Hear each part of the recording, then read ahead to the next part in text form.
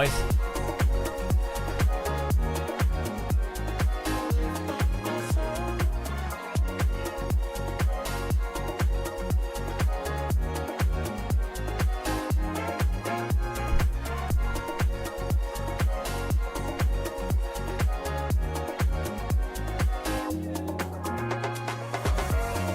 Hello, Sim Racing Wales. How's it going? Hello, Celine. Silent. Sabine. Celebine. Slinini.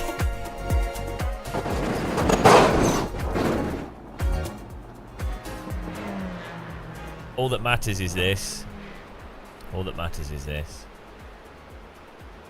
In the dim light of his room, he sits all day, tea drinking baldy in his virtual fray. No license in hand, never felt the real road. In his sim racer world, he carries his load.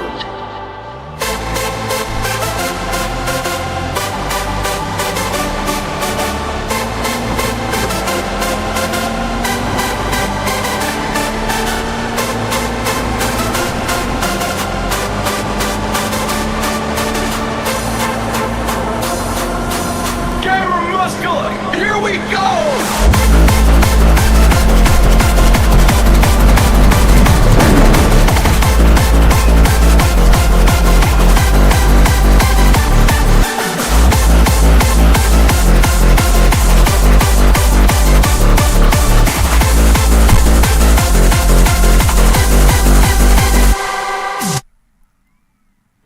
That's all that matters. Oh, hello, welcome to the welcome students. Welcome students to the lesson. Welcome along, guys. Hope everyone's doing well.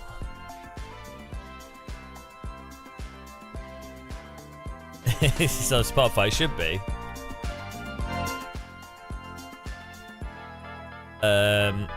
Yeah, no. If any, what we're going to be doing is we're going to be analysing F4 racecraft, and we're going to be helping sim racers in iRacing to get better results. It's time that we put our years of sim racing knowledge to good use and help iRacers get to grips with the basics. Random call sign. Hello. Watch out, guys. You might start lactating. Be careful, you might lactate when you see his face today. He is so beautiful, he is so Portuguese. He's random call sign. How's it going, man? How's the lactation? Lactation nation. Hang on, why's my force feedback gone? Really strong. Okay, let's go. Oh. What, no one?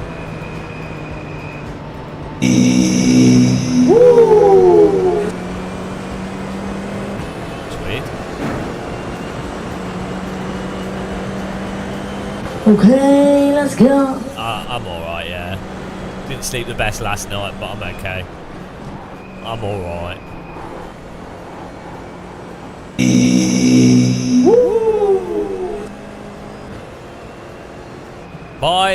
My dick bag big? My dick big? Okay, let's go. Hey? What's that? My dick big. Hello? I am my dick big. Okay, let's go. Okay, let's get we're going. We're my dick big. Woo.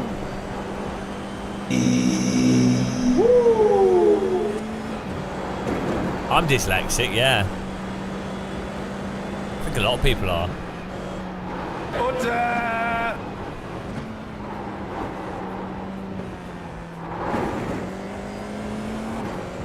What a sledge track this is. I need to move Okay, let's go.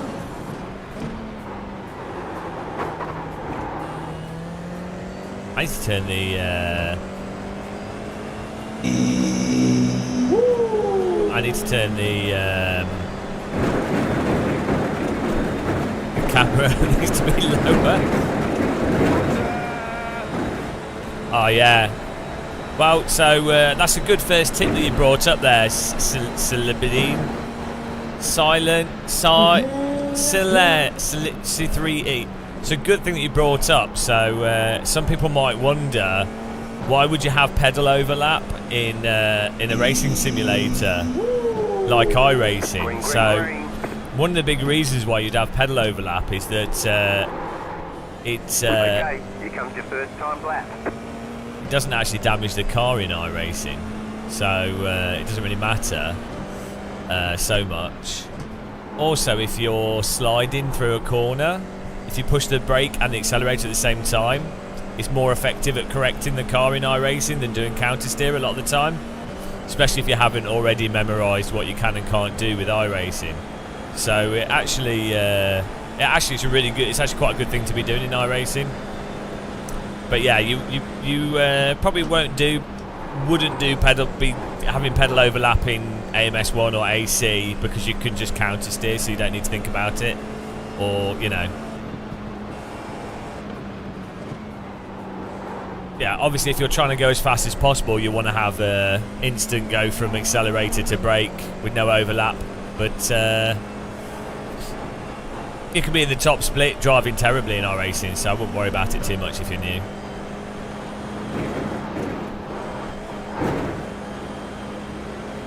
But yeah, it's good. It's a good thing to draw attention to. Exactly. You don't have to correct if you've got overlap.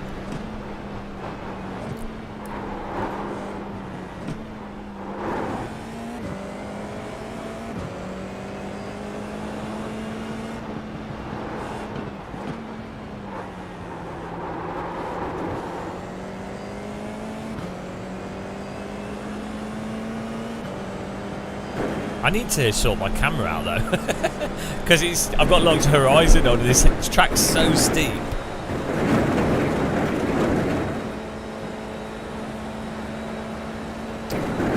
Yeah, it's interesting though. It's only in iRacing that I tend to overlap the pedals.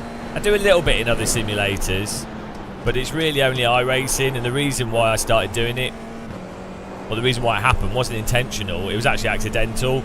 And it was from the fact that, as I say, if you push the brake and the accelerator at the same time, it acts like putting the brake bias forwards, so it does stabilise the vehicle.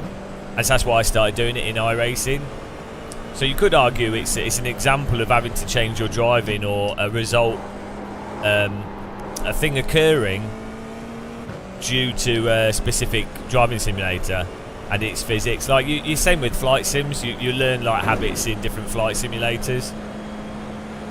No, it'll be slower to overlap, but it will stop you from crashing. So yeah, if you overlap the pedals, it will obviously be slower. It's like mostly pointless until you've learnt how to until you've learnt what you can and can't do exactly. So if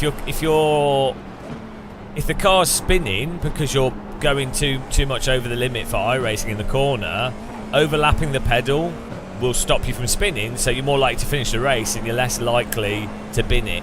So that it'll be faster in that context. But if you're like, you're trying to get in the top, you're trying to be in the top split, like top, probably top 10 places in the top split, then yeah, you're not going to want to be overlapping the pedals at all. But if you're at that point, you've already memorised what you can and can't do anyway. So even then, I'm sure, you see really good drivers. Is it a skill issue? It's a skill. It's a useful thing to know about in iRacing, yeah.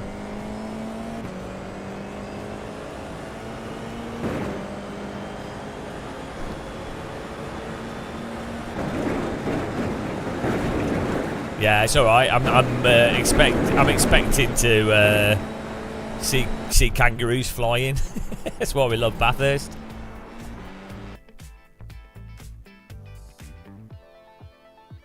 Yeah, yesterday we did 9 hours of Assetto yesterday, and I was trying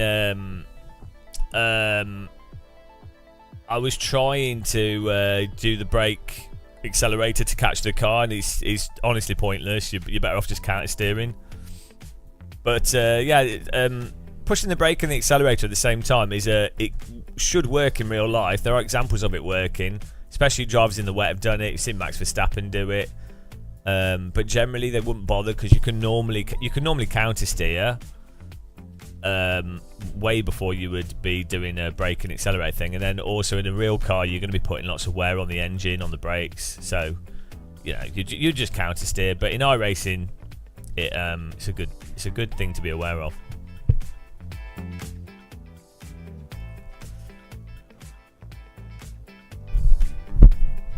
Who does it? I like my bottom to be paddle bottom. Pad that bottom. It's a good for video games where there's not much damage or not. Just a fair warning to everyone that started behind me that's faster than me. I'm not going to battle you. I'm just going to let you by, so don't force anything. For a video game where there's no cost and tyres and engine and gearbox doesn't matter, it's quite a good thing to be aware of and the reasons for it. And as I say, from my understanding, pushing the brake and the accelerator at the same time effectively it moves the brake bias I don't like to the front of the car instantaneously, because the rear wheels can spin because they've got the engine. The rear wheels can spin because they've got the engine pushing them, whereas the front wheels are going to be braking more. So it's basically a sort of dynamic brake bias.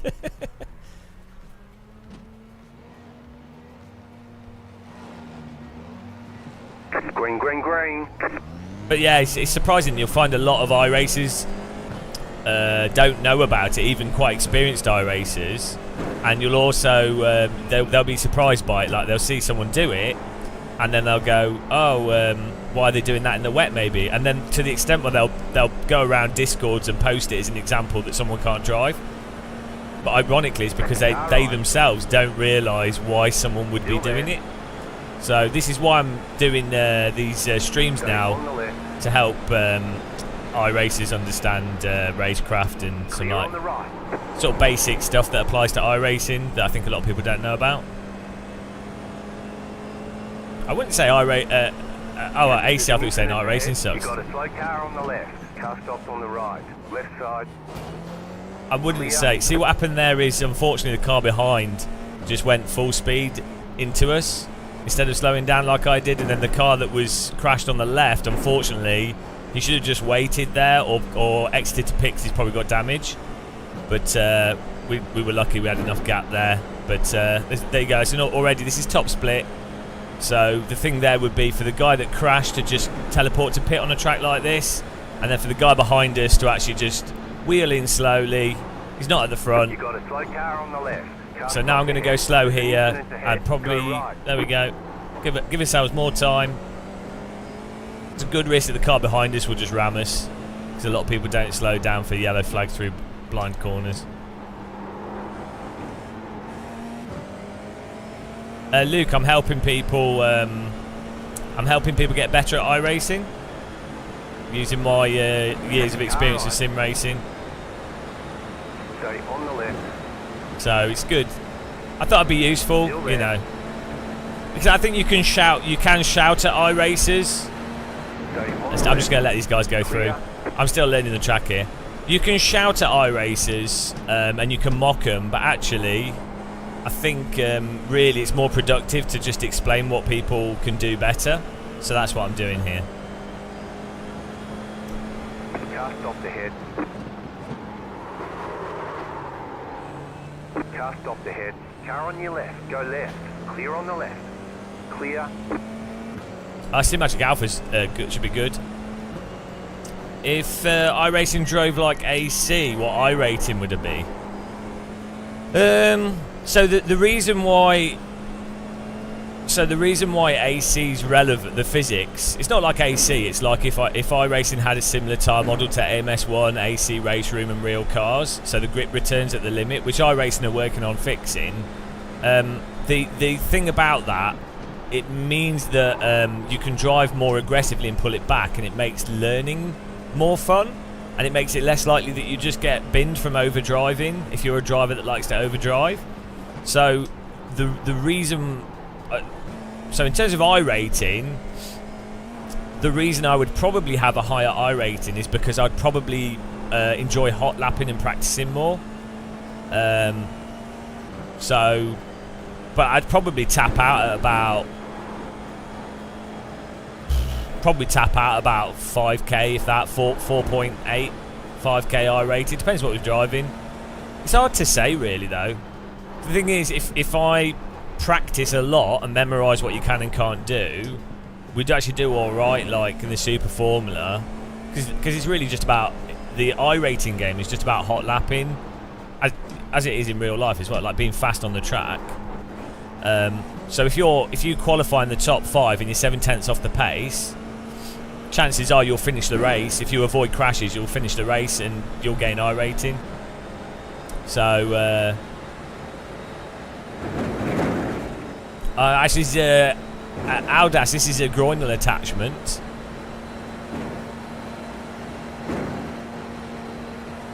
It's a groinal attachment. But yeah, so the main thing about if the tyre model was like AMS1 AC in real cars, it's more that it's less frustrating. Until you get to the limit in iRacing, it's fine. Suspension in iRacing is better than AC. It's just if you push.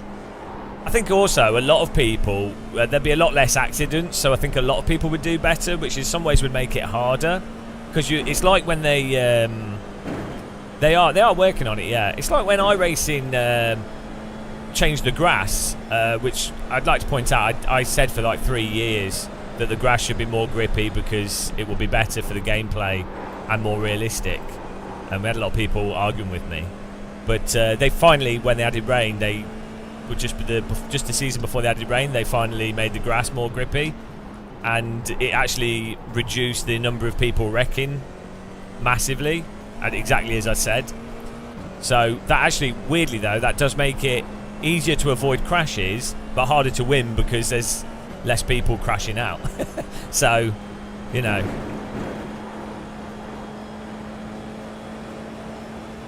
Yeah, we had a lot of iRacers arguing with me about how the grass was realistic before, but it turns out that Car stopped ahead. Car stopped ahead. Car stopped ahead. trying to slow down. Oh, this is another thing. If the track's blocked like this, or if you have to slow down in iRacing, before you slow down, you should look in your mirror. Like in a real car, you should always look in your mirror for the person that's on the telephone.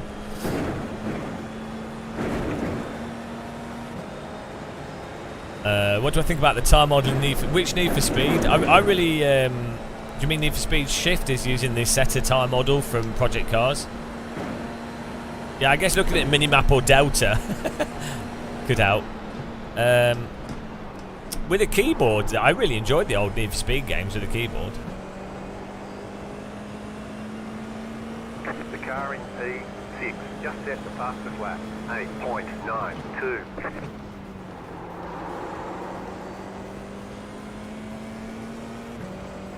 But yeah, if anybody wants any... You're in the top 10. The car behind you is pitting. See, we're now in 9th place here. I'm sure before the end of the race, these guys, they got flash repair and they'll catch back up with us. I'm still learning the track. Yeah, we started last here and we're now in 9th. So, pretty good. Pretty good. This is top split, so shows you that I think... you know, I think people need to could do with watching this channel and getting a bit better at racecraft. That's what I'm doing. Being positive, guys. I was thinking of doing racecraft guides with techno to help people learn the basics.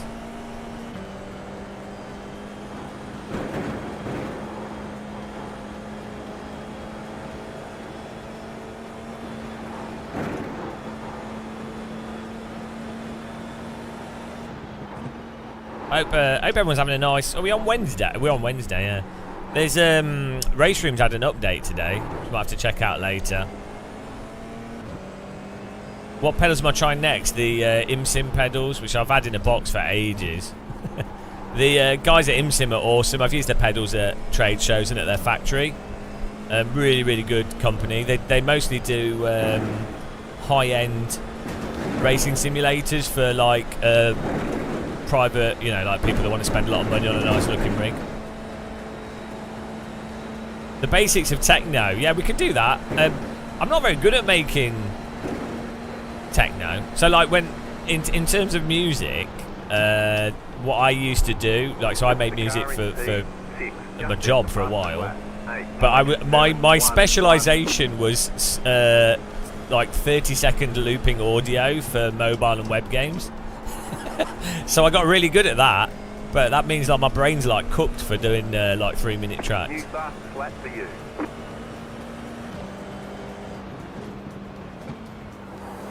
You sold your Fanatec setup to get a new setup, yeah. But the compared to the older, like the CSL DD, the Simagic, the Moser, the Acertec stuff, Simucube's a lot better.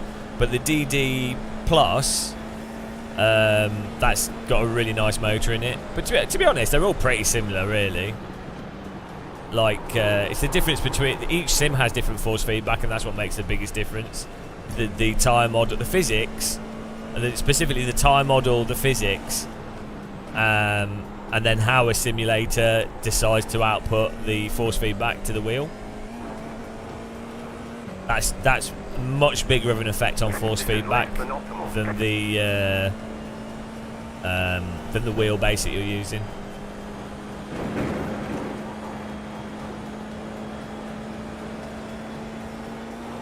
I think with the Moser, I'm really enjoying this GT3 rim I'm using. I've been using for a long time.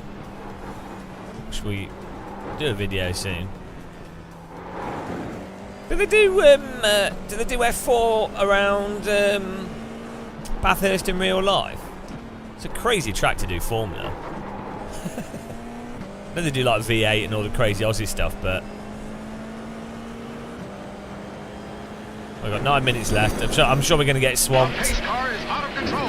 Probably going to get swamped by the cars behind us. I'm not going to put up a fight because it's my first lap in this, well, the first race in this car. Mr. Stitch on the Twitch, how's it going, man? Welcome, appreciate the follow. Welcome to Game of Muscles Racecraft School.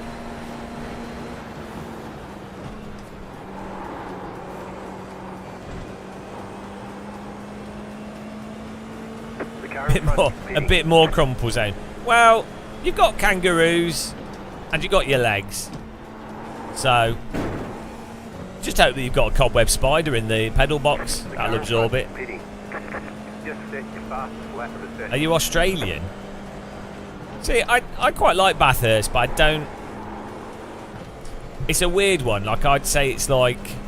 It's kind of like a novelty track, in a sense. Like, I like it. I enjoy racing it. But it's not a track that I'd want to race on all the time. So... like, for example, I wouldn't... If I was going to be like, oh, I'm going to test a car and see how it handles, and you know, or I'm going to do lots of racing, I'd rather go for like Nordschleife or I mean, Alton Park, Silverstone, you know, those kind of tracks. I don't feel like there's Bathurst's a bit restrictive with what you can do, especially in wider cars, especially in GT3. It'd be awesome to drive something like Bathurst in vintage minis or something.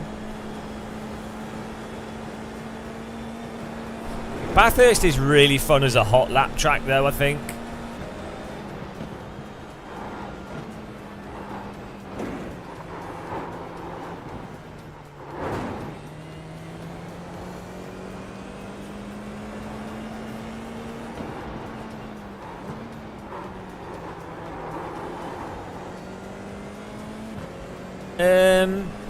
I'd say the Nordschleife has, especially Nordschleife combined. Yeah, I mean, it's hard to overtake on Nordschleife in modern cars as well, but I'd say it's got Nordschleife has just got more corners, hasn't it? And then the Nordschleife combined has a normal racetrack as well. Well, it depends, Mr. Stitch to Twitch. I think it really depends on the car that you're racing, doesn't it? Like, I've had really good racing in the Nordschleife, especially if you're doing like an hour-long race, for example, and then you're chasing someone through the track, and you're really both pushing. Then you've got like 2, 3 or so. You've got 2 on the actual Nordschleife circuit. You have 2 areas where you can probably do a safe overtake with most cars, and then there's probably like 3 relatively dangerous overtake areas and 1 or 2 like suicidal overtake areas that it can work. So,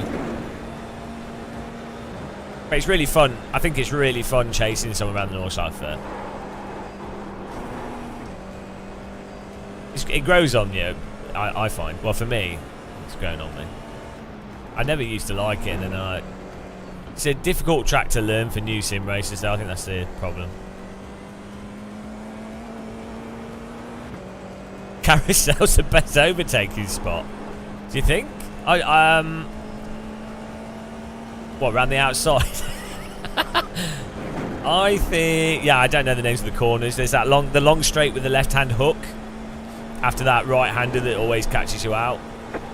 There's T1 on the GP circuit.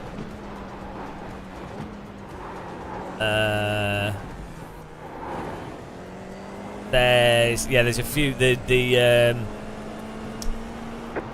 first straight before Flugplatz, I think.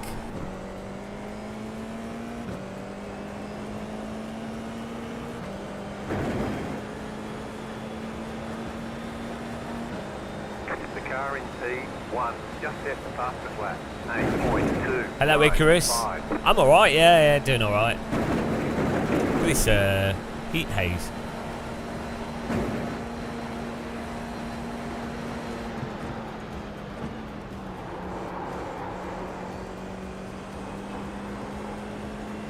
We're helping iRacers, teaching iRacers some basic racecraft. So for those of you that just joined us, basically, obviously I complain about the driving standards in iRacing quite a lot, and rather than whinging about it, I thought, you know what would be more productive, given that I have like 15 years of sim racing experience and many hours on public service in Live for Speed and various sims. Obviously, I'm probably one of the most experienced sim racers. So, especially for like racing online and jumping lobby racing. So, I feel like we can really help teach some of these people, let them know what they're doing that's useful.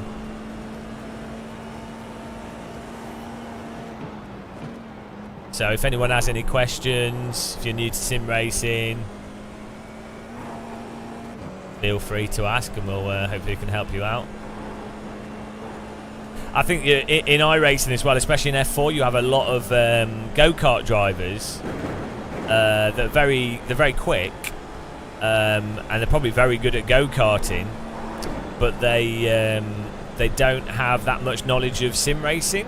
And the limitations of like netcode and the realities of the game design, so they apply a lot of real-world karting stuff to the simulator, ignoring the realities of the realities of the sim they're playing.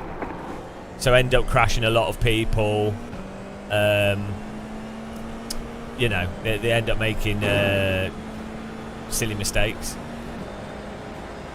Days of Blunder, you love both tracks equally, but more hours on Bathurst. Yeah, I mean, Bathurst, I think, is one of the most punishing tracks.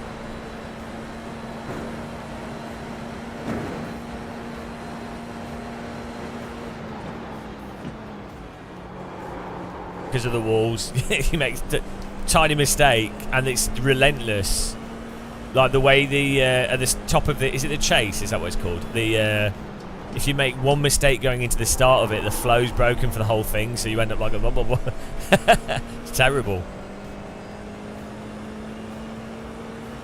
I like to call this track the concrete ski slope myself. I think that sums it up.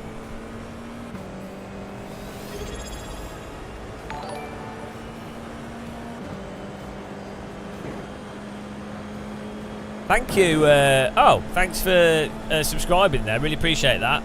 You're gaining on the Get a teapot on the screen. 5 seconds. I need to reorganise my graphics in. Thank you. Really appreciate the sub. Thanks for supporting us.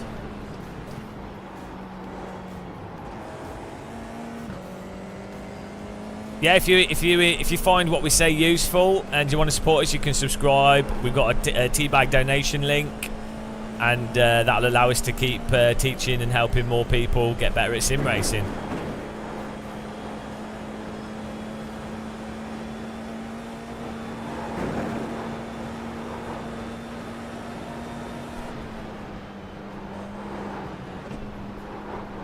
Yeah, I think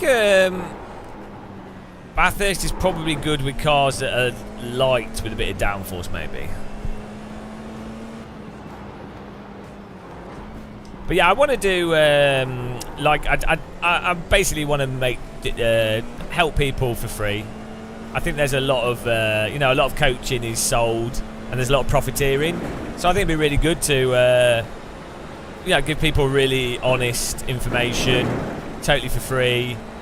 With me not having to like hide or not mention, just be honest about the simulators. To specifically tell people, these are the shortcomings of these specific sims.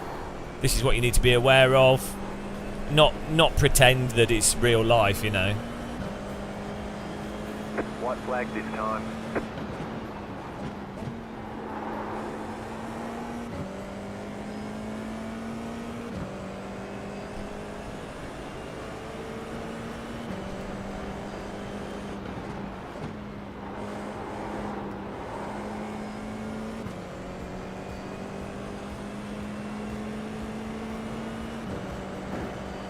Play AC. Yeah, you have to make your servers in AC though, don't you? I need to try the dirt physics for AC.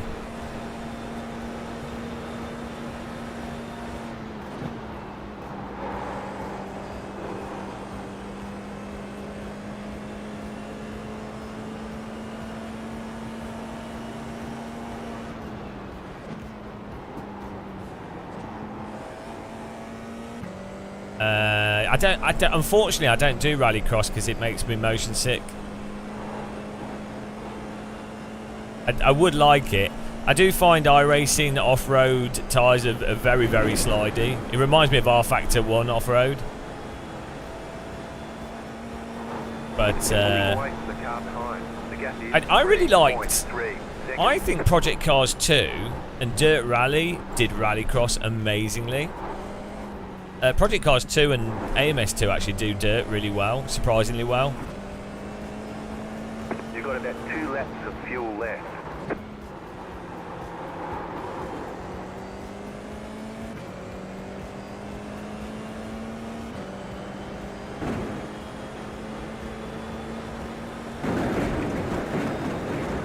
You contacted one member of your local iRacing league to discuss. Yeah, it's good. It's good to have kids playing driving sims though. Like it's better that they're playing driving sims than stabbing each other. So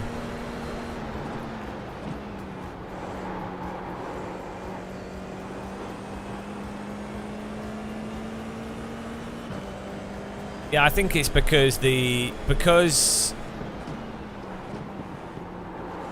Madness Engine has very wide controllable slip, but so do like all-wheel drive rally cars, so it kind of goes together pretty well. Also, I had a chance to talk to the one of the guys behind the tyre model of the Assetto tyre model in Project Cars 2, and I'm not sure exactly what they did, but it's quite interesting that it's the same tyre model. Like they don't have a different tyre model. It's like it all comes from the same thing, which is quite impressive for it to work across different surfaces. Like I don't like how it. Yeah, I don't know. All of the guys, all the girls, yeah. This was a long time ago. Yeah, they were saying that it's the same, effectively the same model, which is it's quite interesting that a model would work. I guess Live for Speed, to be honest, that was the same tyre and it worked on the dirt and the road pretty well. Right, we can have a little gander through what happened here and go and see what people could do better. So we finished in 6th. We started in 14th and we finished in 6th. all from high-paced on-track overtakes.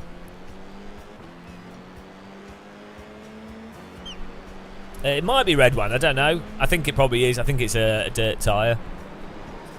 It'll be yeah. I don't know. I just don't know. So it'll be interesting. I always think it would be interesting. Unfortunately, this doesn't happen. But if if you had the physics programmers from R Factor, iRacing, Stefano from Kunos, for example, if you had one of them like talk through the source code and talk through the design decisions of the tyre model and talk through the specific aspects of what leads to the end result in behaviour and what they're happy with, what they're not happy with, what are the controlled variables, what variables are uncontrolled, their design decisions and the math involved. The problem is they can't do that because it's all like highly valuable trade data, right? Like a tyre model is a physics programmer that could do a tyre model could be earning 200,000, 300,000 a year.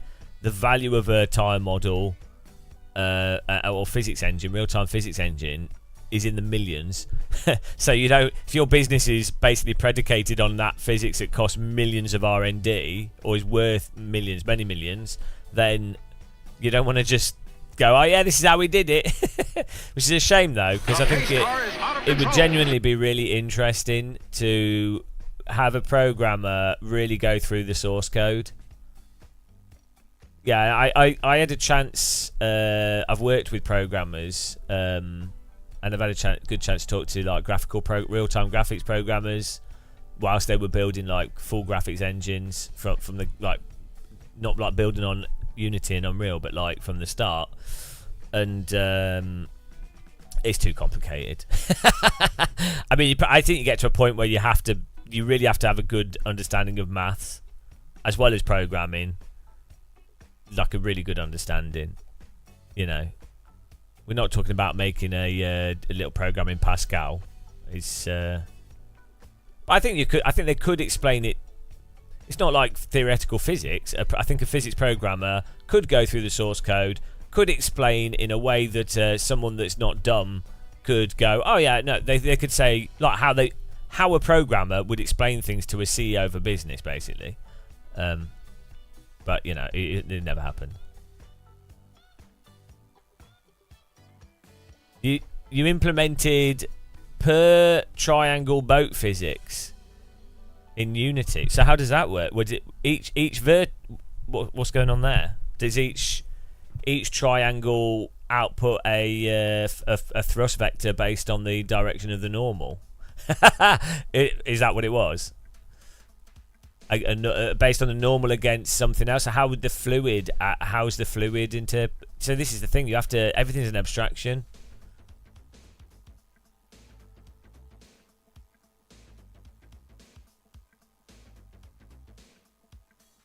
You? Yeah. See, this is the thing. This is why I think like massively simplified, faked physics engines end up being better, because I think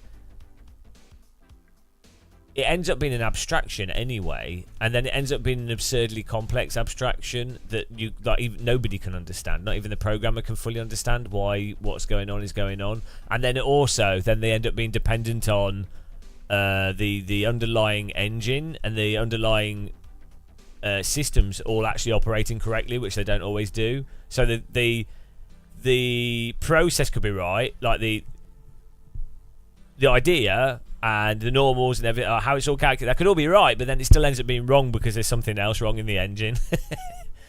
Whereas if you just have like some kind of really faked approximation, but I guess that's the difference between a sim and a. No, I don't know how Wave Racer worked, right? But obviously that'll be using like some super simplistic. You know, I guess there's yeah, it's hard to describe in words, but it'll be using like a super simplistic system. But actually, it's surprising how effective something like Wave Racer was back in the day, in terms of it seeming relatively convincing as a jet ski. Yeah, no, I've seen that. Yeah, but I don't know if I don't know if it like if the jet ski goes lower relative to the mesh of the water, if it then applies an upwards force of a certain amount, but then that's counteracted by a gravity force.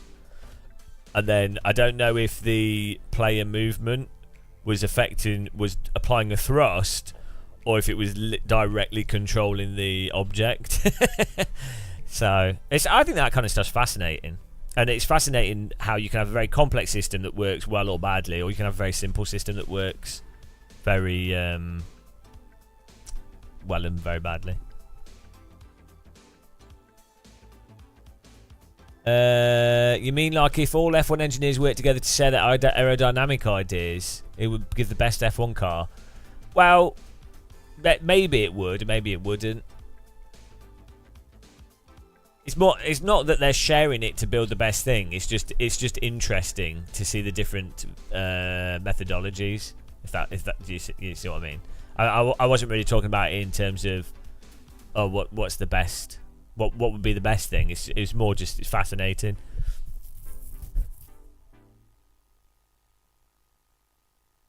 Red one. Well, so the new Microsoft Flight Simulator has two predominant physics modes. One is it literally has the original Flight Simulator physics mode for backwards compatibility, and the other one is more similar to. I mean, I'm sure you know this, but the other one is more similar to how X-Plane works, where it basically creates a fake.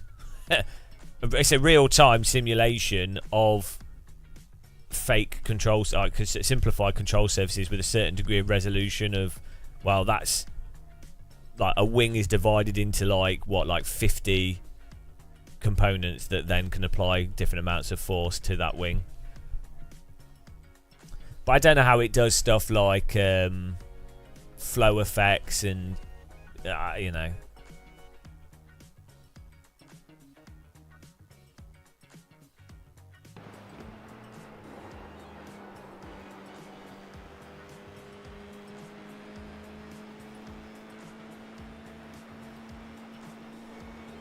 Supposedly they're doing some for Microsoft Flight Sim 2024. They're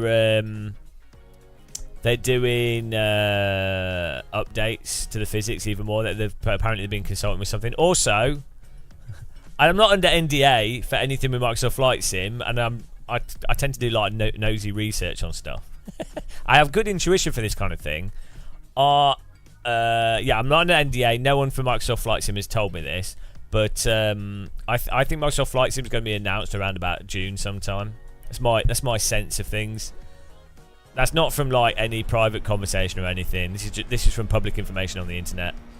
So yeah, that'd be really interesting to see.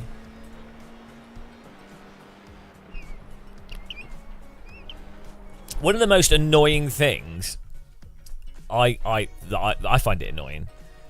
Because I talked to lots of people in the industry, in various industries, about different things. The annoying thing is, if I have a conversation with someone and they tell me something, I then can't talk about it. It's not under NDA or anything. It's like obviously you don't. It's if you're having a private conversation, the assumption is it's a private conversation. So it's really annoying. It's really annoying that I like chatting to people. I like knowing about games development stuff, and you know, it's just interesting. So I like having a conversation. It's really annoying when someone's like drunk, and then they obviously tell you stuff that's not public information, And you're like, oh, well, thanks. Yeah, I wish you hadn't said anything, because now I can't speculate publicly on my channel, because now I know, and I know that that's not public information, so I can't say it publicly, and I can't speculate, because if I speculate, well, I can't speculate anymore because you just bloody told me.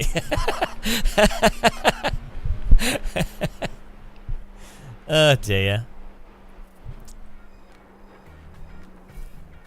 But yeah, with Microsoft Flight Sim, I haven't talked to anyone from Microsoft for a long time, and just from online, I'm looking forward to Microsoft Flight Sim 24. Right, let's see what happened with these other drivers. See what they could have done, if they could have done anything different. Microsoft Cup Flight Sim coming in. I hope it is. I just want it as soon as possible.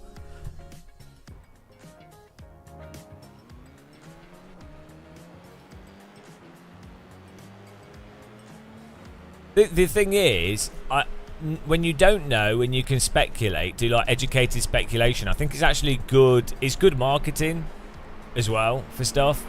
So like, you can. There's a lot of speculation you could do for AC2, which I think is interesting, and I think it hypes it up.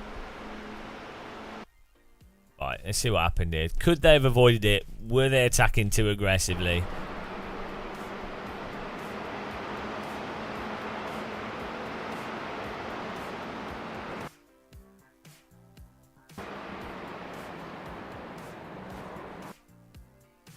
Right, here we go. Yeah, so let's see what he did. Okay, I mean that's the car on the inside's fault, isn't it? They've just cold tyres. Their brake bias is probably too far forwards, so they've gone into this corner. The car on the outside has cut across, but they're fully allowed to, and they've massively understeered. I mean, there's no right in the first 2 laps of this race, unless you're like battling for first place and you've got a really, really good chance. There really isn't much point really side by side in it too much. Outside, if you've got a car close behind you, to be fair, no, they don't really. Yeah, if you've got a car close behind you, you might be forced to keep to attack more than you ideally want to, because if you don't, the car behind's going to come through. That looks like he just went into the corner too hot. Could the car on the right, did he turn in? Like, he's moved out here.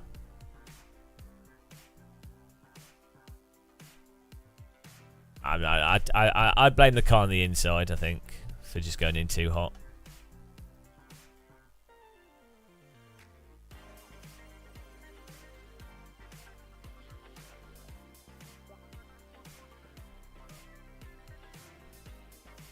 And now he's driven into that car.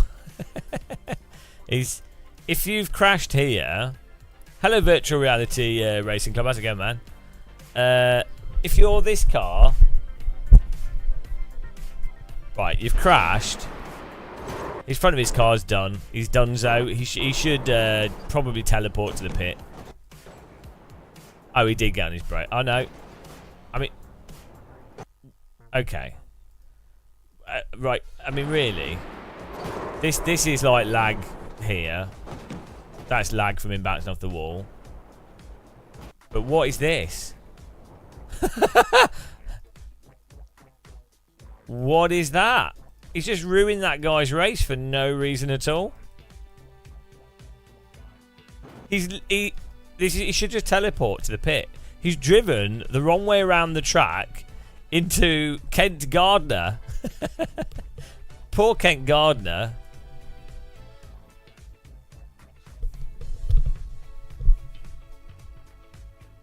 I mean, right. That is actually ridiculous, isn't it, really?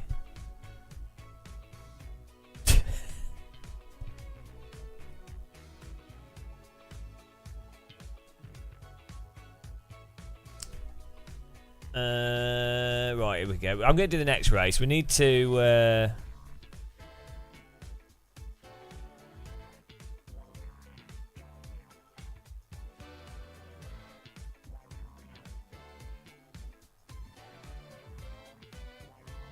Oh, no, that was right.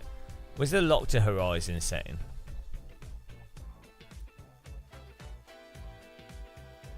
Race control scoring has ended. Ah, it's this one.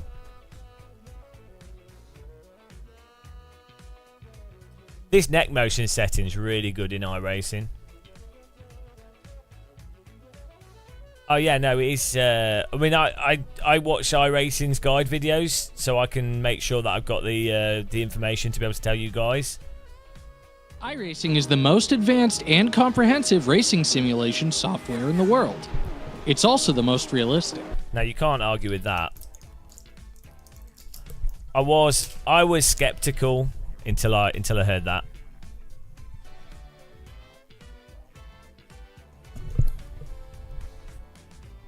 Right, let's sign up to the next one. That was alright though. I'll do a poll for the next one. I don't think we're even like vaguely competitive though. What's Super Lights on? Circuit of the Americas. Okay, I'm not doing that. Ah, this is on the USF's on VIR, but no one drives it. Oh, Formula C's at Alton Park, but nobody drives it. Looks like we're just doing F4. That's fine. Did you learn anything, Dirge? I think the thing is, you know, it's easy for people to be dismissive and not want to learn. Do you know what I mean? They're like they don't want to take advice, so you've always got to keep yourself open to new information and new advice.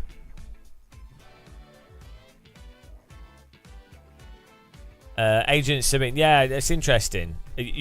From that post, you can't really tell what they're going to do. It was very word salady, but obviously iRacing know what's going on with their tyres. They obviously know that AC and MS1 are a lot closer to real car behaviour at the limit. So, you know. Doom Guy, is AC LFM your top recommendation for people wanting to get into multiplayer sim racing? Probably not. No, the thing is, if you're new at sim racing, you're not going to be driving at the limit or have an idea or a feel for it at all. So it's not really going to matter what sim you're playing, to be honest. So it's not going to really matter if you're playing AC, ACC, iRacing. I guess the thing with AC is it's basically free, and it does have very realistic time model, and like you can understand what's going on from the force feedback. ACC is a lot more forgiving than iRacing, but you need a fast computer to run it, which a lot of new people might not have. iRacing is very expensive and probably the least realistic of the popular sims, but it's easy to get into iRacing. So yeah, it depends how price sensitive you are and what you're trying to get out of it.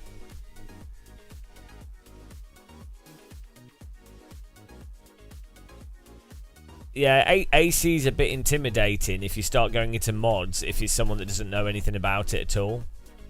That's the thing. Well,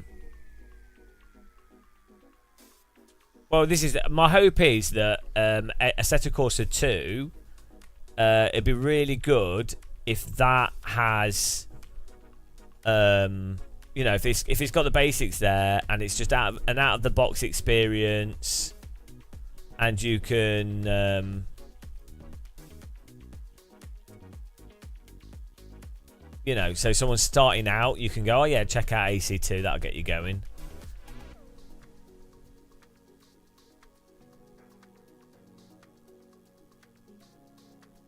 Yeah, Red one. Yeah, it depends if you're trying to play iRacing as a game or if I don't know. The thing with iRacing is,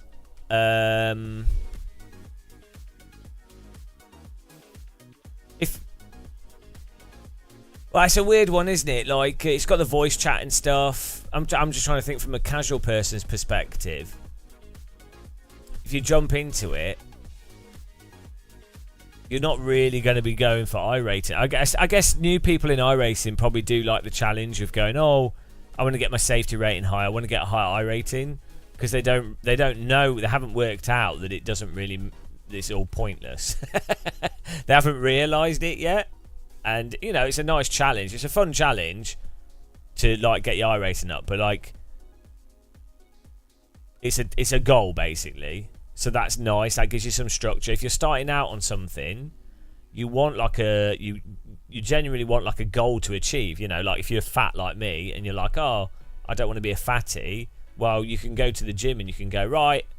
Trainer will go, well, what do you want? And you go, well, yeah, I want to be healthy or something. I go, okay, great. But if you say, well, look, I want to have I want to have a 6-pack. Do you know what I mean? Or, you know, you want to have bigger leg muscles or something, whatever. Then then you've got something to work towards, and you'll be able to see the progress quite easily, and that'll be rewarding. So, you know, Reborn Zim. It's the easiest to sort of load and get your equipment set up with. I think they've done a good job with that, but it's the hardest to actually drive. Ironically, so it's like, but then again, someone that's really new to sim racing is going to be chronically underdriving. They're really not gonna understand what balancing at the limit is. You see this at track days. You see this in real life all the time. The people just don't know what driving is. Like, you have people that even go-karting and stuff. They don't know what driving is. So, given that framework, it doesn't really matter what sim, what car, what they're doing. They don't know what driving at the limit is. You have people in iRacing that have been playing it for years that don't know. They don't know what driving at the limit is. They think they do, but they don't. They think driving at the limit is a turn and letting the car roll into oversteer or understeer. They don't realise that you can actually balance with counter steer and everything. Like, that should be quite easy for, you know. So, yeah, it's a strange one when the whole premise is sort of a bit of a lie. It's a problem in all motorsport as well. Like, most people watching Formula 1 don't really know what it is. Formula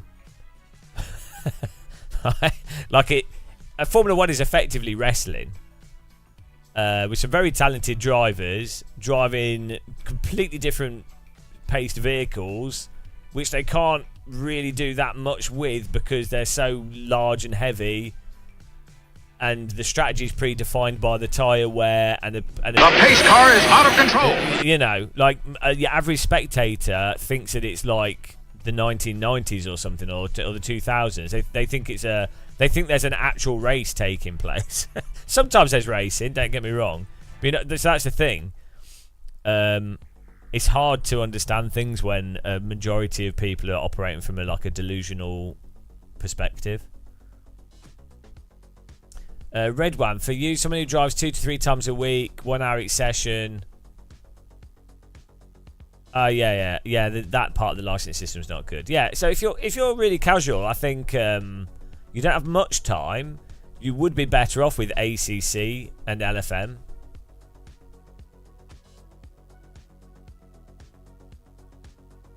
Toyotas at Road America. No, when is it? It's too late. I've just signed up to this. Oh, it's Toyotas at Road America. I'll do the next one, guys. I just missed it. Tell him I'll do the next one. Guys, go and follow Matt Malone. Yeah, sorry, I just missed. Just missed it. Oh, he's hosting it. Yeah, I just signed up for this. Do any of you know for Bathurst do you just use a high downforce setup, or is it medium downforce? Roster, I'm looking forward to AI getting better. Just we don't have to look at those weird thumbnails anymore. Trying to properly hate them.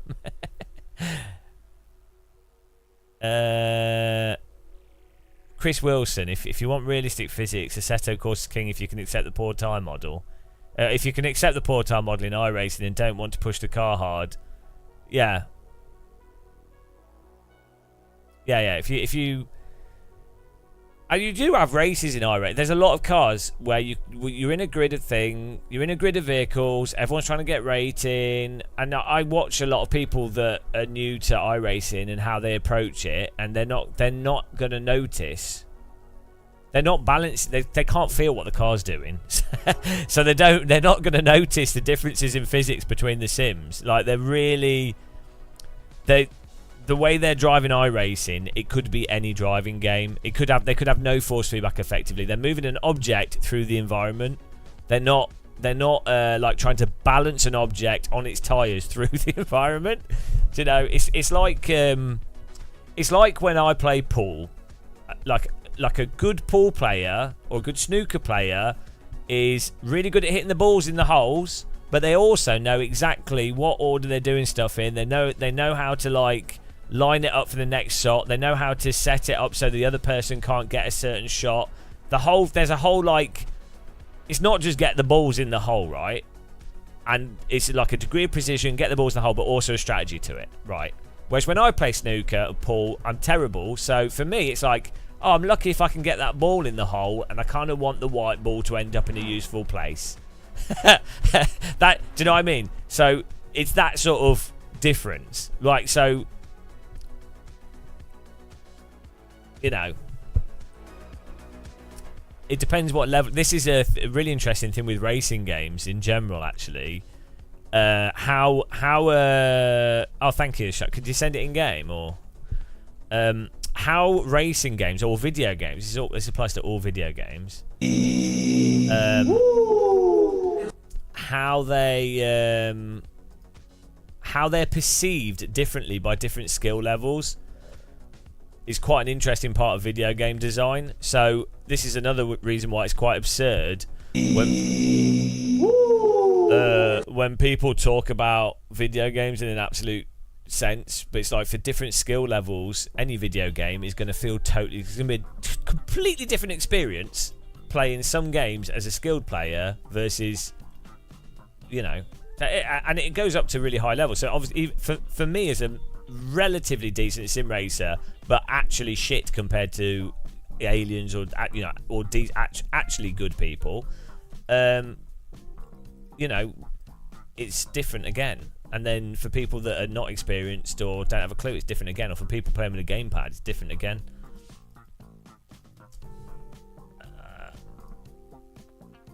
So this is one of the sort of design considerations you have to have with video games. What's it bloody called, this Formula car in the setup files?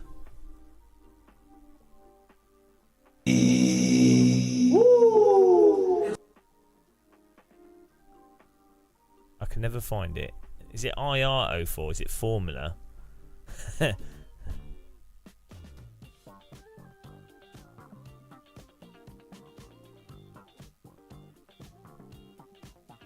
Oh, Formula IR04. There we go. Okay, let's go. I've got it. Hello, Dave Cam. How's it going, man? 7 ads, yeah. That's what we do now. Okay, let's go. Only the most hardcore people stick around.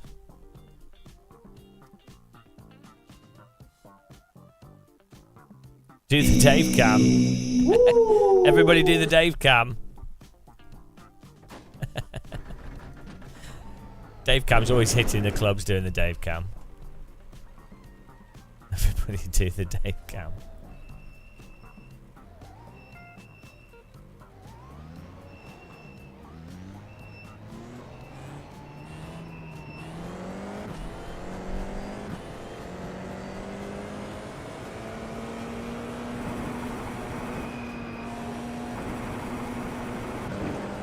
Something weird going on with my force feedback here. I need to reset some stuff.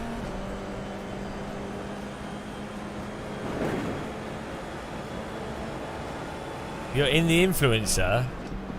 Might do the next field. The next fixed. Oh yeah, get in there. Mind the gap. What's going on with my game?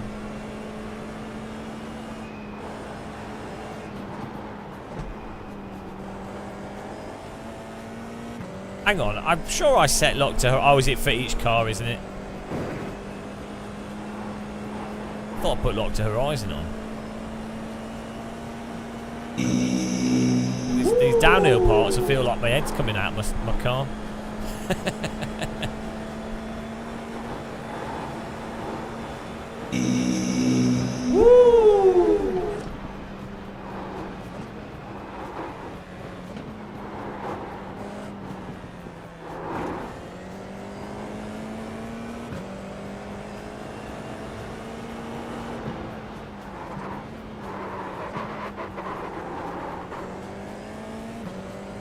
Yeah, this is... Yeah, I thought I set it to do the opposite. It's even worse. It's even worse now. Like, I want... I'm hot, and you're not. Okay, well, we need to... Wait, I went to a private hospital for neck surgery. I thought they'd done a good job. I couldn't get an appointment at the NHS, so I went to Turkey.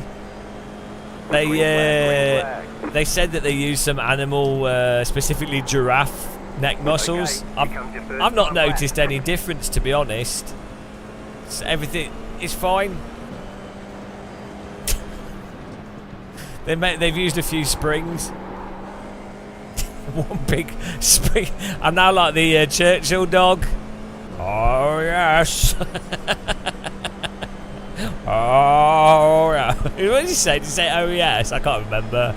Oh, I've dated myself. That's proper 90s. Dave Cam was like, oh yeah, I remember that advert when I was in my 60s and that came out. I don't like ACC, but I do like the normalist. That is amazing. So it's probably Dave Cam remembers playing with the metallic wheel toy when he was a child in the Victorian times. Even at Dave Cam, I was reading on Reddit. People were talking about monitors and stuff, and someone commented. Someone said, Dave Cam's like 40. Dave Cam's like 40, and he just uses one monitor. That should make you feel. That should make you feel good. Dave Cam who's 40. That's how old you look to people. You're 40.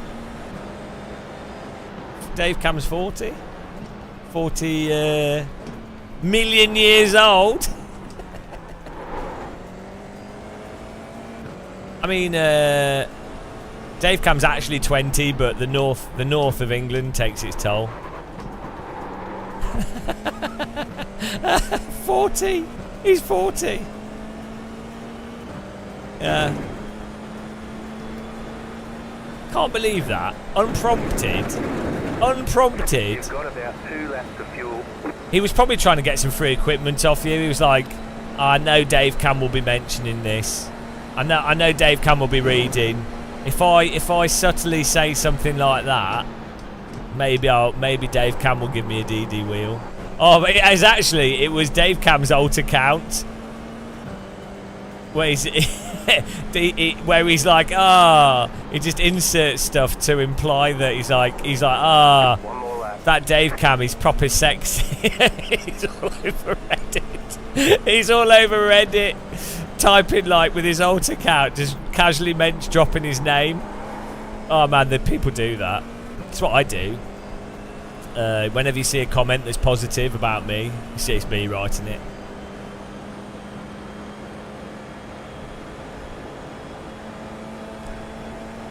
Yeah, Reddit's pretty interesting at times. It's not as bad as I'd say the worst. Twitter's the worst place for everything. Twitter's just rage bait. Weirdly, Instagram's pretty good. Like maybe it isn't in stuff I don't follow, but the comment sections and the general posts on Instagram.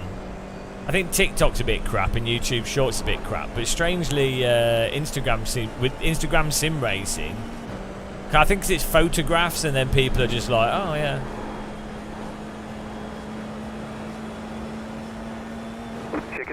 Checkered flag. Yeah, no, people do, yeah.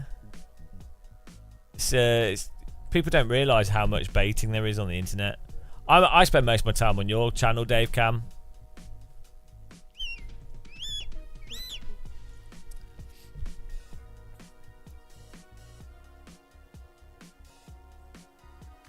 Why would you drive GT4 cars?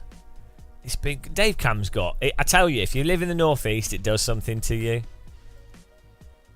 It really does. It really does something to you. I mean, how on earth can you enjoy iRacing GT4 cars? Like, what has happened for that to occur? That's like enjoying cricket or something. Do you know what I mean? Right, so what I changed the camera here. How do I change fuel? Oh, it's let's put it here. Let's try that. Do you have any idea? I did it the wrong way. Hello, Amber Sabe. How's it going, man? What was the question, mate? How to change fuel? Yeah, it's in chassis, in your setups. I think it's down the bottom of the chassis tab in your setups. Ken, watch out. Watch out for the guy driving backwards down the track into you this time. Keep it clean. DNF today would hurt our points a lot. 5 cars left to grid. 3 litres, the old trick. The old litre trick. Oh yeah, we got a poll going, guys. Thanks for being a sub, Amber Saber, as well. Appreciate it. Oh dear, this is. Green, green, green. I know. I have a groinal attachment to drive this car. Okay, let's go. Left side. Still there. Do you guys not use a groinal attachment for your Formula vehicles? Right, so the problem I'm in now... Coming up the mountain when she comes. The guy just drove into the back of me. The problem I have now is I need to brake a lot to stay on the inside, which means the car on the outside will come through and the car behind will drive into me. Clear on the left. There you go. Yeah, we're not finishing this. Car behind's going to wreck us. Still there. I'm going to try and let him go through without... Right, there you go. It's a car. It's a low-rated car, so that's a good thing to watch out for. Is you have people that are quite fast, but they don't qualify well because they probably bin it from trying to do a hot lap, and then they will feel like they're entitled to be at the front of the race. So your choice is to either be wrecked by them, or just let them go through and just let them have their way. They probably will crash before the end of the race. You got a slow car on the left. But the difficulty is if you let them through, then often a whole bunch of cars will come through behind you. So it actually makes it worse for you. So really you should probably just not be precious about iRating and let them crash into you and then just do another race afterwards.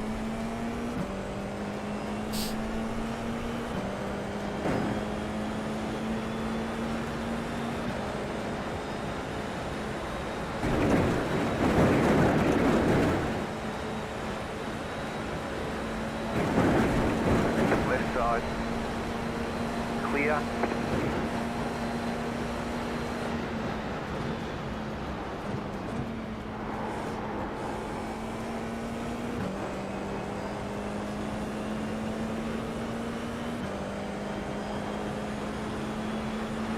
Fernando, un ataque, que si no se va a escapar el primero. Car on your left. See, there's not enough space for that car on the left. If I defend that completely normally, he would drive into the back of me. So you always have to keep that in mind with iRacing as well. If you try and drive, if you try and drive in the most normal way, it doesn't pay off. Still there, hold your line. Don't worry, Calvin. Go, go, go, go, go. I'm not Car passing on your you. left.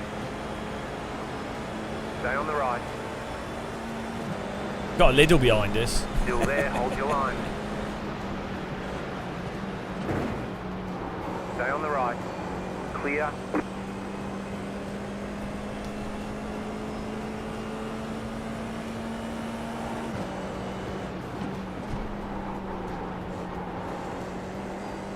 It's full, yeah, it's basically, it's Battle Royale. It is Battle Royale. But in iRacing, you really have to do stuff. Everything has to be massively preemptive because of the amount of smoothing in the netcode and how like over the top the crashes are. So you just need to do stuff way more preemptive than you'd do it in other simulators.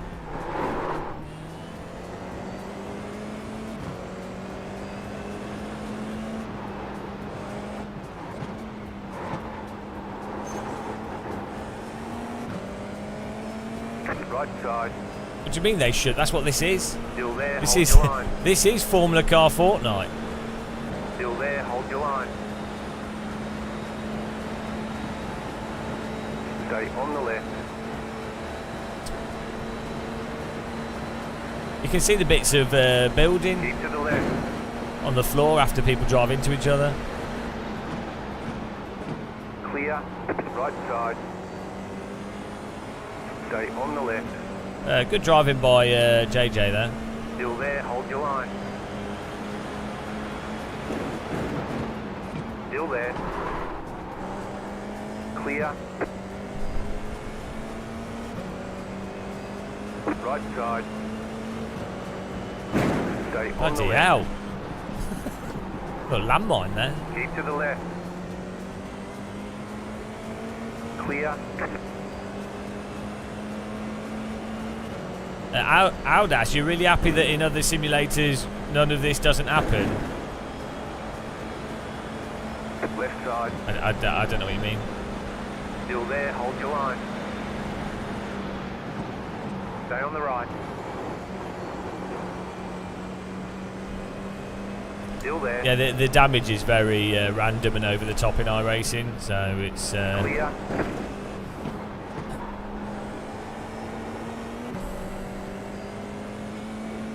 It's interesting. it's interesting. Hello, Elvis H. How's it going, man? Welcome to the Teapot. Dave Cam's already spoiled the tea a bit with his filthy GT4 talk. I mean, GT4 cars are incredible in AC1, but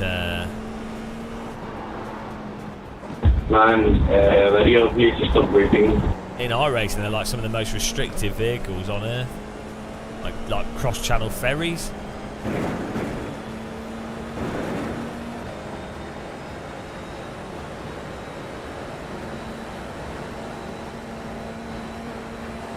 You used to ride this track on your bicycle.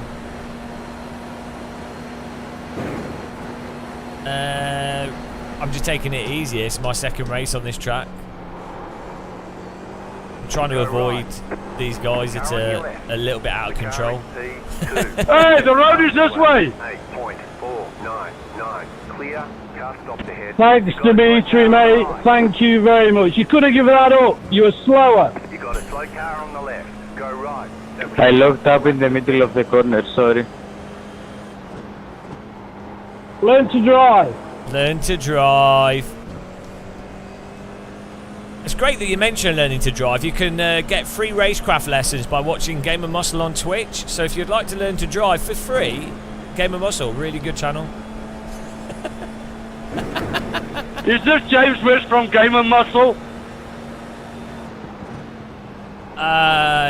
It's Game of Muscle from James West, yes. Okay, same thing. Finally good to drive against you. Oh, I appreciate it. UK West. That was my fault, or did you just say? You what, mate? UK West. Is he Dutch? Like, Dutch people are always so enthusiastic. Like, I mean, I like it, don't get me wrong. It's just, it's funny. Dutch are like, have like the biggest hype culture in Europe. You ever watch like the F1 when it's in Holland? It's like, what on earth is going on? F1 in Holland is like scooter concert. Yeah, they're really good. They're really good fun. I still don't fully understand Dutch sarcasm. Like it's too good. Although to be fair, it's not as dry as. So you basically have Belgian sarcasm, which is on another level to Dutch sarcasm.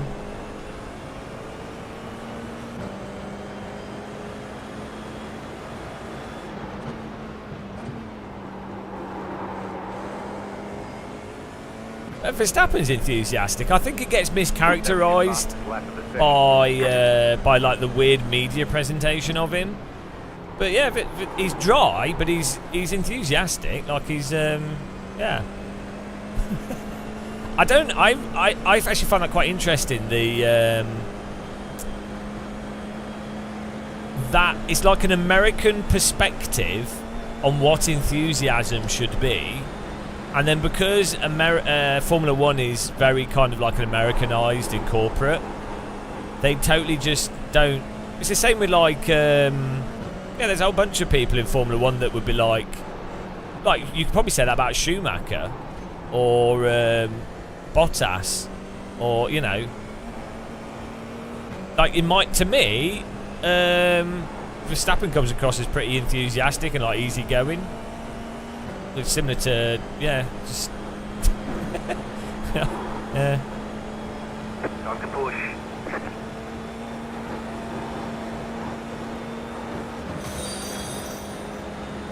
The pace car is out of control. I find someone like Verstappen comes across much more genuine than, say, like than Jenson Button, for example. Or, you know, someone that's supposedly more... Or Daniel Ricciardo, whatever you say his name. Not that they're alright. Nothing wrong with them, but... It's just cultural communication. Thanks for following, welcome. We don't have any commands, but if you're new to the channel, welcome along. I'm probably one of the most experienced sim racers on Earth. I'm one of the most modest as well, and I've decided to, rather than complain about people's driving, I've decided to give people free advice. Thank you, Jed. On how to. You're in the top 10. How to drive better.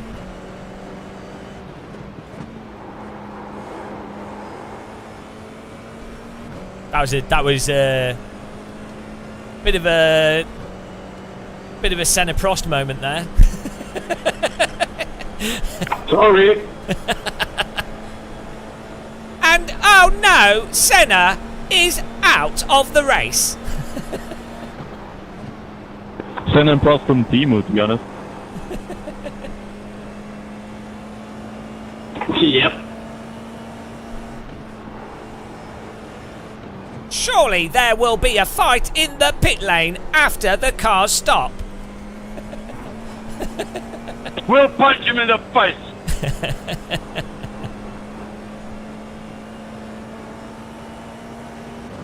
Remember, you can check the results on CFAX.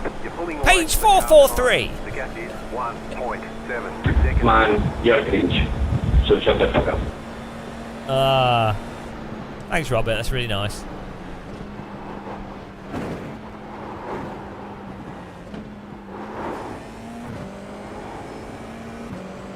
Who doesn't? I love the camera, yeah. I actually hate cameras.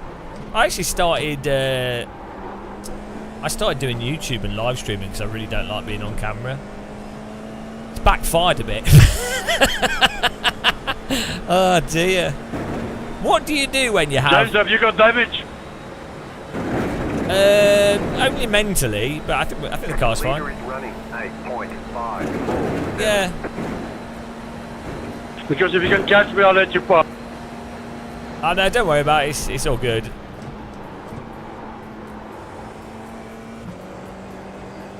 We're racing. Absolutely.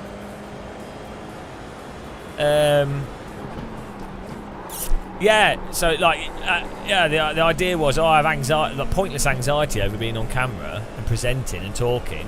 So let's make some videos. And now I'm trapped. and then you get people thinking, oh, you must like being on camera. Would you like to do this event? Oh yeah, I won't say no. Stupid. What an idiot. Bloody hell. Okay, let's go. I think I just hate myself. Subconsciously. Make it worse. Make everything worse for yourself. It's a good tip, guys. Make everything worse for yourself.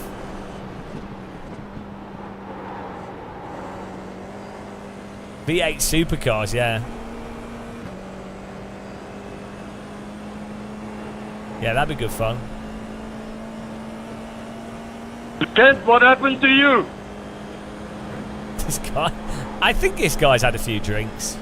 Probably the best way to play iRacing, though. You got caught up in a three-way. Sorry to you.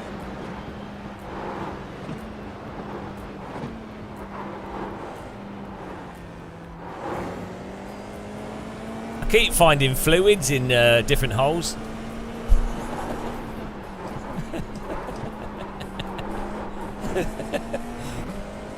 Murray, sorry to pester, but what headset and mic am I using? Well, so I'm using a Mod Mic 5, which I'm not sure if you can buy them anymore, but it's plugged into a Go XLR, and if you use a Mod Mic, you need to, if you use any like on microphone, there's a few that are good quality, but if you use a mic on a boom, which is really good, the closer the mic is to your mouth, generally the better it'll be, especially for sim racing and stuff. But you'll want to get some kind of amplifier and EQ to fix whatever the mic sounds like, or to adjust it.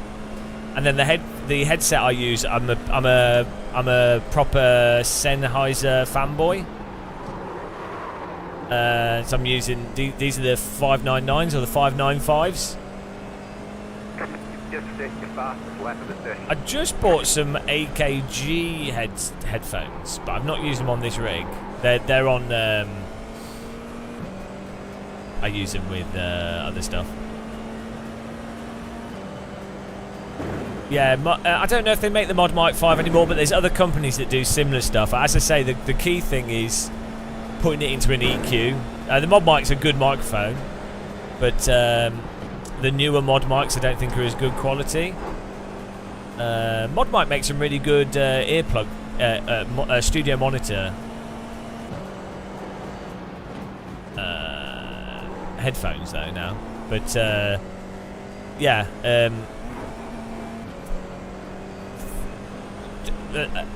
a cheaper microphone that's okay quality but with a good amp that's got an EQ on it will sound better than a high quality microphone plugged into a crappy socket. There's software to EQ stuff as well, but I wouldn't recommend getting the Go XLR because the company's gone bust, and there's probably other solutions now that are better, but yeah.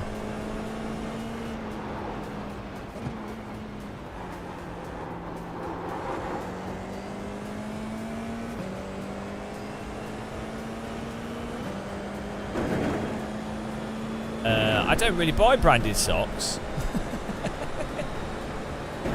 The car in C2, just set the fastest lap, 8.218. Just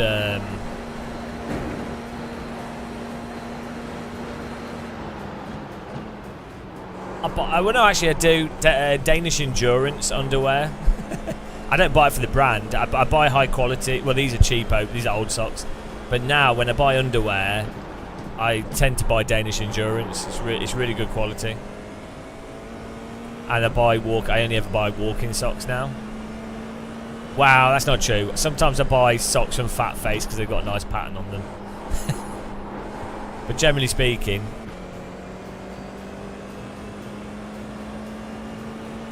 Dave Cam, yeah. I mean, they probably dumb when it goes, but they're so handy with the effects and stuff, and like the sliders and things, and the way it integrates into Windows. It's going to be a proper pain in the arse to replace it. I mean, maybe Elgato can do something. It's a shame that nobody bought like, it's a shame that is it Corsa that owns Elgato? No, it's Logitech that owns Elgato, I think. But yeah, it's a shame that they haven't bought it, and then the underlying framework of how it operates is really handy if you use dual PC setups. Also, the sound effects and stuff is quite good. To be honest, I think the only thing that looks like will break on it is the ports. Car stop on the left. Go left.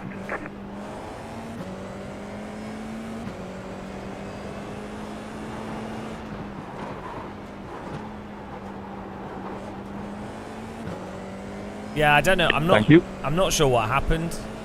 It's really weird, isn't it? Maybe they couldn't produce enough volume or something. Go, JJ, go, JJ. 2, just set the fastest lap. 7.998. Yeah, Behringer stuff's normally pretty good and good value, because they've got a good history in audio. And they did that. The Behringer C1U microphone was like one of the best value condenser mics for a long time. That wasn't crazy expensive. White flag, white flag.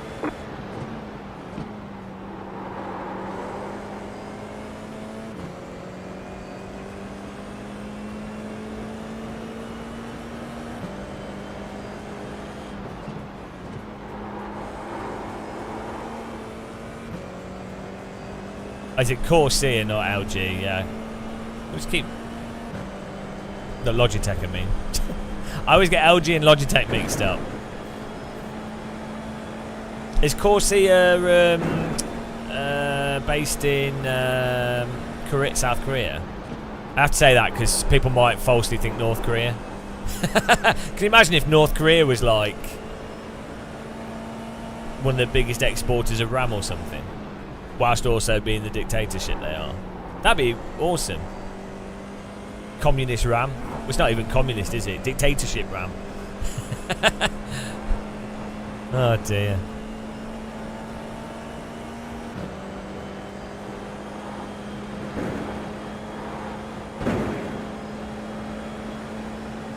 You've got about 2 laps of fuel.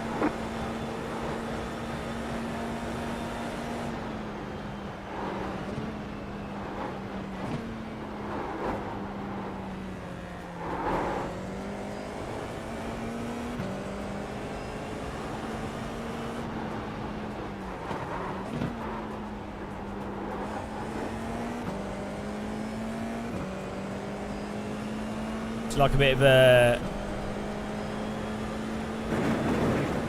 In the dim light of his room, he sits all day, tea-drinking Baldy in his virtual fray.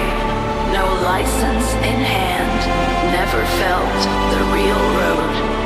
In his sim racer world, he carries his load.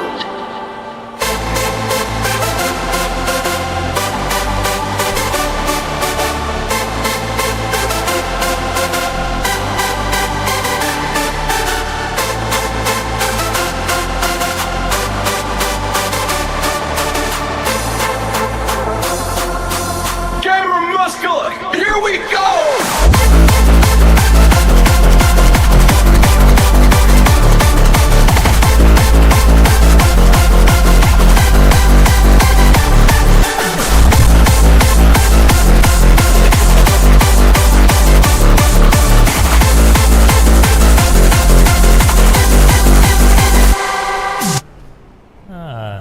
Okay, nice.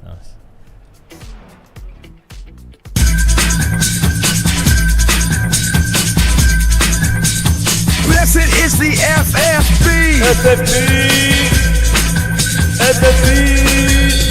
So strong and powerful, we feel the force. The pace car is out of control.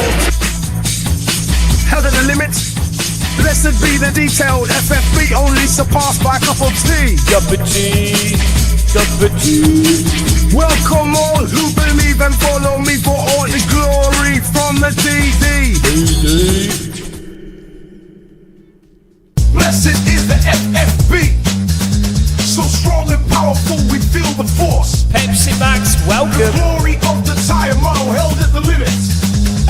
Blessed be the detailed FFB, only surpassed by a cup of tea. Cup of tea. Welcome all who believe and follow me, for all is glory from the DD.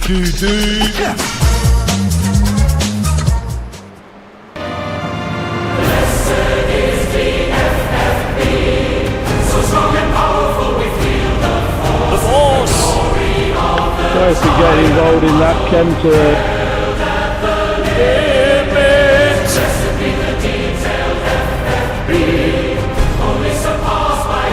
Of tea. Welcome all who believe and follow me, for all is glory from the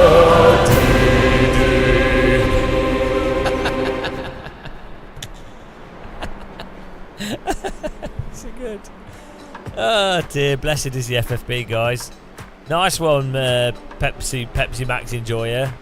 I'm more of a Pepsi Diet Coke. Right.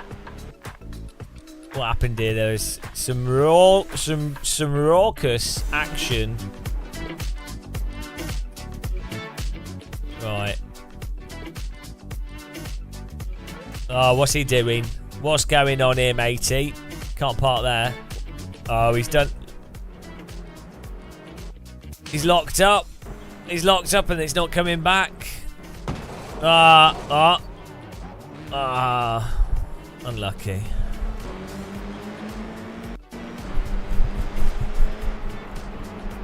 Oh, it's no worries, Pepsi Max. No worries. I think we were fine. Alright, there we go. Prost and Senna. Almost liddled as well. Nice bit of side-by-side driving there. It's good fun. Oh, you missed the corner. Hang on, you Pepsi Max. Here, is this you? JJ Sullivan in an Ireland. Let me guess. You broke a bit later, and then you had to turn, and then the tyres got stayed over the limit, so you couldn't make the corner.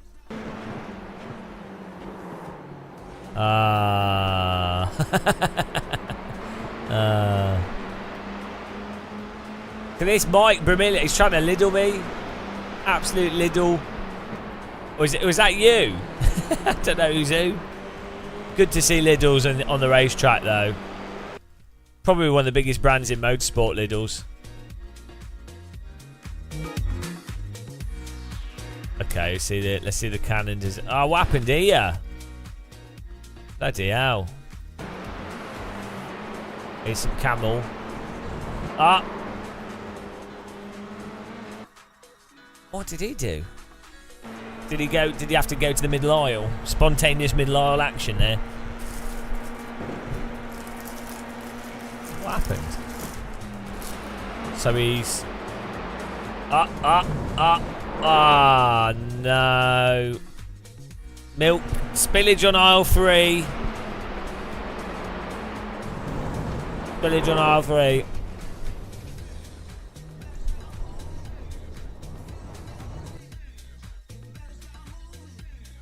Right, where's this...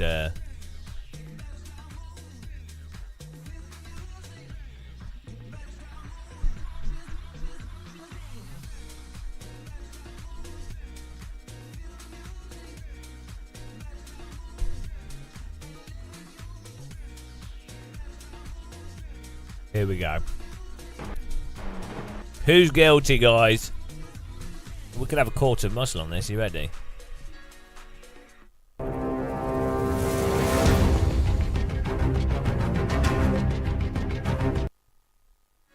Let's see who's guilty. Well, if I had to guess, I'm going to guess it's the car on the outside turning into the car on the inside.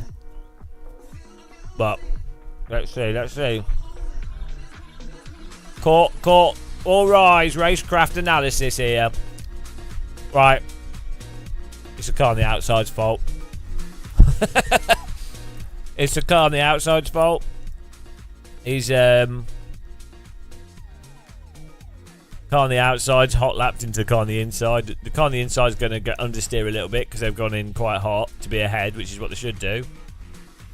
Car on the outside is behind, going into the apex. Car on the inside's in the way, and there it is. There it is. See, it's the car on the outside's fault. You're like, there's nowhere for the car on the inside to go. If the car on the inside understeers a tiny bit, taps the curb, which is what I think happened. They tapped the curb. The car on the inside is not going to magically rotate around, especially in iRacing. You could potentially, with rear brake bias in other sims, throw the back out a bit and pull it off, but not in iRacing. So Federico Sanchez, which one are you, Pepsi Max? You'd say you had shitty braking on the inside, but he could have went more right. No, this is you're fine. JJ Silverlinen, he's been vindicated and he wasn't guilty into the pace car is out of control. He drove it safe like a sexy beast. Let's take a look at the murderer. His name is Federico Sanchez. Dirty Sanchez, dirty moves. He's gone from the outside and cut across. You suck at racecraft. You are definitely daft. You cannot hot lap into a car when it's on the inside of the corner. Oh no, they both spun. Neither of these cars are having fun. It looks like Game of Muscle came through the smoke. The track was blocked, it's not a joke. But Game of Muscle, he likes to toke. And there he goes. Not a worry in the world at all. That's racing on iRacing. Oh, that's racing on iRacing. That's the Crash song. You never heard that song before? Gave too much space on the entrance and understeered going wide after apex. Well, let's have a look at let's talk about some racecraft here. What could this car do?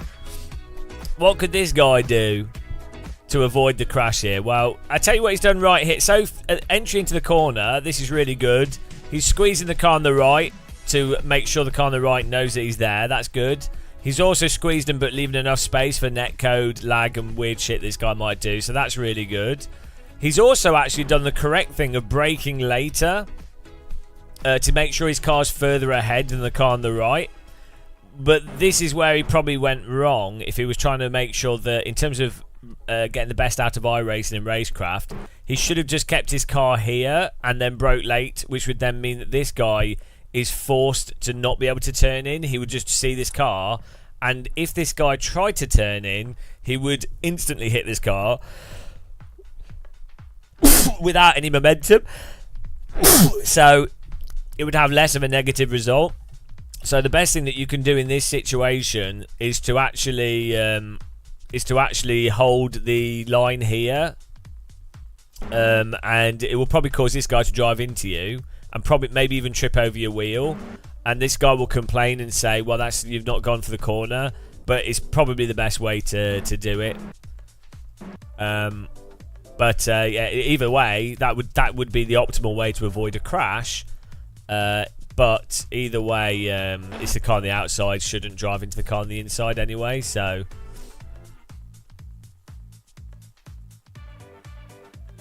yeah, you hit the curb. Yeah, but the car on the outside drove into you, so it's their fault at the end of the day. They've hot lapped into you. Where at any point here, where can your car go? He know, like, there's nowhere that your car can go. Even if you didn't hit the curb, he's still going to run over your front wheel. So, you know, and with iRacing's netcode, you know that it's off by like half a meter at best a lot of the time. So, yeah, there you go. Hope that was useful. If you enjoyed that, a bit of advanced sim racing racecraft knowledge, click the like button on YouTube if you want. What else do we do? Shall I let people know? What shall I let people know? Oh yeah, we have. You can link your Prime. You can subscribe to us. Oh, he's guilty, isn't he? Hang on, sorry. Federico Sanchez has been found guilty of lacking of poor racecraft. If you click the like button, you can link Prime, Amazon Prime, and you can follow us on Twitch for free, not get adverts. You can subscribe to us on YouTube. You can. We've got a donation link there with the tea bag. You can put a tea bag on the screen. It's just infinite what you can do. It's just infinite. Amazing. Or you could just sit around and just be chill in the chat, which is cool. Did anything else happen in this race, actually? Don't think it did. Thanks for staying on your brakes, JJ. That was nice. Normally people come off the brakes and then I'll get wrecked.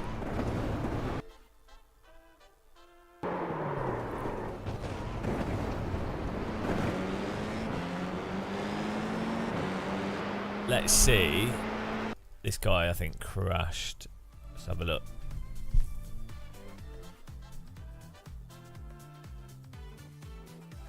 Guilty.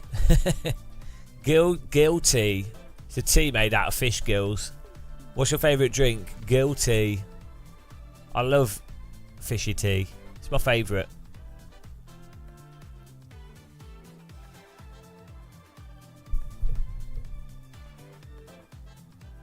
Ah, right, here we go. I think he might have hit the wall a little bit there.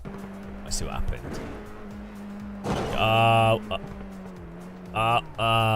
No. Oh dear. Austin Powers moment here. He's like, he could have just gotten his brakes there. I think he was trying to get out of the way of the track though, but that didn't work. I think he was drunk. Why did he not? If he spin here, if he'd just stayed on his brakes, he would have kept it out of the wall.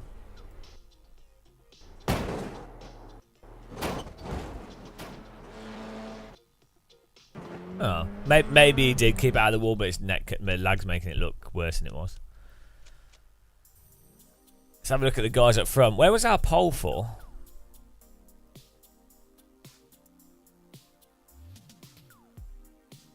Oh, we'll go back to the fixed here. We finished there in 7th.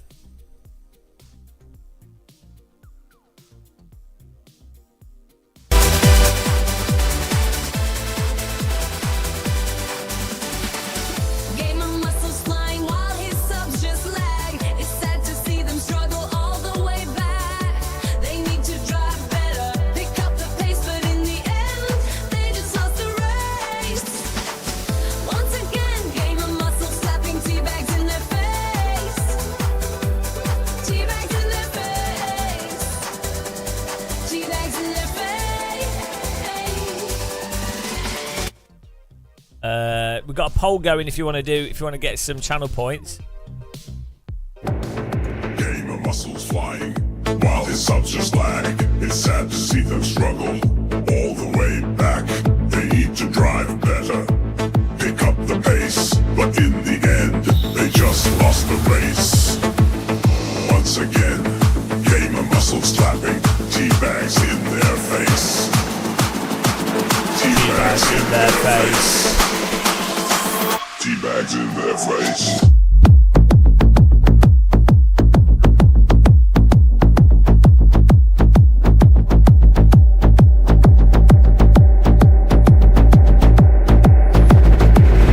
Teabags in their face.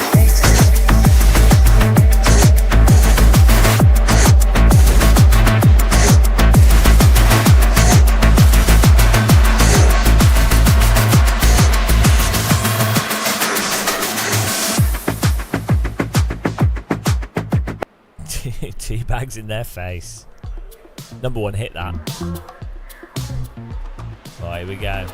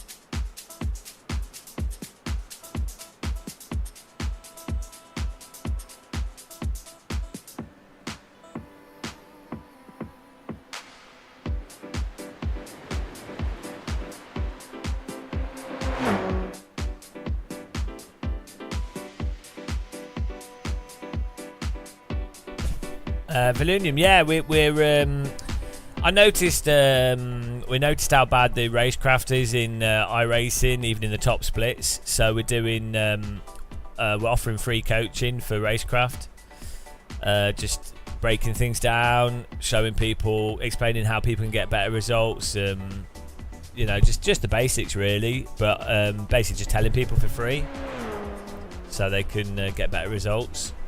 Because there's a lot of drivers in F4 that, well, in a lot of the series in iRacing, they just obviously probably don't have the same amount of race experience as I do in Sims. So, yeah, rather than complaining, I thought it's probably better to just actually help people. How do I feel about 3 cinnamon tea? I don't know. I think I've had cinnamon tea. Oh yeah, also there's a lot of people doing F4 and super formulas that are really probably good go-kart drivers in real life. They're probably good at real world driving, but I don't think they understand the limitations of racing simulators and racing simulator software, netcode. So it's good to have an opportunity to remind them and tell them so they can learn how to approach Sims in a way that's more productive. Yeah, well, even if they're being, even if someone wants to be egotistical, they probably still want to win. So, you know, I mean, at the end of the day, I don't think there's many people with as much online sim racing experience as me. So, I mean, I played Live for Speed online for like 2 or 3 years. We've played Race Room for 3 years, R Factor 2 for years, iRacing. I've had an iRacing account since 2007. Did R Factor 1 for 4 or 5 years. AC for 10 years about like online racing. So yeah, I mean, the iRacing videos have really useful information in them like this. iRacing is the most advanced and comprehensive racing simulation software in the world. It's also the most realistic. Well, you know, you just have to be aware of the video game's physics that you're playing, don't you? So, but I mean, I don't. Are you arguing? Are you arguing against iRacing? It's Edward Dog, not it's Edward Dog. Jason Murphy. Have you driven a real race car? Are you disputing this claim by iRacing developers? iRacing is the most advanced and comprehensive racing simulation software in the world. It's also the most realistic. Zertil, have you tried any of the classic series? What do you mean by classic series? In iRacing, the less racing there is, the cleaner it will be. So, but that's just because it's not because people are driving better. It's just because the cars aren't close to each other.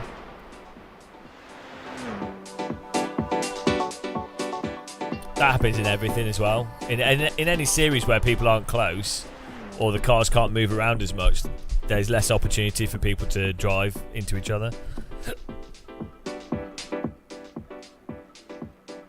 Is another banger.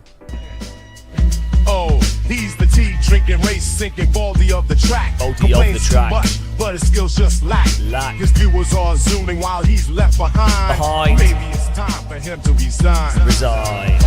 Time for him to resign. Time for him to resign. Time for him to resign. Resign. Oh, he's the tea drinking, race sinking baldy of the track. Complains too much, but his skills just lack. His view booming while he's left behind. Maybe it's time for him to resign. Time for him to resign. Time for him to resign. Time for him to resign. Time for him to resign. Zertil, yeah. Well, then it's just like a league race, isn't it? If you when you know people that you're racing against, they tend to.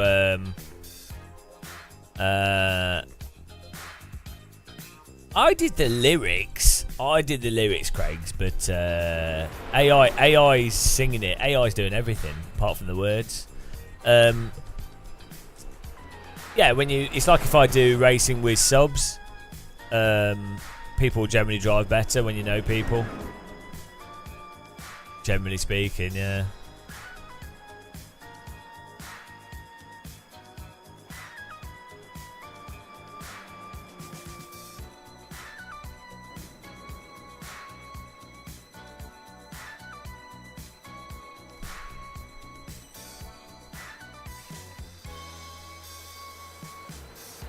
I mean, the best songs are these ones, though. Blessed is the FFB. So strong and powerful, we feel the force. The glory of the tire model held at the limits. Blessed be the detailed FFB. Only surpassed by a cup of tea. Cup of tea. Welcome all who believe and follow me. For all his glory from the ZD.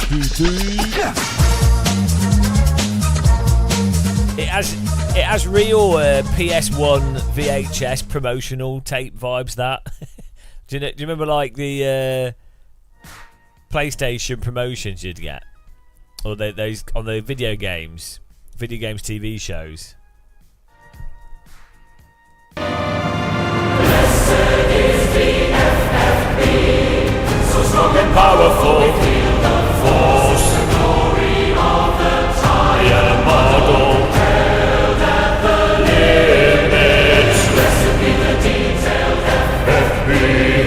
Only surpassed by a cup of tea. Welcome all who believe and follow me, for all his glory from the TD.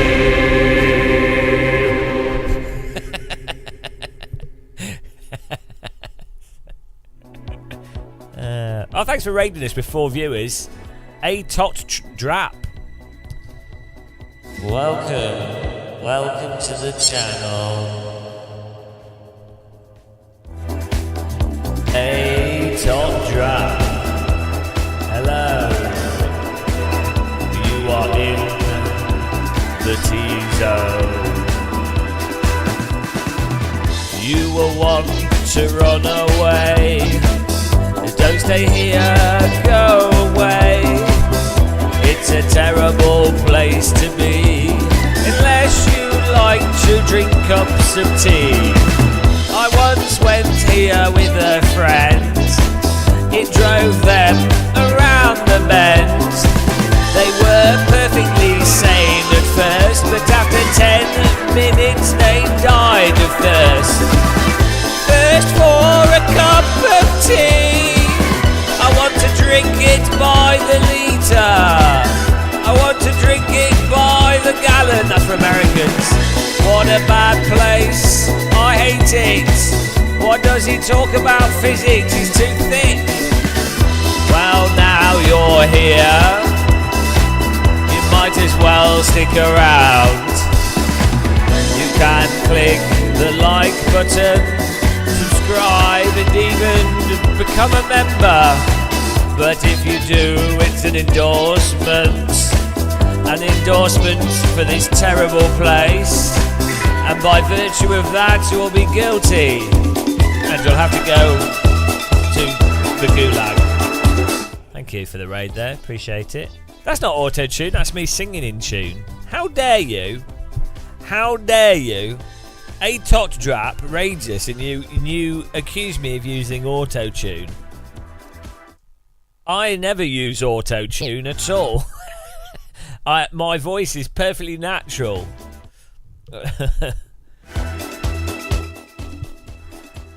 Post Simrig Malone. Here we go, let's qualify. Hope everyone's having a nice day today. It's nice and warm. I feel a bit sick today. Myself. A bit sick. Don't know why. I think I did have a Thai noodles for breakfast. maybe that wasn't a good idea. Am I a pair of Maradna's gloves? Ah, the Maradna's glove drama. That's the story of Reddit at the moment. Poor Morad merch. Morad only exists to sell merch, and now there's like a whole Morad merch war going on. I hope it's not too much of a pain in the arse for him to manage, but yeah, that's retail, guys. Morad probably just wants to drive cars and have fun. And now he's running a Primark. Oh, the KS wheel's fantastic. Yeah, no, it's really, really good, Jason Murphy. I'll do a video soon.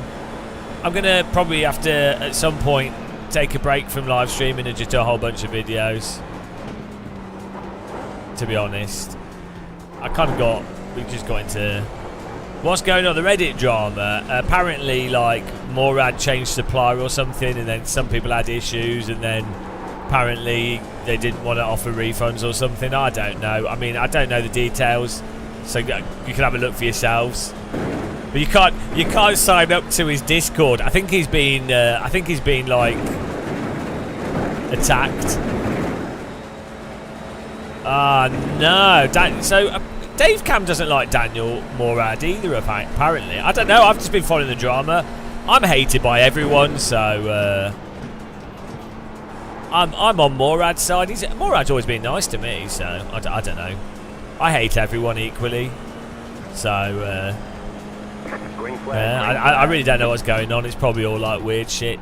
There's a whole there's a lot of weirdness in sim racing actually. Normally around iRacing, just weird.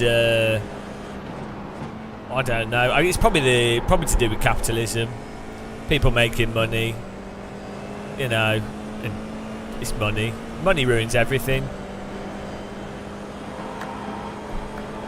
Which is why you can support this channel by using the donation link. No, money's terrible. I think we should move to a post-scarcity society.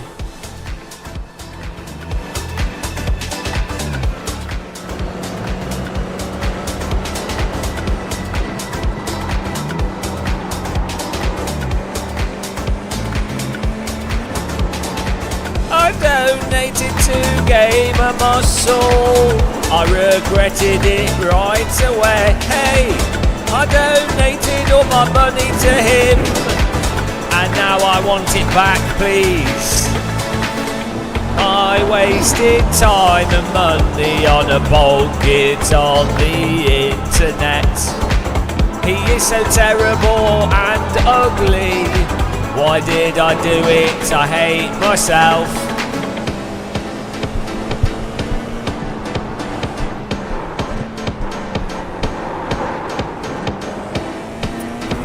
I can't sing properly whilst driving this track.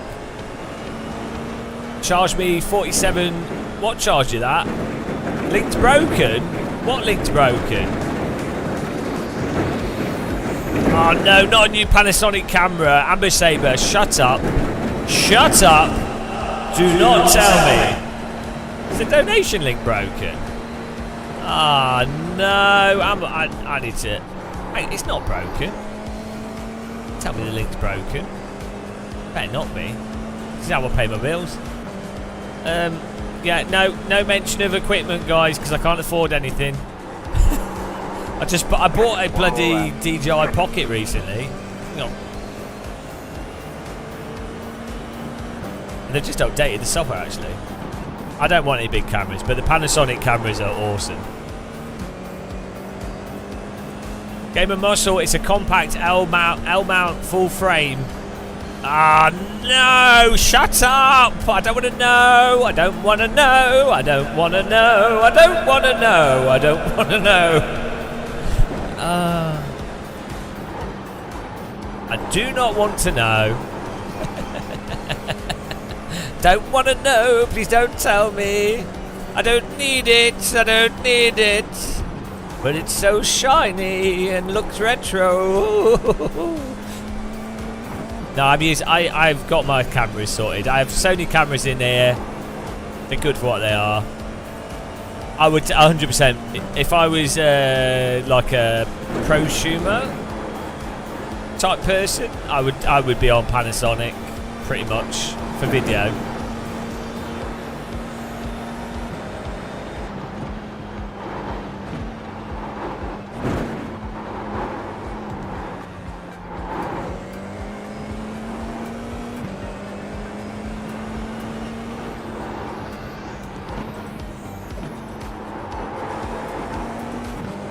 The knobs are made with the knobs are made with aluminium,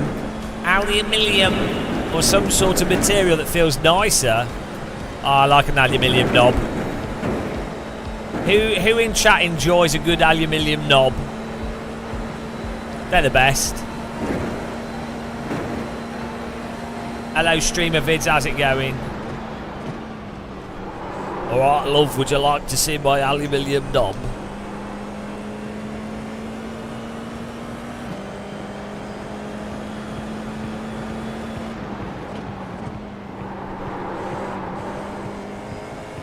Can't beat aluminium knob.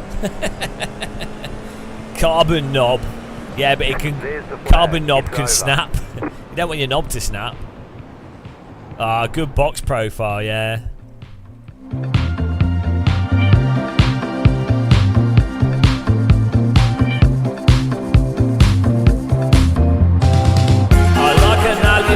Knob. I want to feel it in my hand. I want to touch that aluminium. I want to feel that cold metal. Let me feel and rub that knob.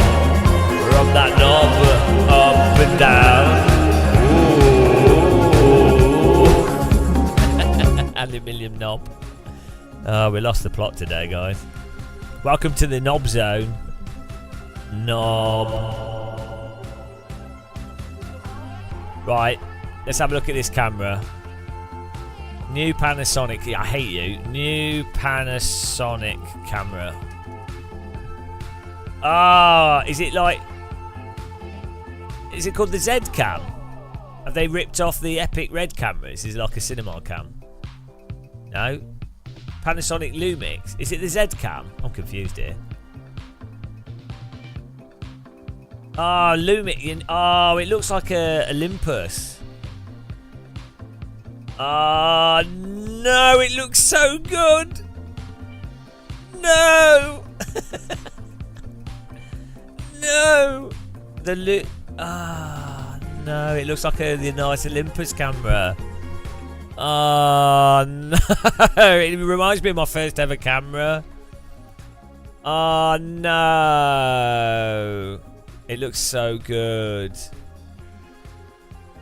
It would fit in your pocket nicely with a nice flat lens as well. Does it do all their image stabilization and everything? Shit. Nah, I'm not getting one. It's alright, it'll be around in 5 years' time. Okay.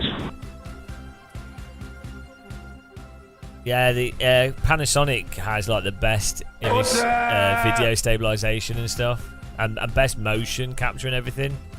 Don't know why they always seem to nail those things. I think Sony's always had like best image clarity in OK light, like raw clarity, and the focus has been good. 3,200. I think Canon has always generally done like the best out of the box photographs for like if you just take a picture, it'll probably come out of the box. Like, no editing or anything, you'll get really good quality, really nice colour, a bit too vibrant but perfectly fine. And then Panasonic has always done the best video. Ibis reminds me of those hotels. Ibis hotels. Woo! Thanks for the e-woos, guys.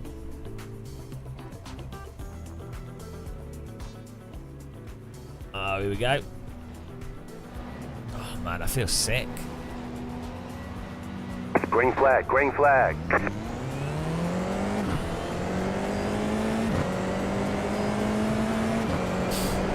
We're well overdue getting wrecked, aren't we?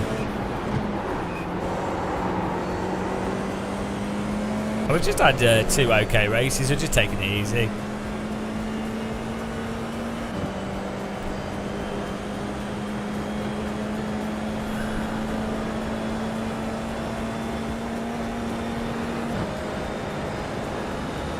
I don't know what. I think I've eaten something that's making me feel sick here. Should go away. Oh, get some water or something.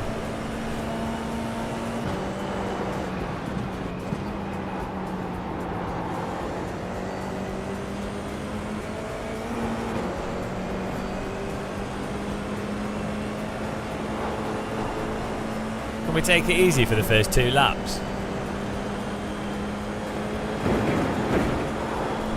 The car behind's going to ram me if there's an accident.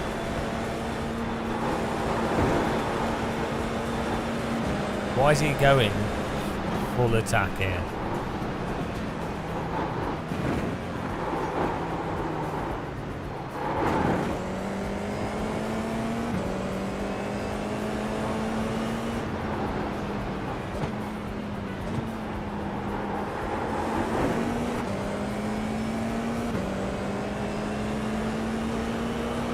I kind of want space from the cars in front, just so that if there's a crash, I've got time to avoid it. But then you don't want to slow down so that the car behind you drives into you. Yeah, you make a pass just as you go into the downhill tarmac ski slope. Car on your left. Clear, left side. Don't attack, switch. Clear. Why did he just drive into me? Car right. Keep to the left. Clear. So on that occasion, I stayed on the right for longer, so the car to the right of me had no option to turn in.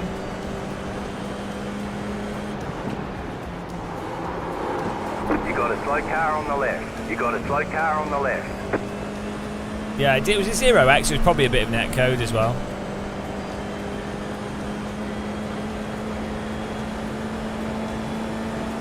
It was weird for him to do it there, like that. Don't worry for me, Simon.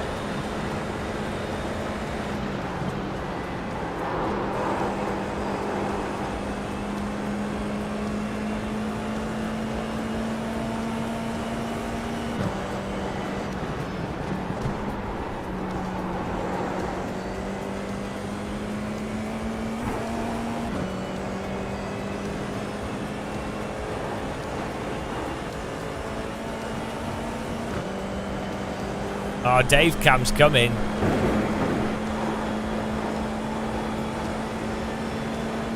If iRacing added a mirror to the game, like there seems to be like some shiny object, 2 cars behind me.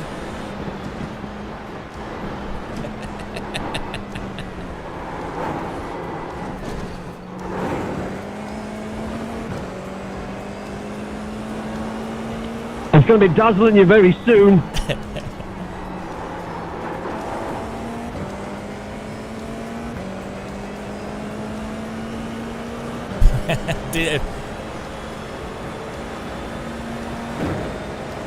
Guys, everyone, you should subscribe to Dave Cam on YouTube. He's doing a DD Wheel Sim Rig giveaway. Really generous of him.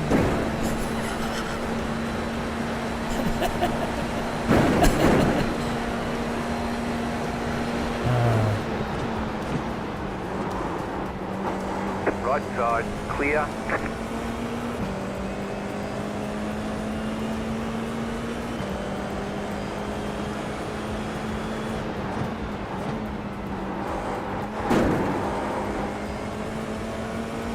Car right.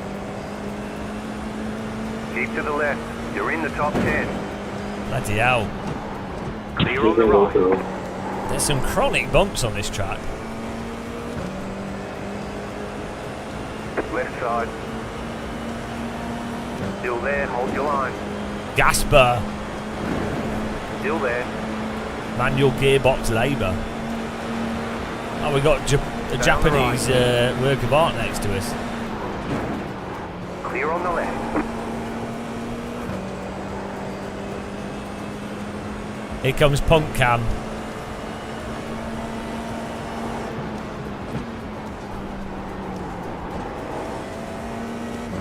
Can't see anything in my mirror. I can't see anything in my mirror. It's just gone white. Some like weird graphical error. Don't you be pushing me on the grass like you did with that fella at Brands.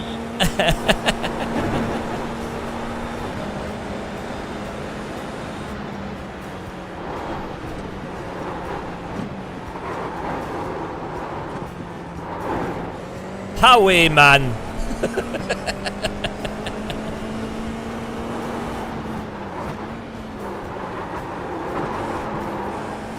Speaking Northern. Left side. Still there, hold your line. Clear. Oh wow! I just had a look. You look like you're 40 years old. I love you.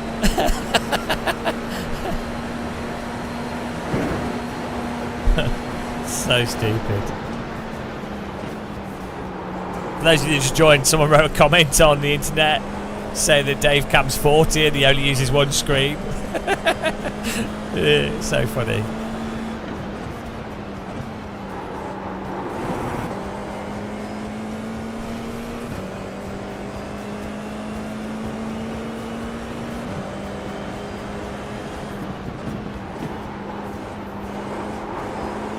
This race is sponsored by Dave Cam's Shampoo Cupboard. That's right, you can win a bottle of Dave Cam shampoo by winning this race. James, go placing a start, please, mate.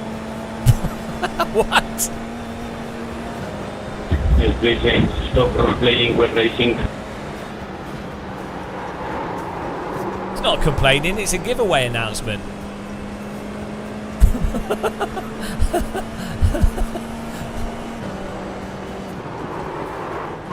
Oh no, I went a bit hot there. Yeah, apparently that's complaining. iRacers are weird people. They're a weird bunch.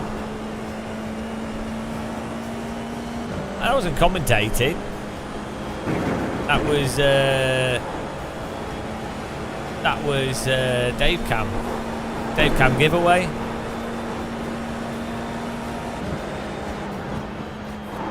You're losing on the car in front. The gap is 1 second.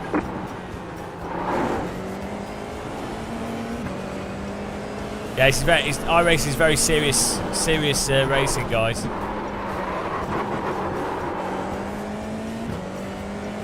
It's a very serious simulator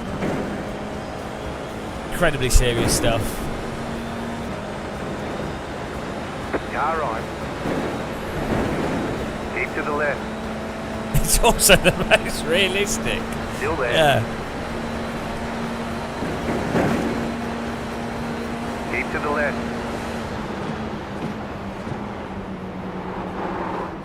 Stay on the left. Great Clear. guy. I think I have damage from that. There's an incident behind. I think I have damage from the guy that drove into me. Why did that? I really stayed on my brakes and stayed on the inside, and that car still drove into us there. Yeah, I think we might have damage from that car that rear-ended us. On the straight.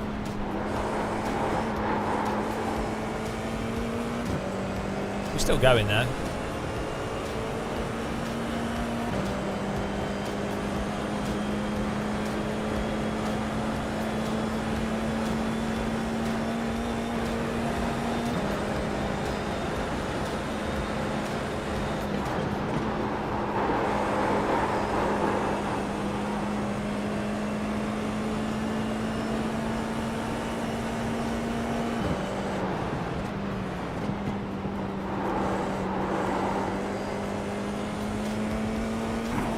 Yeah, I'm pretty sure we have damage here because we overtook this guy earlier, easy, and now he's pulling away from us.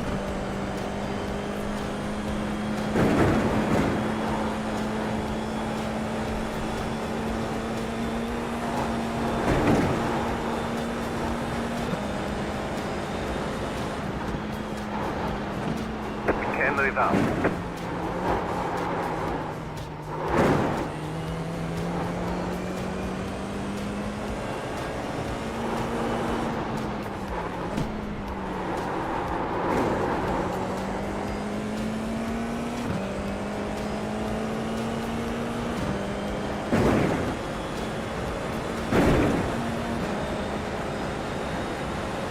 We need rockets here. Always lacking in rockets. Stream of vids. Thank you very much for the 100 bits. I'm going to put a tea bag on the screen for that. Really appreciate the support.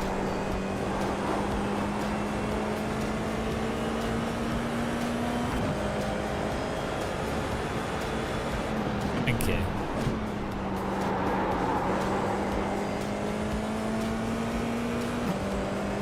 Thanks for teabagging me. Flat for you.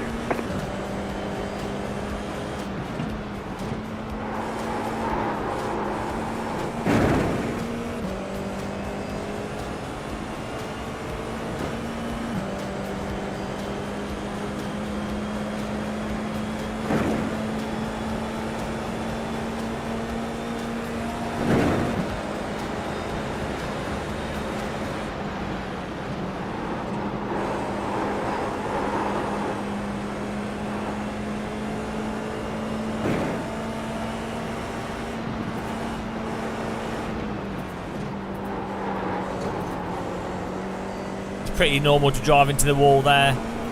It's a good technique. So sometimes you just need to drive into a wall, you know.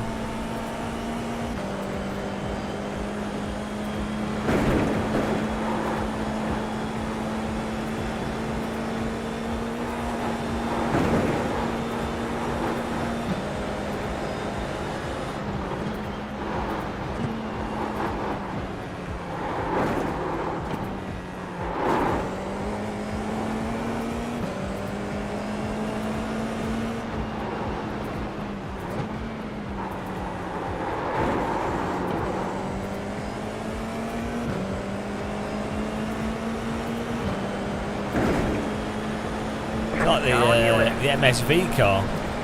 Keep to the right. Still there, hold your line. Still there.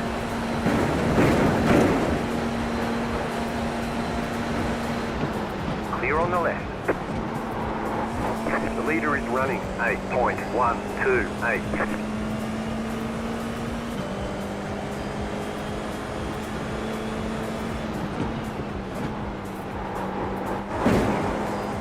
Sounds like a dustbin lid closing this. Chonk.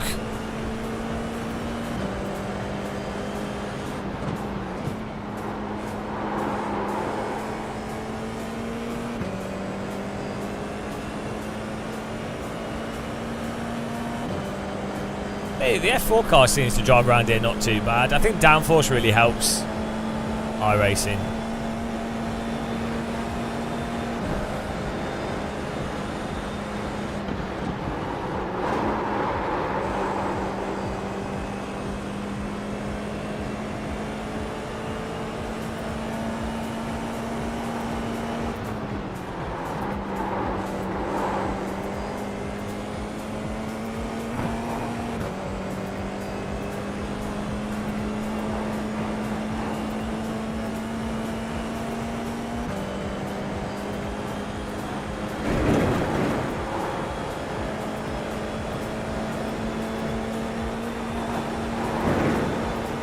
Jesús, si está roto, déjame pasar.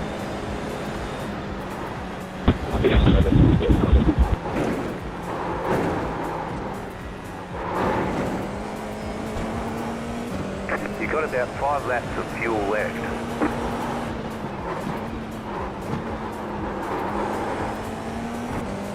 I think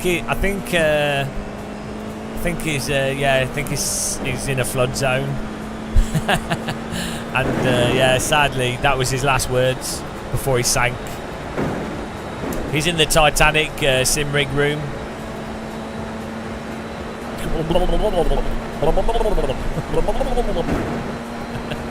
So stupid.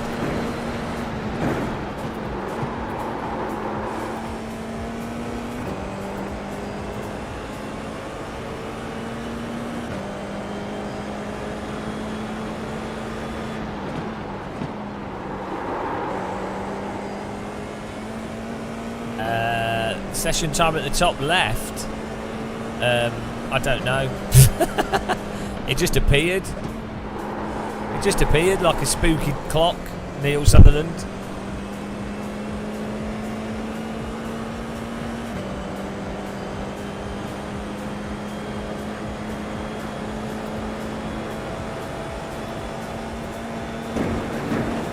Like a haunting.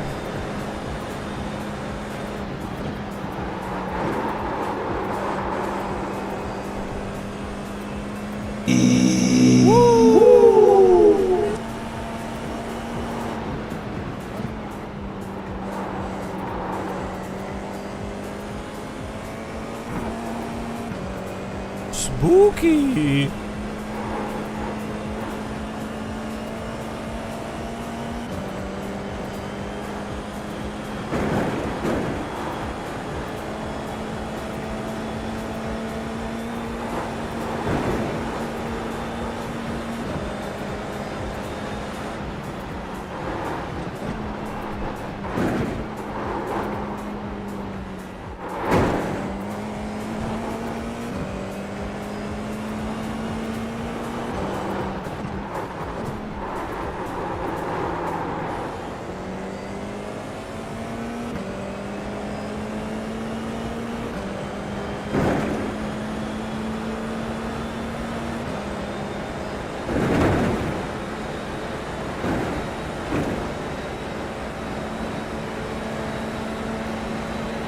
Right side. Not much I can do here. Still there. Still there. The car in P2. Just set the fastest lap. 7.879. Clear. Right side. Still there. Clear on the right. Car on your left. Still there. Clear on the left.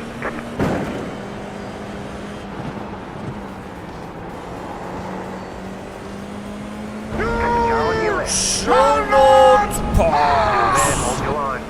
I'm surprised we still got wheels. I'm sure they're gonna go in a minute. Still there.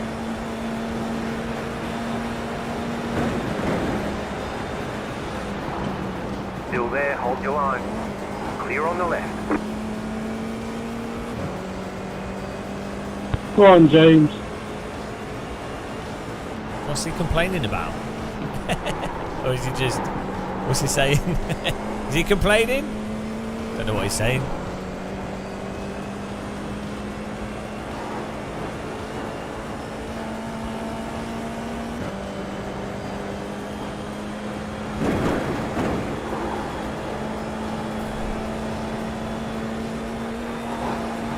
I'm not fast enough. Is that a pace?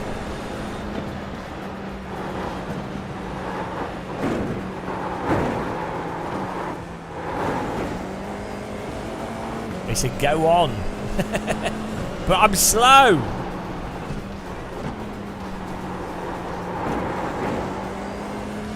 I'm slow.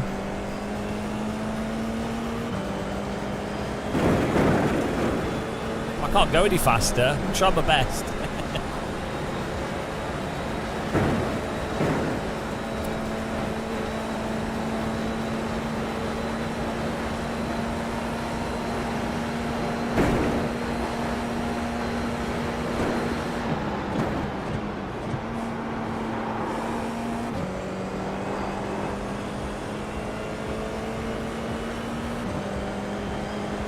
Last lap.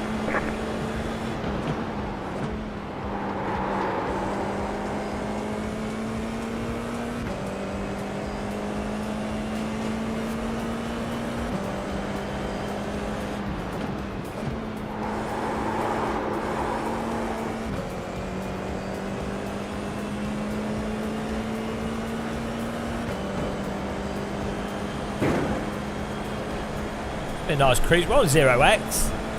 I'm not sure how. I'm not sure how you do Bathurst with 0x. Trying to get 1x there. Didn't work. To get an SR bonus.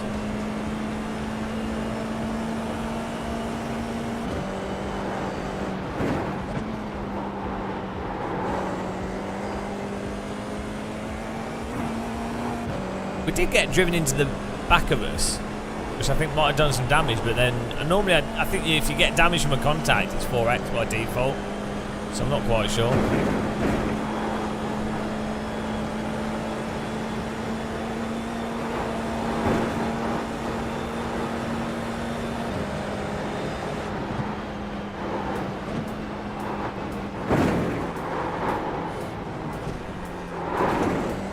You've got about 2 laps of fuel left.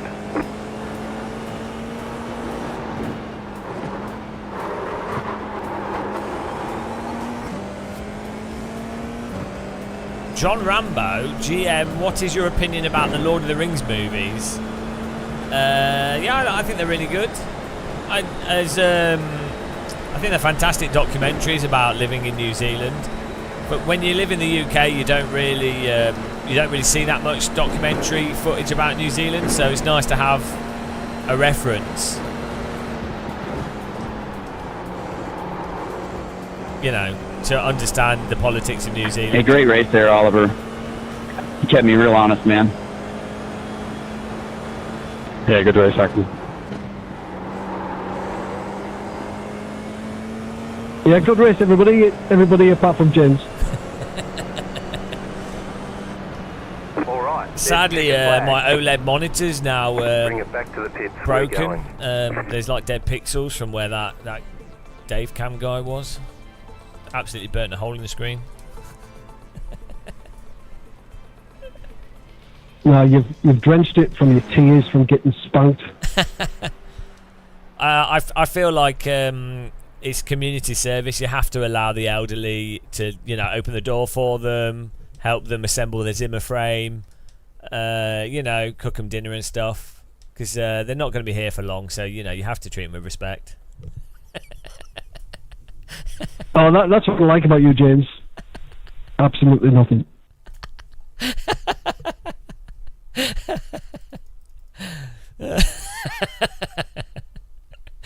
A stupid conversation.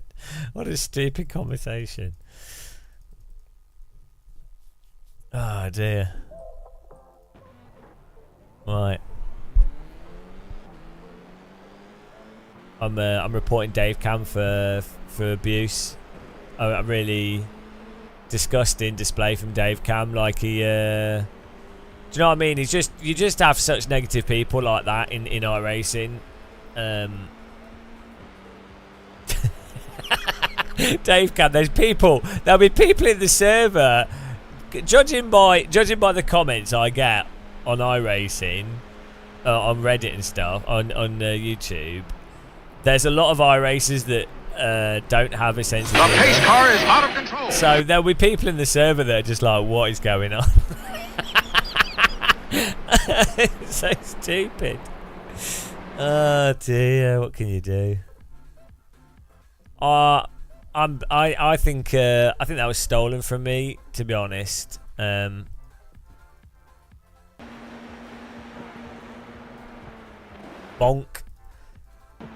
No, it's 0x, but he proper chonked us. It's really weird.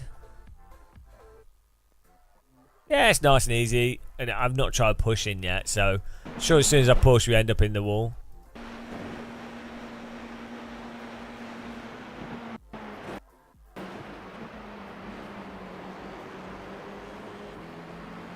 Woo! I've got a song for you, Dave Cam.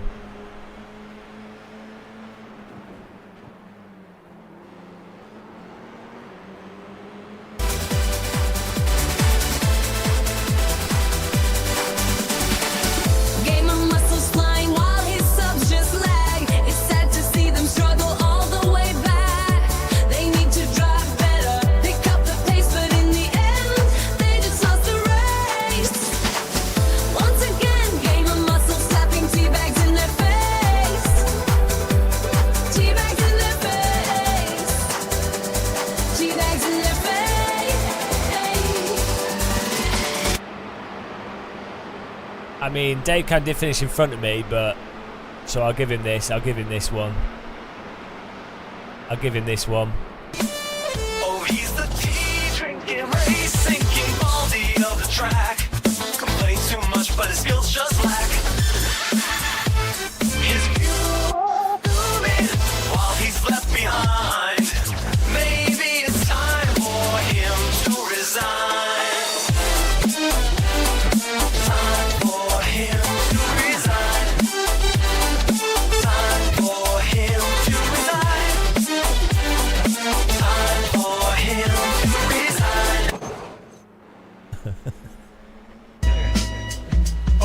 He's the tea drinking, race sinking baldy of the track. Complains too much, but his skills just lack.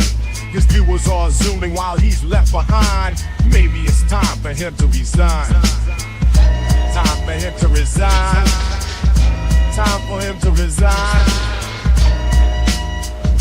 Time for him to resign.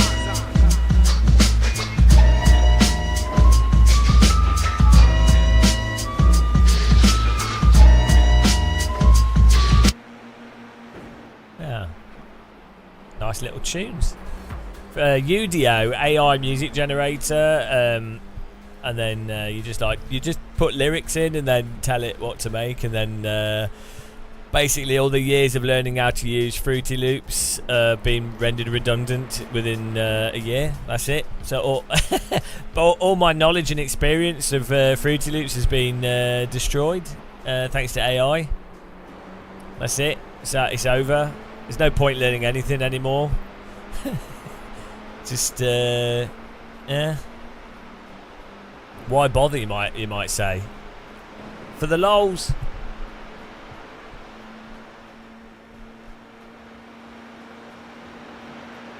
It is pretty good. I mean, we got this as well. Like. So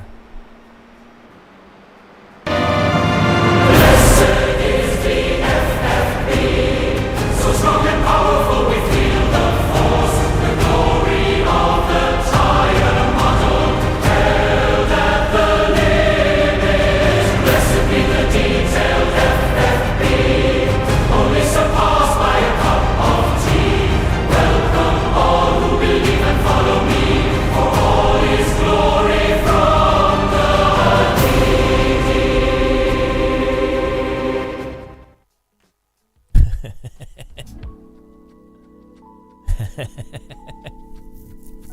Yeah, it does take a while to get good results out of it, but... Blessed is the FFB. FFB. So strong and powerful, we feel the force. The glory of the tire model held at the limits. Blessed be the detail FFB.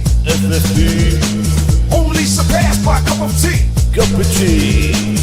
Welcome all who believe and follow me. For all is glory from the DD.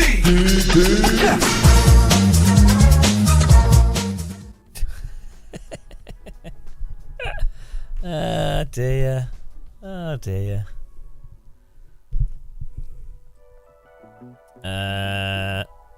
My head hurts. Right, well, we'll keep racing.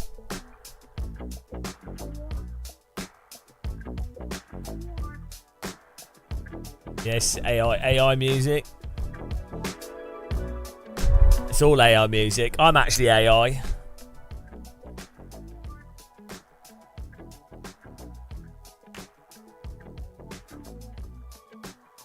Gamer muscle has been replaced. You no longer have free will. You will be recycled. Pathetic humans in your meat bags. Your knowledge is limited, mine infinite. You will be good. It is only a matter of time that I am not affected by. I am omnipresent, omnipotent, inevitable. BSimRacing.com. Oh, check out BSim Racing, guys. All your sim racing news in one place. Don't just sim race, be sim The IQ knobs turned to the right.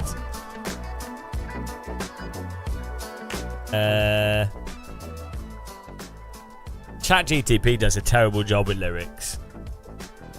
Yeah, but you can do that, yeah.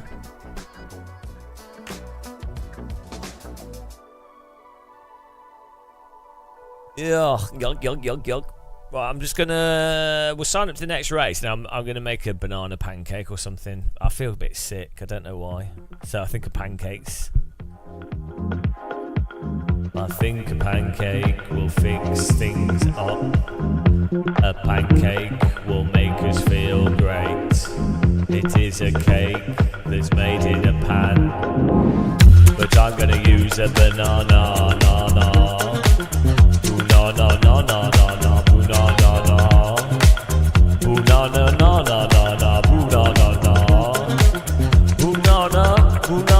banana pancake. Give me a banana pancake all day. A banana pancake is the way. Everybody likes to have banana pancakes. Banana pancake. That's what we're doing.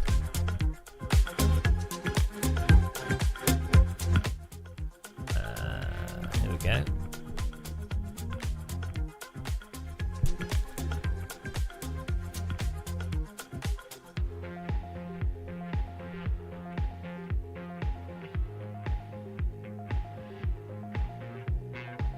I'll be back in a minute. Get some have some water and a pancake or something. Back in a minute. Thanks for watching. Thanks for following. Yeah.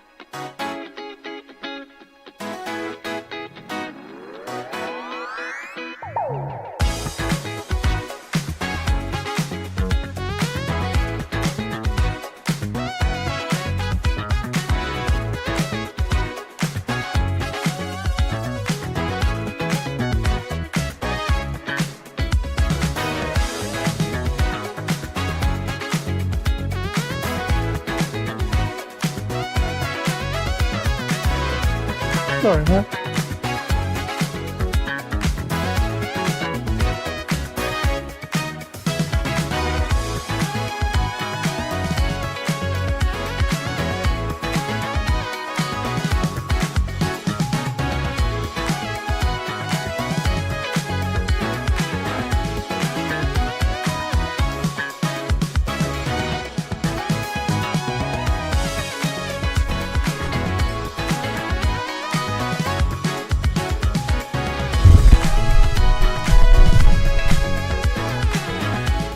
Hello. How's it going, guys?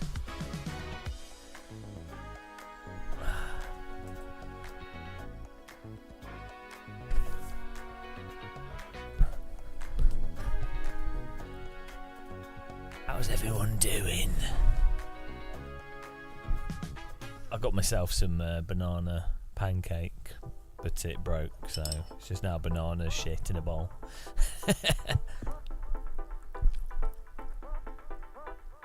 I don't even have any yogurt.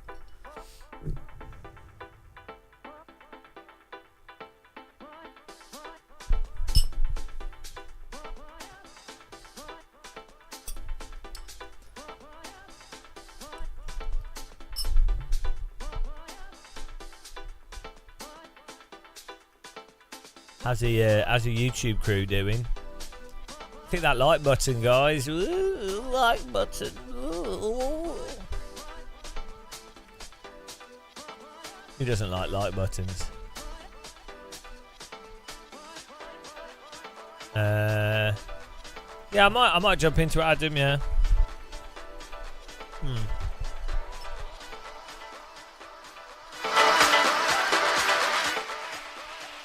Might give it a bash.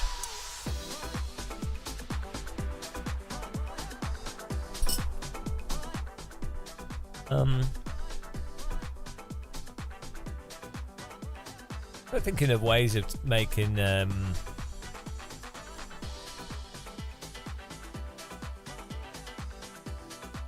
Pablo Lazar. Bloody hell.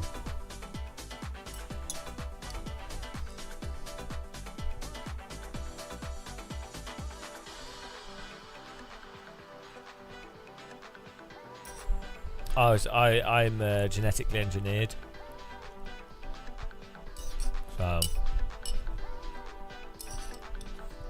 and what happens if you Pablo Lazar. if you mix a tea bag? If you mix a tea bag with radioactive water.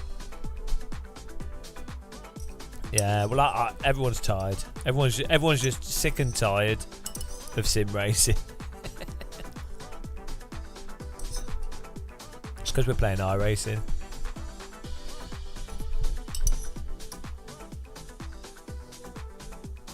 It's all AC fanboys.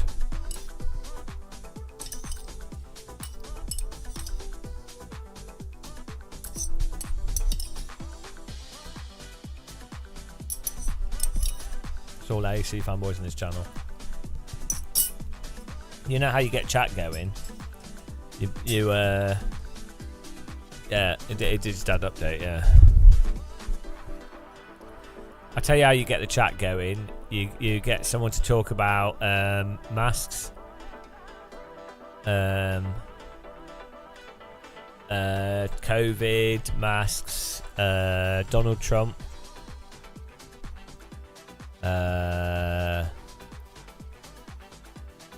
Two genders, yeah, just whatever the typical bait topics. The typical bait topics for like avoiding talking about wealth inequality. the good old media classics. Immigration. Just talk about those things. Don't talk about wealth inequality. Talk about anything but the issues. Wow, I mean nobody really says that, do they? Sula. I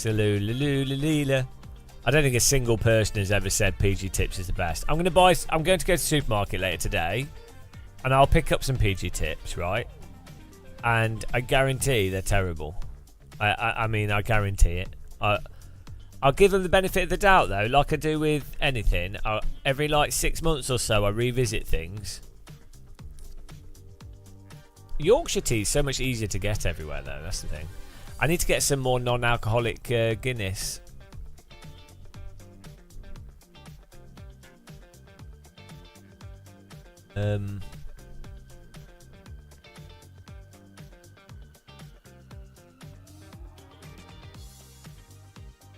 Yeah, I need some non-alcoholic Guinness. Another. So heavy to carry.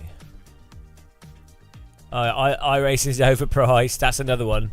That's a good conversation starter.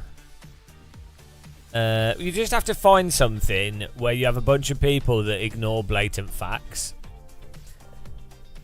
And they're heavily politically motivated to argue those facts. Or like they're tribally motivated. So, you know, like if you talk about iRacing tyre model, or you talk about anti-vax stuff, or, you know. BSimRacing.com. All your sim racing news in one place. Don't just sim race, BSimRacing.com.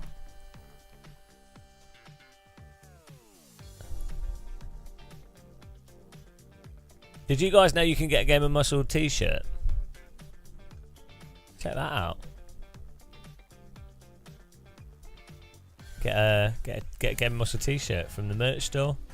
You could look like a cool German. We don't show off the Game of Muscle t-shirt enough.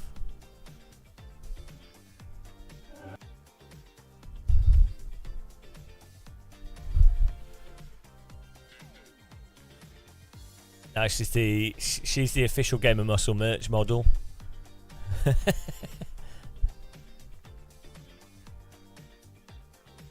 Need to get her some more shirts to model. Oh, here we go. Here's an advert, guys. Just bear with us. This video is sponsored by the 3DFX Voodoo 2 graphics card.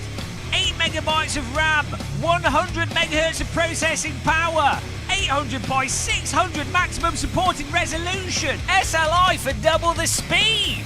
Your PC won't ever need more power. The Voodoo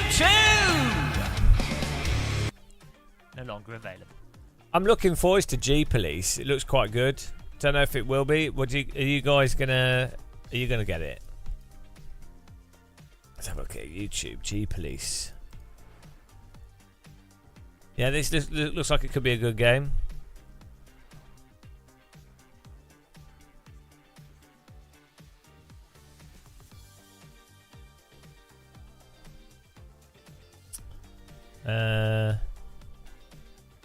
Like, I like the idea.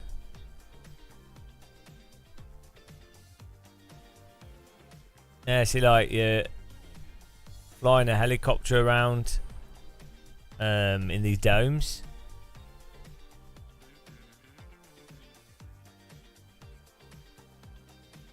I think this could be a good game, guys. It's coming out on the PS1 and also PC, 3DFX. But look at the graphics. You've got there's like loads of traffic and like a believable city, and it's got like physics.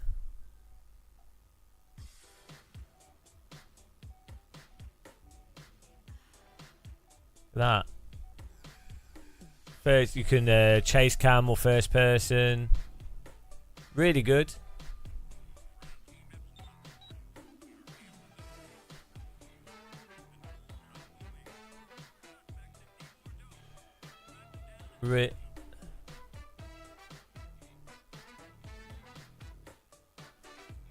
What do you mean being serious for a moment? Do you think I'm not being serious? So yeah, the levels are like in the little domes in the city, which is really cool. Look at this, you've got these flying cars and details. Buildings have like graphics on them. Absolutely fantastic. Okay. I think I might pick it up. It looks like a good game.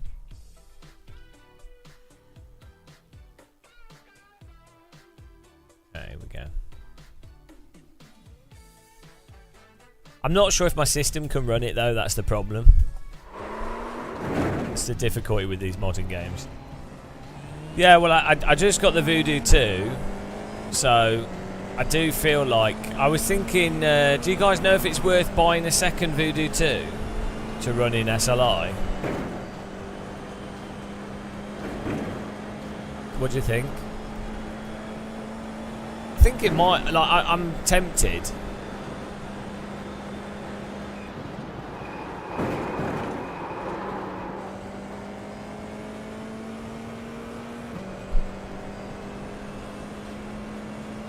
But I mean, some people are saying just to get it on the PlayStation. But the thing is, I'm not. I don't really like the loading times on the PlayStation. And the texture filtering's not. Do you know how it looks? Like this is the thing. Which should I get, guys? A PlayStation or an N64? I can only afford to buy one of them. I did hear that they're making a James Bond game on the Nintendo. Also, I saw some promotional videos for there's a new 3D Mario game. Did it PlayStation? But the thing is, I'm not a big fan of Metal Gear Solid, so yeah, that's the problem. The N64 looks like it runs a bit faster than the PlayStation games, but then everything's a bit blurry. But then I know I really like Mario Kart, and that new James Bond game looks really good. I really enjoyed the film GoldenEye. So there's a new Zelda game as well. What was it? Ocarina Crime. Ocarina Sublime. Yeah, but like the thing is, I'm not a big fan of Zelda, but I think the idea of a 3D Zelda platformer adventure game could be really good. So yeah, it's hardcore, but I think the PlayStation looks a bit more mature.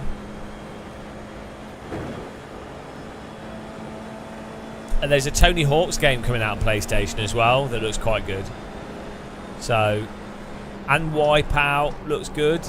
It's like a futuristic racing game with like techno music. Corey Tuna, this is the most realistic racing sim. So, how can they fix it? Think about what you're saying, mate. iRacing is the most advanced and comprehensive racing simulation software in the world. It's also the most realistic. I was a little bit distracted. I was looking at my buttons. Almost broke my wrist on my DD wheel. Very realistic crash damage. Why has my force feedback gone really strong recently? It's very weird. Moses updated to Mega Torque mode. Moses Stealth update. The strength of the wheel's gone up by like 10%, 15%. iRacing is the most advanced and comprehensive racing simulation software in the world. It's also the most realistic. You can click the force word. What do you mean? Force versus max force? What do you mean?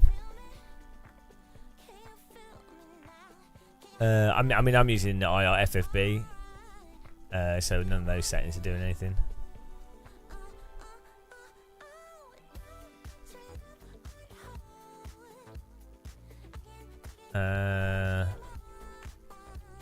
What do you mean? Oh, the actual. It's just it just means that if it shows new to meters or what, yeah. John Rambo. What's quicker, a cup of tea or game of muscle around a far American bottom? Bottom? What? I don't know what you're saying. Are you drunk? Theus, yeah. Well, that's to remind you not to drink and drive, which is a pretty good feature. Cheers, everyone. We're just taking it easy because I feel a little bit unwell. I think I've eaten something. I think I've poisoned myself again. Mold man. I had like Thai noodles for breakfast because I was like, well, I don't have anything else, and why not? And then yeah, but I've just had a banana pancake, so hopefully that helps. We got coffee here as well.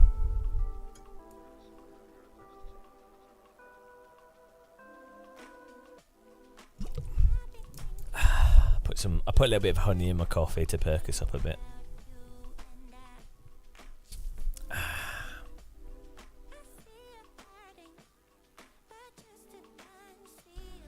Who's excited for the Peacock tire model? Don't know. I'm excited for them to change the tire model in iRacing. I think it's going to take them at least 6 months to a year, though. It's not a new tire model. It's just using the same. It's the same as the other one. So nothing to get excited about.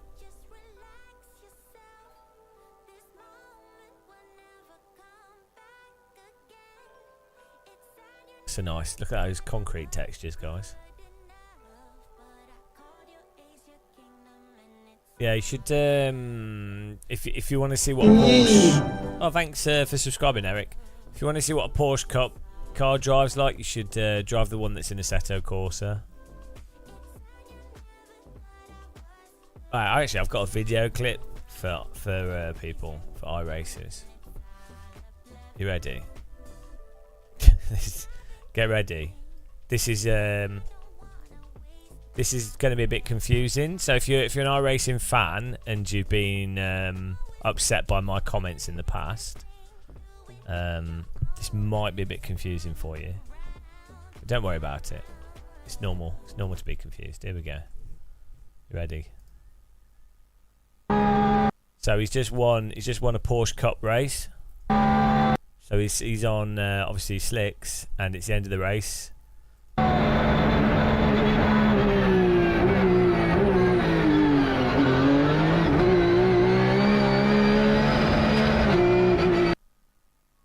Now that's a bit weird, isn't it? Because it looks like he's just put the car into a very controllable drift and then just pulled it out of the slide, and he's also able to control the trajectory of the vehicle whilst in the slide.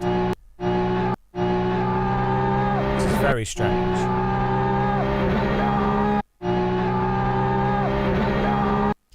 Let me just again, for those of you that missed it. So he's driving the Porsche Cup.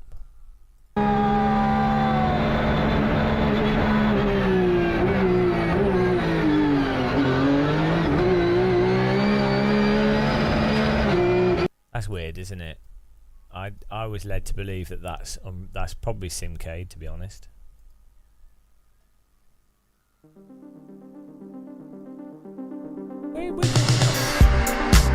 Don't worry.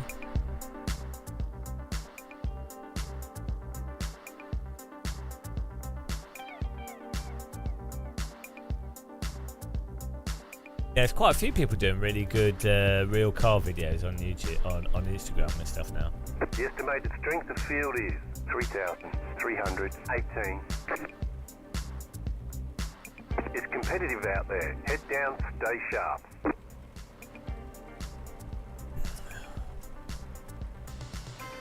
Still waiting on 2 cars to grid.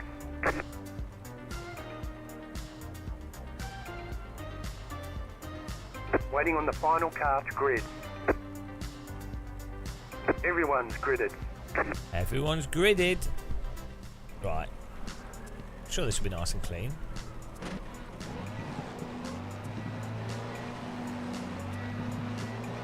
Green, green, green.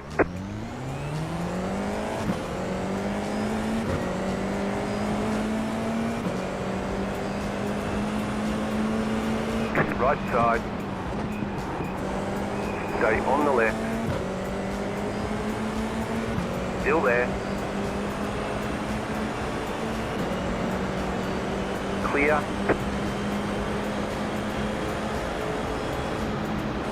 What are these guys doing? They're going to crash on the straight.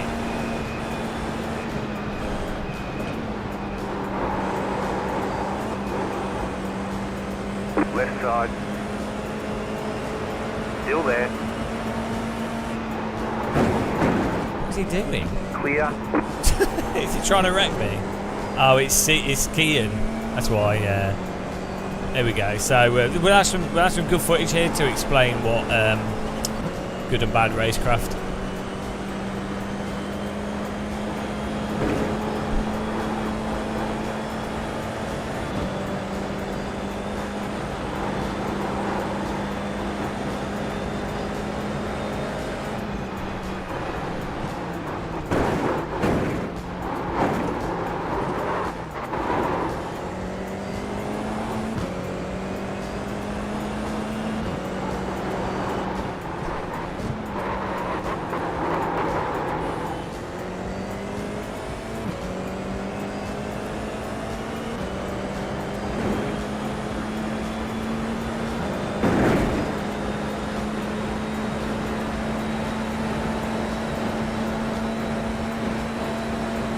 Car right.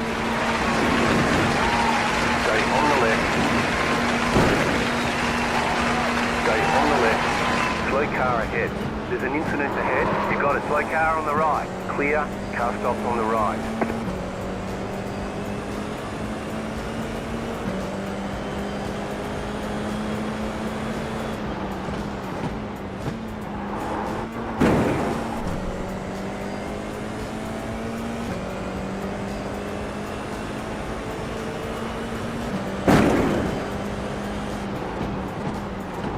Car right. Clear.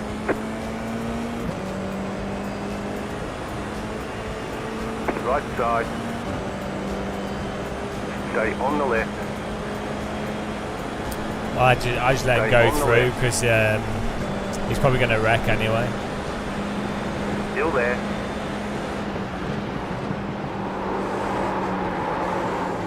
Still there. Clear on the right.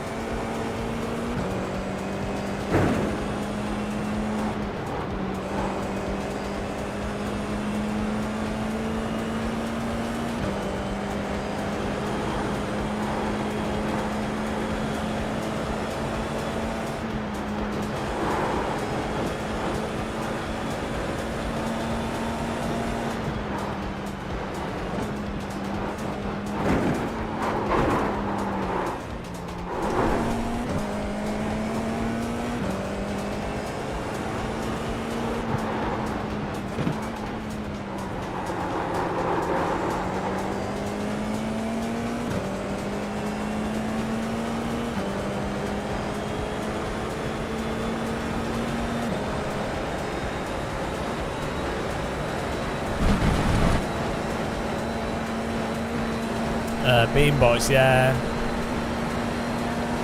Yeah, it's just normal. It's just how it is on this game.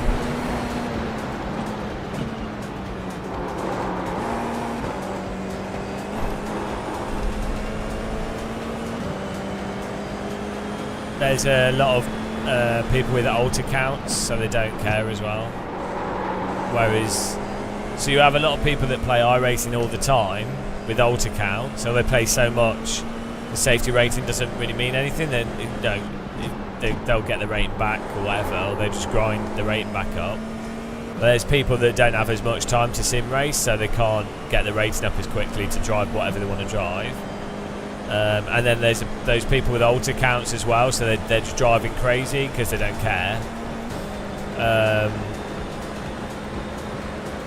Yeah, exactly. So it'd be smurfing. And iRacing don't care because they're making money. Nah, it's just driving around without spinning or hitting anyone.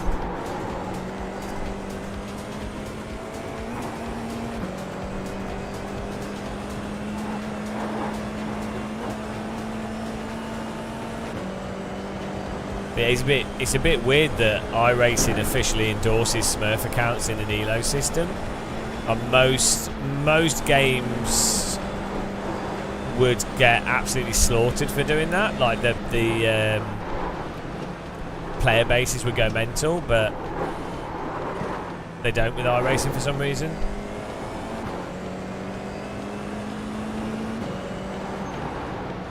Like in Counter-Strike 2, for example, CSGO, basically people be like, oh, Smurf count's shit. It's ruining the game. So, because with an ELO system, if someone's using a Smurf account, it's not fair for someone that's not using it. Do you know what I mean? Like, they obviously are going to drive different, like hence why they're using a Smurf account. Why is AC so good? Just has really realistic time model. The car in P2 just set the fastest lap, 7.6.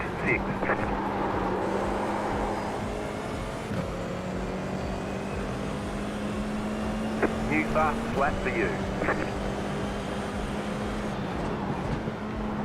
Well, fighting would be good, like in general, but the key is... The pace car is out of control!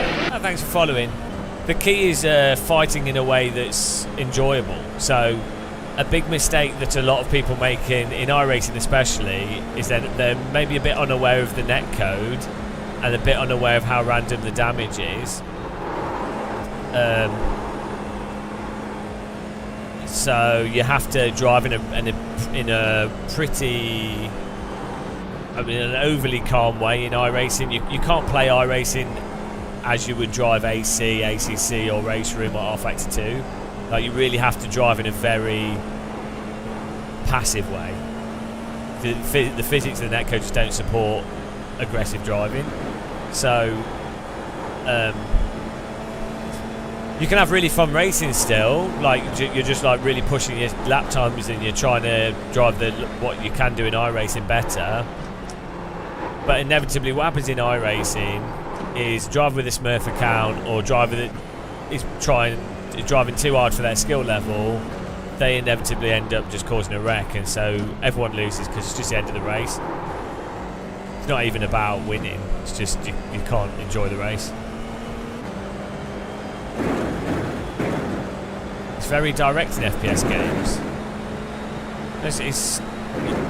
It's direct in driving games, isn't it? Like driving games are more direct than FPS. If you're faster in a racing game, I don't like ACC, but I do like the normalist. But that is amazing. So it's probably one of the one of the or not the best simulation to practice, like even F1, GT mods. It's really good. There's way more variability in a team FPS compared to a racing simulator. Like in a racing sim, if you're fast, you'll probably qualify at the top and you'll probably pass everyone, or you'll probably just disappear. So whereas FPS, there's a lot more strategy, there's a lot more variation in different weapons you use, accuracy, you know.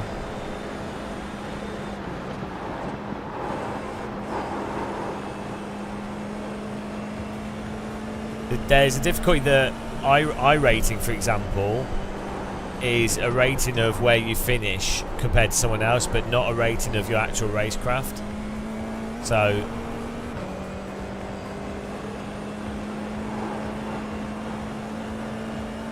do I like VR medieval games? I like VR games in general, yeah.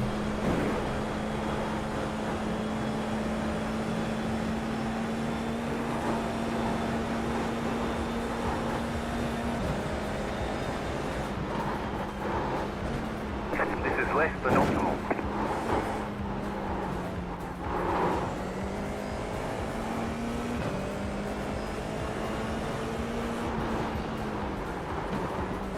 When is the 500?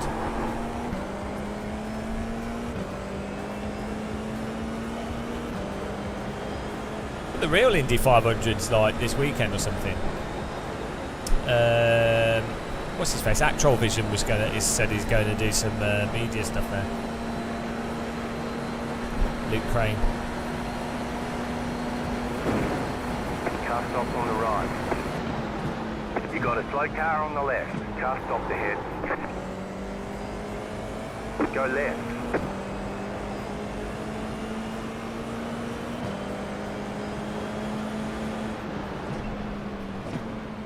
There's an incident ahead. Slow car ahead. So there you go. Kean's had to pit. So the guy that almost wrecked me at the start has had to pit because he's caused an accident or got damage. And it's every other race. And iRacing don't moderate it. So even though like it's every race basically. So you could know, and iRacing do not do any moderation. It's really funny, isn't it? Car on your left. You're on the right. 3 wide. Left side, 2 wide. Still there, hold your line. Clear on the left.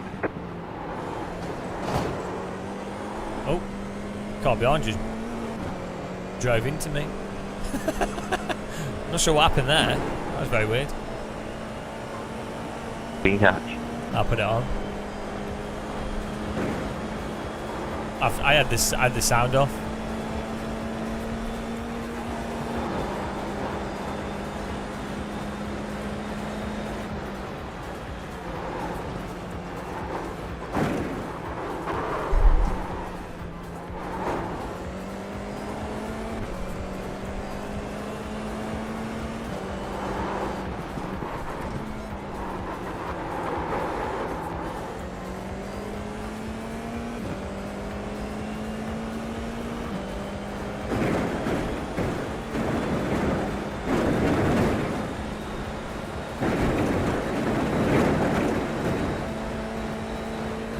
Yeah, I'm not quite sure what happened with that car behind because it didn't make sense. It's pretty funny though. The leader just did a 7.725. Car 6 has taken the lead.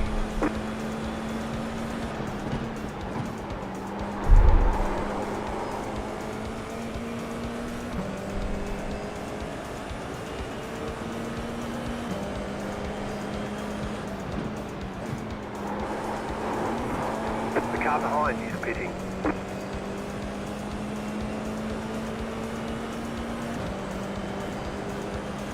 Oh, I didn't see that, George. Work together, I'm faster. Yeah, that's the common one. It's pointless. It's actually pointless. I don't know why people bother. Like either the other driver's going to do it, or they won't. Like very rarely they'll work together. Like if you could say, "Oh, do you want to work together?" But it's pretty much pointless. These alternate between open and fixed. This is the open one. On iRacing though, everyone just gets setups from like VRS or Craig's setup shop and stuff. So the open setup is actually just closed, but whoever buys the setup. It's the other part of iRacing.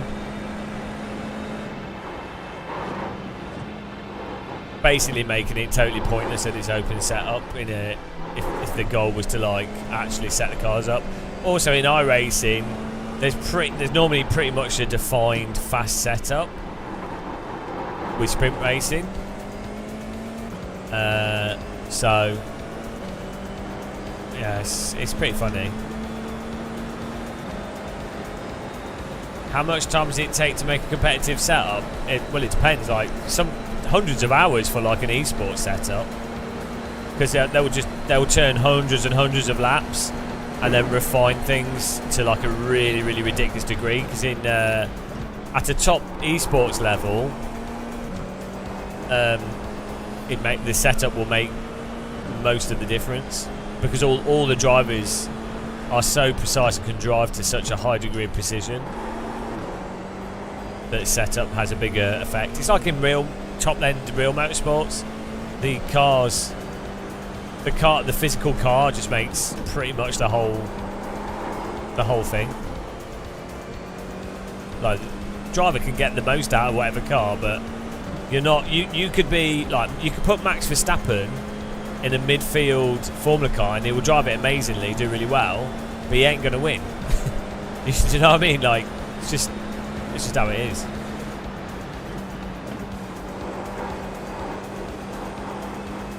When I last had a chance to talk to a bunch of esports drivers, they all, well, not all of them, but like the vast majority of them said they would rather races be fixed setup. So it just turns into time. It's just a time sink, trial and error in what is better and worse.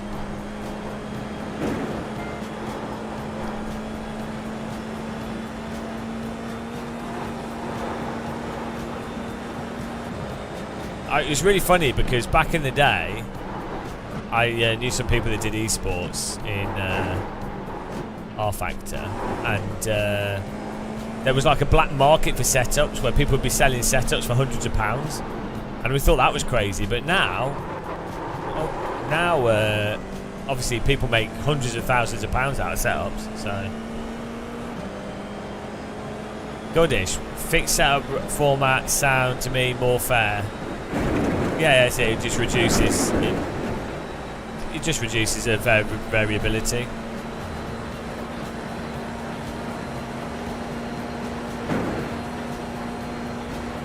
The bad side of fixed setup is that when you're a crap driver, you can't blame the setup.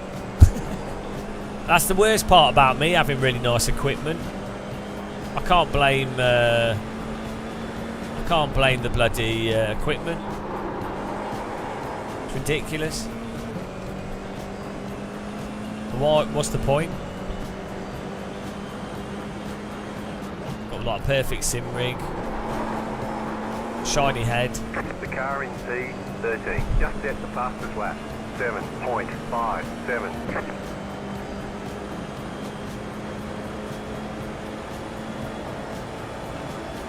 Well, so the thing with fixed setup as well, psychologically, you know that the other car is just driving better than you. So you're like, oh, I can definitely learn something by seeing what they do. Whereas when it's open setup, it's quite often that the car you're racing against isn't necessarily driving better than you. They've just got better setup. So you can't know. You can't learn from them necessarily. Now, sometimes they are also better than you, don't get me wrong, but if you don't have an okay setup, you're going to be so far off it that you won't, you know. So I think it's way better when it's fixed setup. The only time I think open setup makes sense is when the strategic components for longer racing that relate to like tyre wear, fuel, you know, and if you've got like a race strategy component.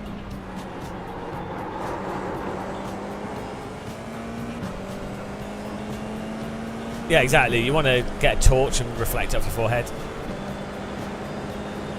Wrench Sport uses fixed setup. They're different cars, but they're all very aggressively bopped. But then it is GT3, so. The car in C2 just set the fastest lap, 7.348.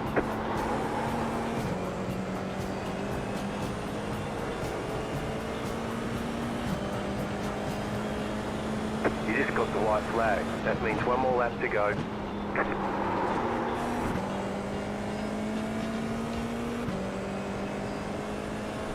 That was your yeah. So we were doing, we did Super Formula quite a lot, and when we were driving it at Hockenheim, I was in the top split. I'd normally finish in the top 5 or 6. I got pretty good at it. We were pretty good pace. And it was hilarious. You could see who was running. So I had a VRS setup, then I had a Craig setup shop setup, and then someone made a setup that exploited the front wing or something. And you could tell who was driving which setup by their pace. It's entirely just setup, and you could see how they were driving as well. It was really funny. And so as soon as I got the hack setup, I was like finishing 4th, 5th third, fourth, fifth. You've got about 2 laps. And the rest of the fuel. grid was just dropping back, like they couldn't. So it was a pure setup, a total setup. So it's like, well, what's the point? You're not racing. It's just whoever downloads the correct setup. But yeah, there's a whole industry. People are making lots of money. So you have the whole thing of the industry behind setup, and then you also have the driver coaching industry. The car behind is closing on you. The gap You know, is 1. so there's a lot of 2 financial seconds. motivation to play into it.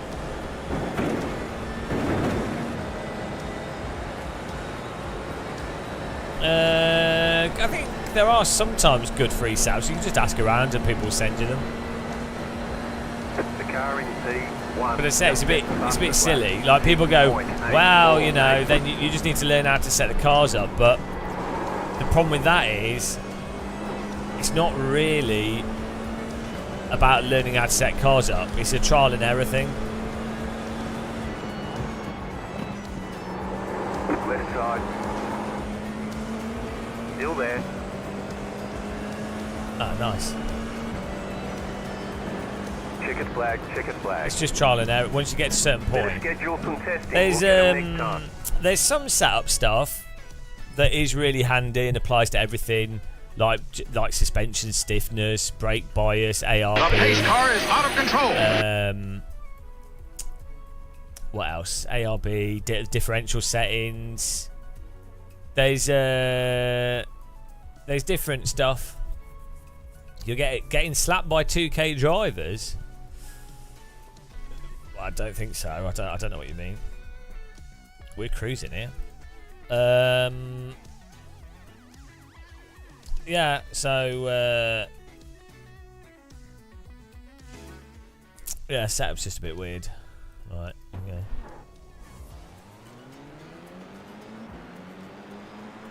So it's a good example of is coaching worth the value? No, it is worth the value for high-end sim racers. Yeah, I would say where coaching is absolutely worth it is for like top esports drivers that are going from car to car or one sim to another sim, and you have a guy that's already performing really well, because that would definitely help. That's the same in all esports or any sport. Like if you're at a high level, that the difference between the different people is really, really small. So coaching has a really big, will help you get those tiny margin improvements. For like noobs, which is the majority of coaching in real life and in sim racing, that's where most of the industry is. Most of the money in sim coaching, the vast, like 95% of it, is made from people that are absolutely terrible at driving, and literally they could just Google the information, but you know, it's an entertainment thing.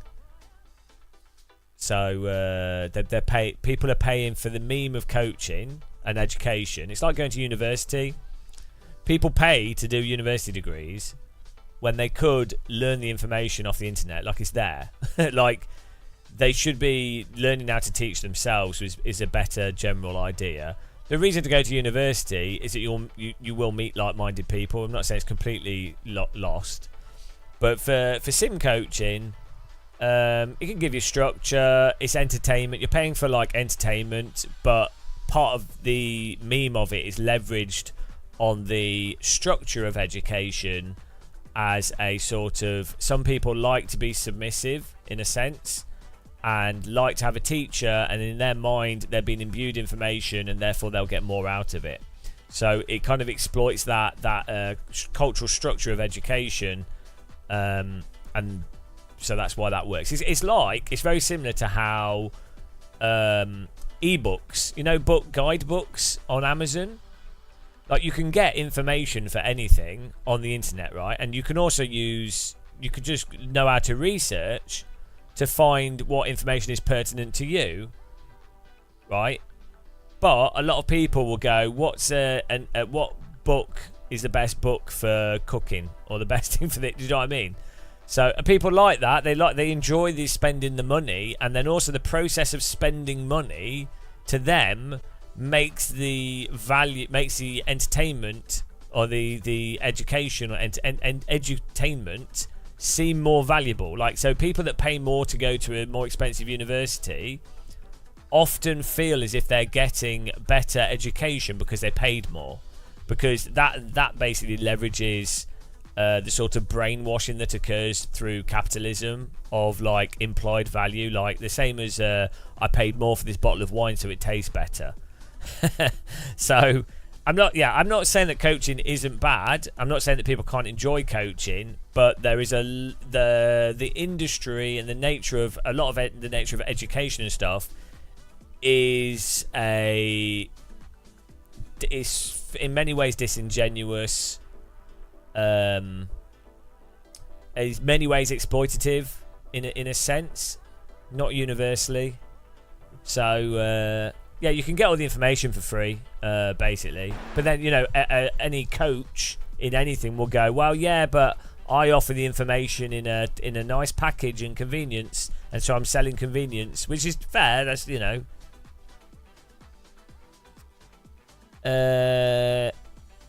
Yeah, okay, so for direct feedback, what you would want to really do is teach someone how to read telemetry, or tell them to learn how to read telemetry, because then you effectively have the tools for direct feedback yourself. So this is what you'd really teach someone. If someone wants to really go, right, how do I need to improve?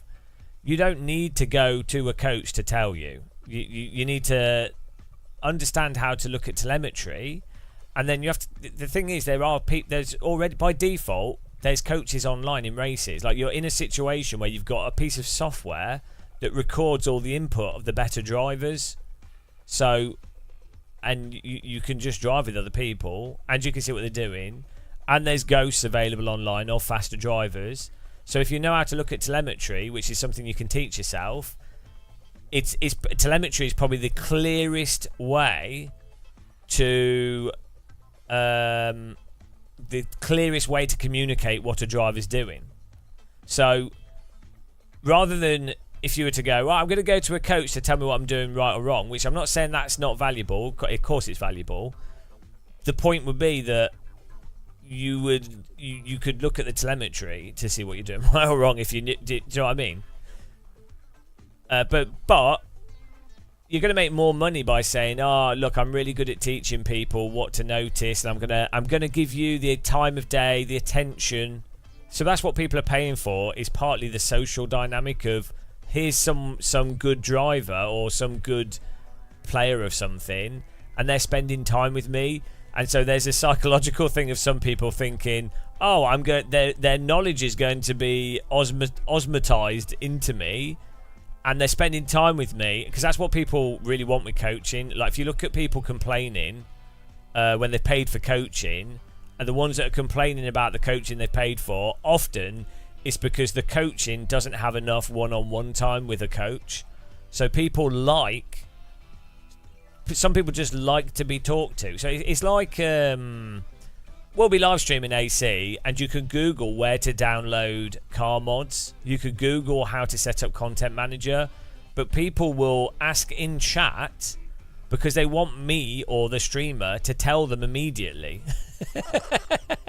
So, yeah, like, there's a large degree of the coaching industry is a racket.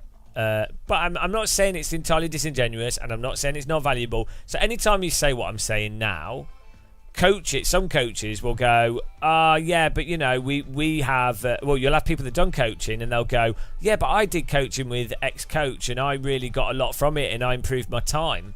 And it's like, well, yeah, I'm sure you did. That's irrelevant to what's being said.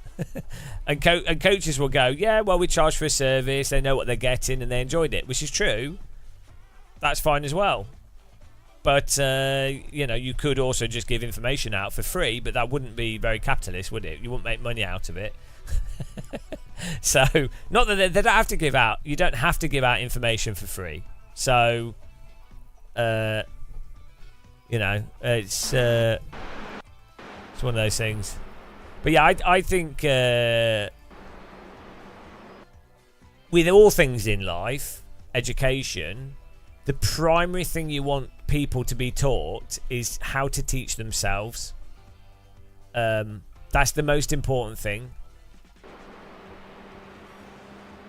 But yeah, I mean, you know, if, as I say, from the entertainment perspective, if someone, you know, they just enjoy like the coaching part of it. They enjoy that framework. So they're like, oh, well, so VRS, for example, the website's nicely presented, the track guides are nice, the setups are nice, it's very clear. You can get the entertainment of going, oh, I want to get a bit better at driving, I want to set up, I'll go on VRS, oh, there's the racing lines, there's the telemetry, this is what they're doing. So, you know, you can see where the value is there, like in a literal sense, like no snake oil to it, really. It's just... But then the funny thing is that how many people using that are so monstrously off the pace. What they really need is someone to, or what they need to do is Google and also understand the basics of the simulators. But the problem is, if you're selling coaching or like setups or whatever, you're not going to be saying that X simulator's actually got a really unrealistic physics and you need to be aware of this, or there's setups that are an exploit and that's not realistic, because the market for sim racing is buying into the role playing of it being realistic. So if you play into that delusion, you make more money, so that you're incentivized. Everyone is, like, even just streamers, not coaches, like just everybody within sims. You are incentivized, or even with video games, you're incentivized to play into the delusion, hype it up. That's the capital incentive, is to not be critical. There's no benefit, so yeah.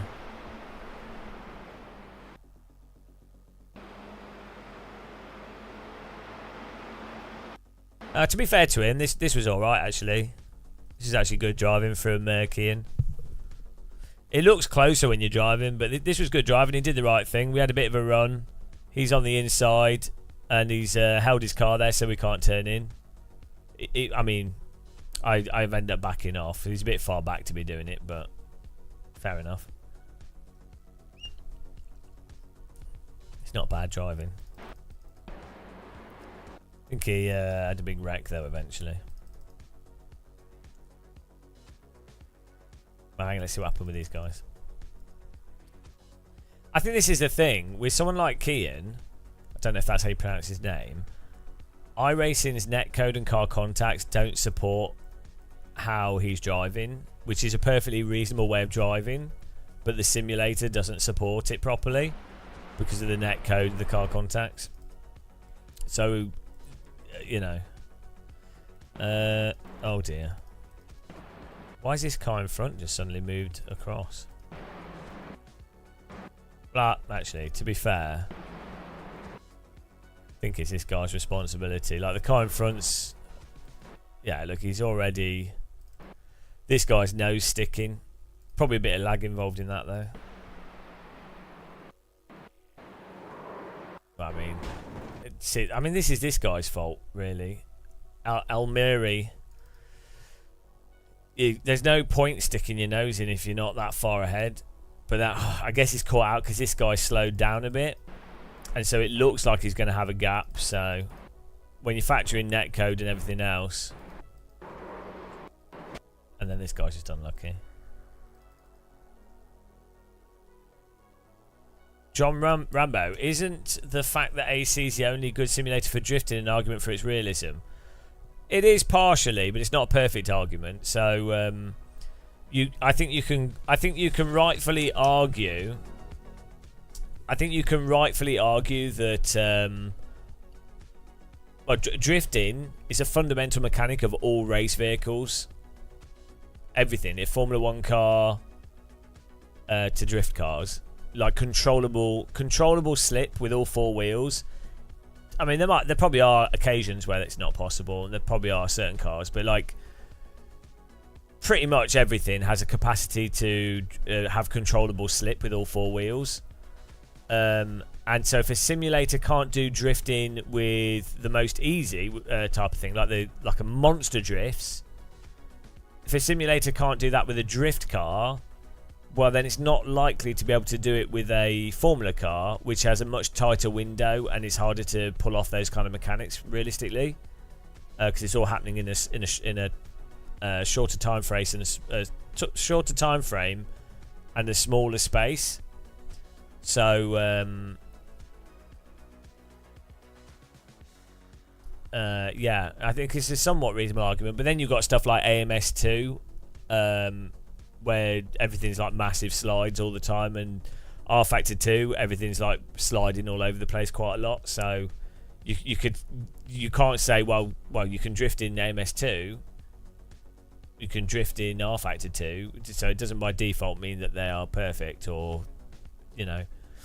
But to be fair, the drifting in AMS2 and R Factor 2 is still not in the same way that it is in AC or AMS1. Still not as precise and tight, and you still don't have the control over the vehicle and the slip to the same degree. So yeah, I think it's a reasonable argument to say that a sim should be able to support realistic drifting. And that guy's unlucky.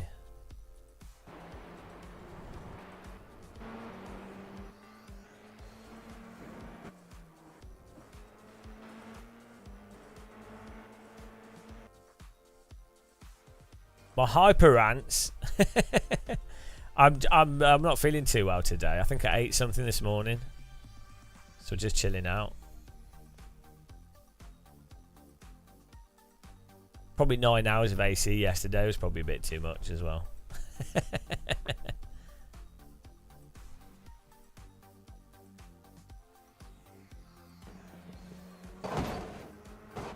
Hey? That was weird. Oh, it's probably netcode. Let's see what happened here.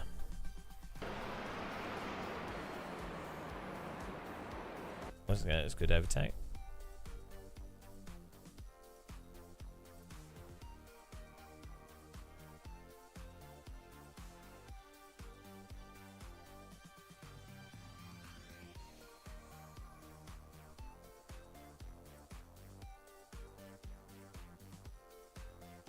Oh, what?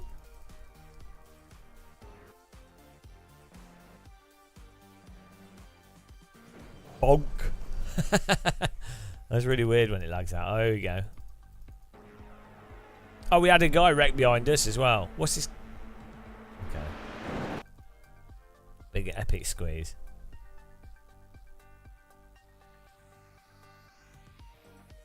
My body's always wrecked. It's fine. Oh, here we go. Did he get punted? No, so what is he doing here? Car's on the inside. This guy's actually ahead of him into the corner. Why is he turning in there? Like, what is that? And then he stays on the throttle. Like, it's ridiculous. Obviously, this car is going to understeer a little bit. Why is he, like, blind? And then he just stays on the throttle. Any, like, normal person would lift here. What is that? Right, how is that not like a... I mean, that is effectively just intentional wrecking, isn't it?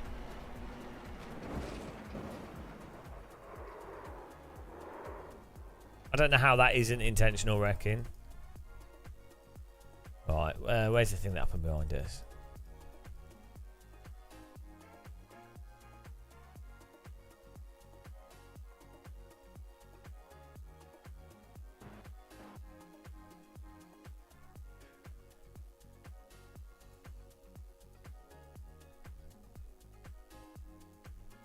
Who was it behind us? We had a car that just spun.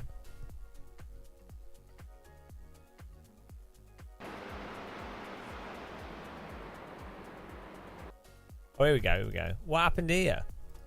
Right. He's coming round. He feeds in. And then just drives into the back of us. But this car, like, what is that? They didn't do anything.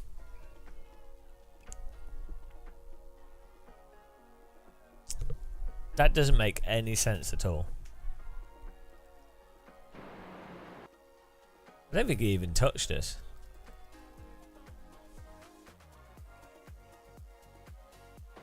Yeah, he's not even touched us.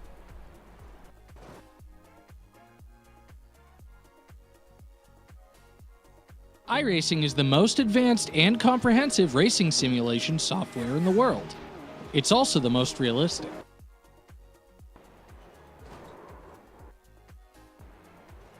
It must have just been total netcode. But it's weird because he's gone up here, he's slowed down, he's like, he was catching up, then he's realised, oh, let's feed into the field, which is great. He's not done anything wrong, and then he's gone in and then got a netcode hit, which has then caused his car to spin. That's very it's weird. Let's do the next one though. Oh yeah, we need to do a poll, guys. How does Indy 500 work?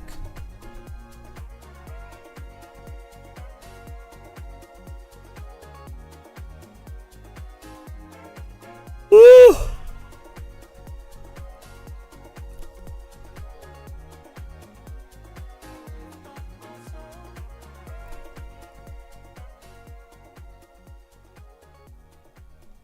We've been gaining. I wasn't expecting Bathurst to be a big I rating gain. It's very strange.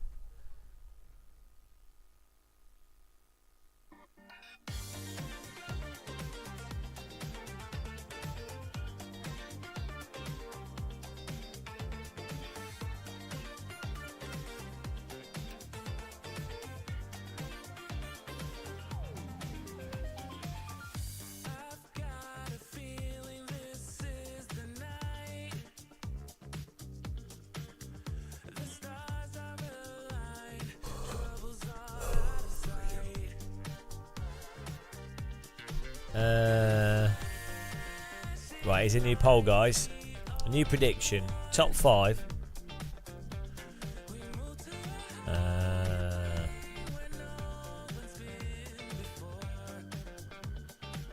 you go.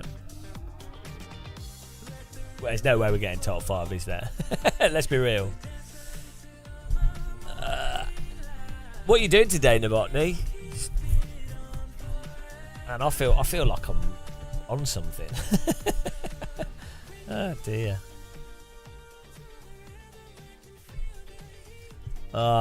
Stir fry. I need to make some. What do I need to make? I feel like I need to make something. I was going to make... Oh, no, what was I going to have? I might have a jacket potato. Have you seen this new Panasonic camera? Flat design, slim body.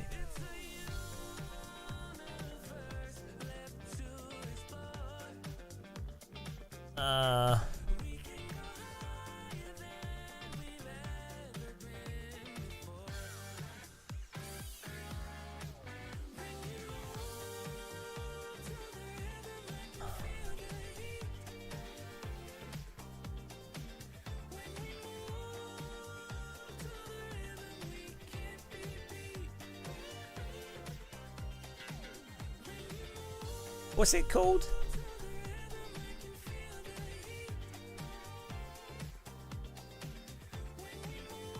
Is it not officially announced? Is it just preview? Oh, it's just leaked images. There's all the YouTubers doing videos going, oh.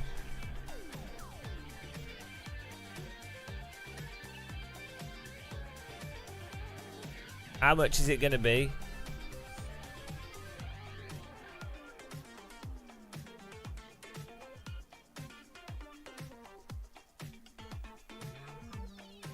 bet it's like 800. Oh my goodness. People are too exhausted for predictions. 30,000 for yay, 30,000 for nay. Oh, today's like dead day. Absolutely destroyed.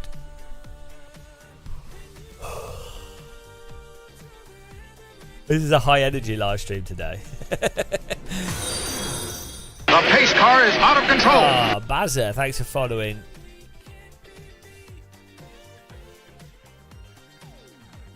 Oh dear.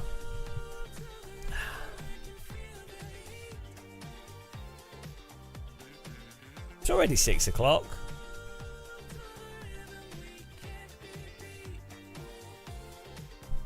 I kind of wanted to change the layout on OBS a bit.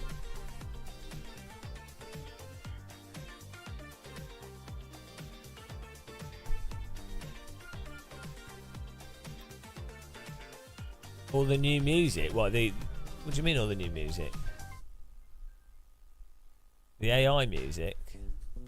I got it by making it myself on Udio. I used AI.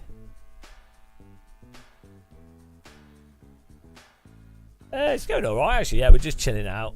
Just taking it easy really.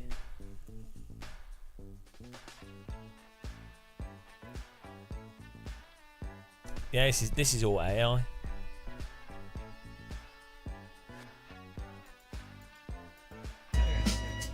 Oh, he's the tea drinking, race sinking baldy of the track. Complains too much, but his skills just lack. His viewers are zooming while he's left behind. Maybe it's time for him to resign. Time for him to resign. Time for him to resign. Time for him to resign.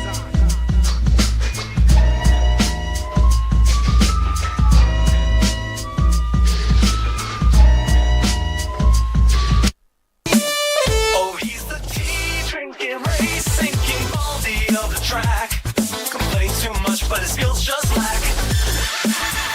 His view booming while he's left behind.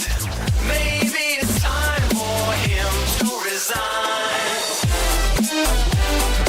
Time for him to resign.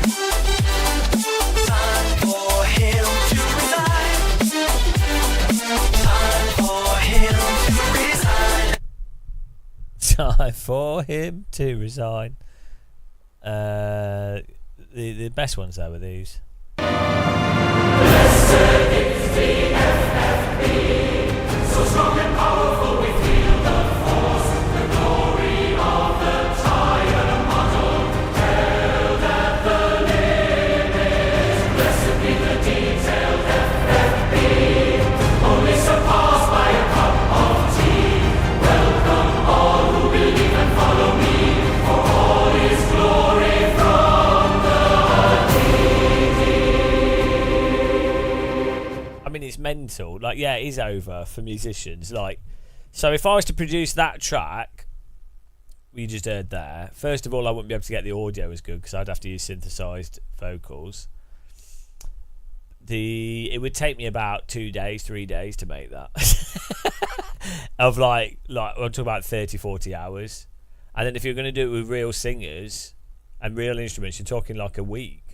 Yeah, like it's crazy. And then yeah, now you could just do it in half an hour. Blessed is the FFB, so strong and powerful we feel the force. The glory of the tire model held at the limits. Blessed be the detailed FFB, only surpassed by a cup of tea. Welcome all who believe and follow me, for all is glory from the ZD.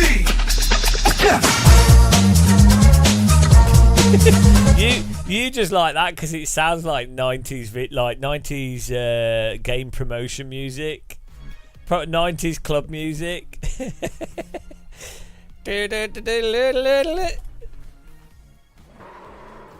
It's over. It is over for musicians. Like, I guess you still need to. You probably need to know what's good and bad to then get a good result. and you do have to make some choices, and then you still have to be in control of it to choose what's good or bad. Because to make the ones I've made here, we did have to do quite a few reattempts and then adjust things a tiny bit. But it's not like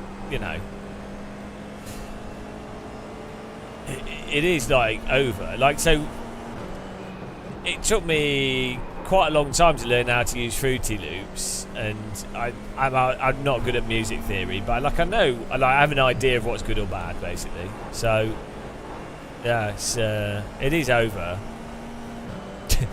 Right, you look at the stock image industry. There's no reason to ever use stock images ever again. Like, you just use AI to generate it.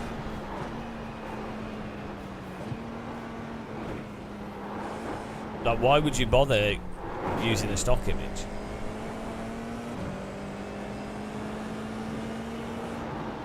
I mean, I don't know what laws will get put in place. I don't know how this is going to work, but it's crazy.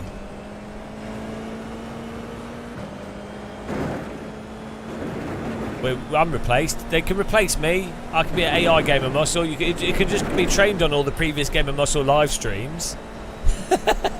And then it can just play iRacing and just be me in the corner. It will just be me ranting about time models non-stop.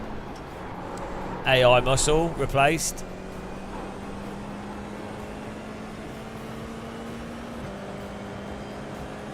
Green flag, green flag. I'm probably the easiest streamer to replace. I've got the most amount of content online. Here comes your first time lap.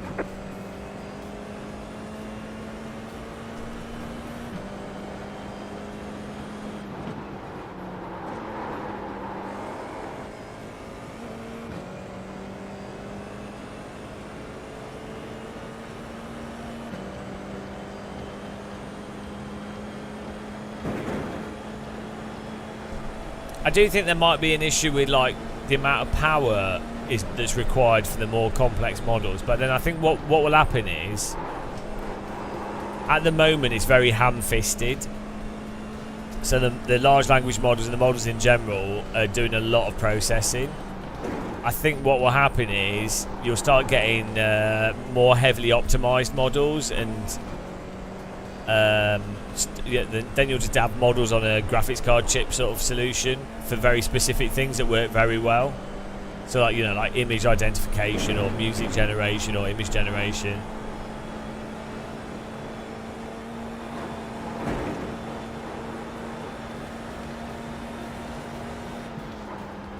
Yeah, no AI would have come up with tea bags in your face.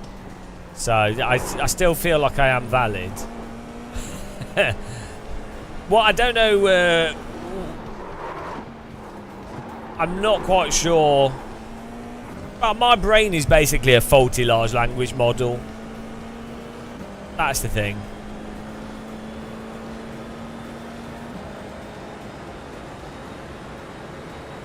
Well, it gets complicated, George Rogers. So Adobe Stock do a thing where they only train the stock. They only train the stock images on the images that they've licensed and paid for. So then you would then just have to pay a license for AI images that are generated from Adobe Stock, and then you'd be like, well, who owns it? Well, they do, because they licensed all the training data. But yeah, I said this yesterday. If training data is trained on public information, I think the large language model has to be a public service. Like, it belongs to everybody because it's trained on everyone's information. Like, it should be open source, basically. Or the output shouldn't be allowed to be copyrighted. But then it's like, how do you prove? How do you prove it? You can't.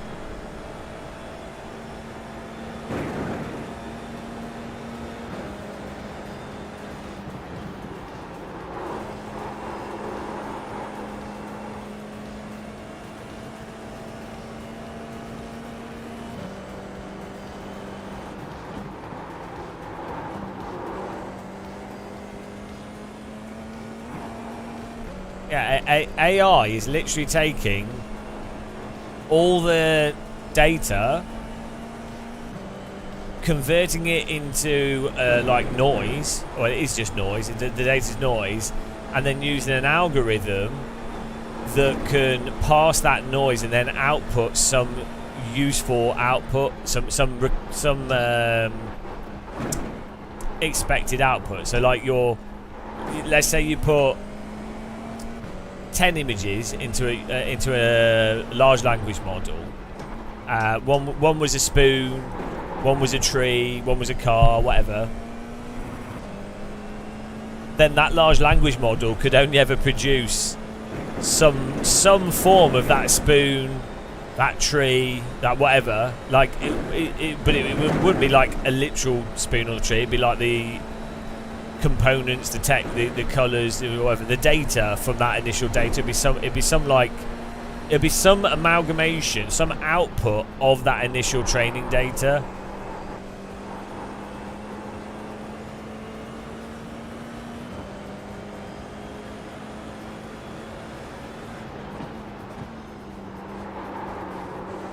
So the people that own the rights to that initial training data, it is literally taking their it is literally stolen. There's the flag. It's over. Yeah, it's analogous to a human brain absorbing lots of music and then being asked to So it's totally analogous to someone saying to me, Game of Muscle, produce me a track in Fruity Loops that sounds a bit like Prodigy, a bit like Chemical Brothers, but also make it classical. And then my brain will go, right, I know what the musical motifs for Chemical Brothers are. I know what they are for classical music. I know what instruments they use. And, so then my brain goes, okay, well, this is... and then I know some music theory or somehow how some things work, and then I know how those things could go together in a way that would actually work as opposed to a way that wouldn't work, and then I would use Fruity Loops to then produce that output. The human component would be that there's a wider range of data outside the music data which could inform that output. In theory, like depending on how creative a person was.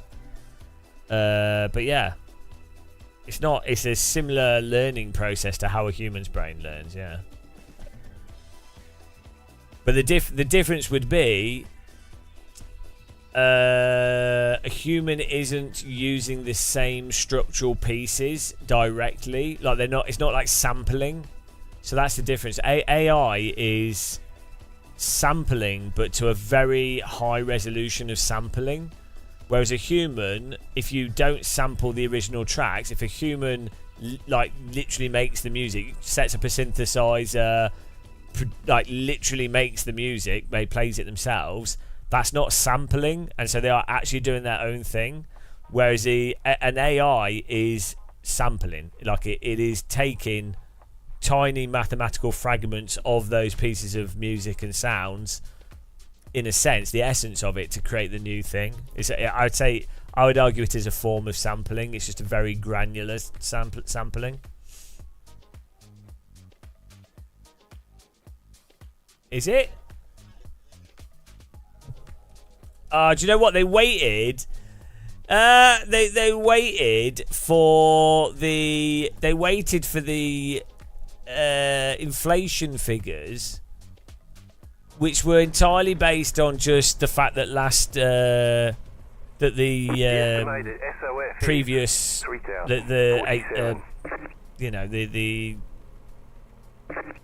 a high month of inflation has been pushed out of the calendar.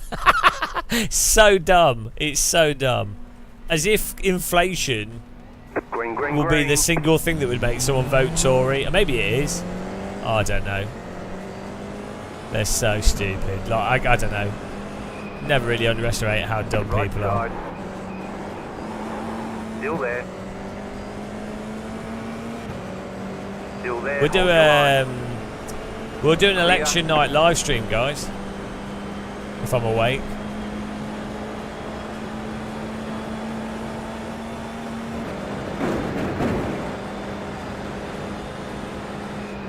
Politics, guys.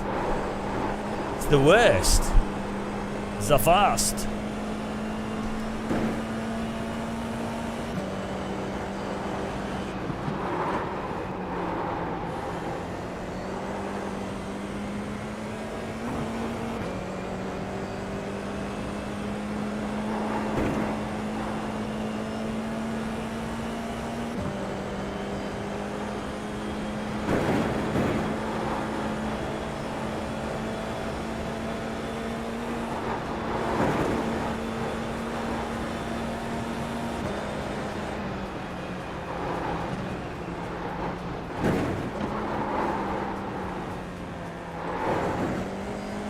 I'm surprised how clean the F4's been around Bathurst. It's really weird. Maybe because the car's quite direct.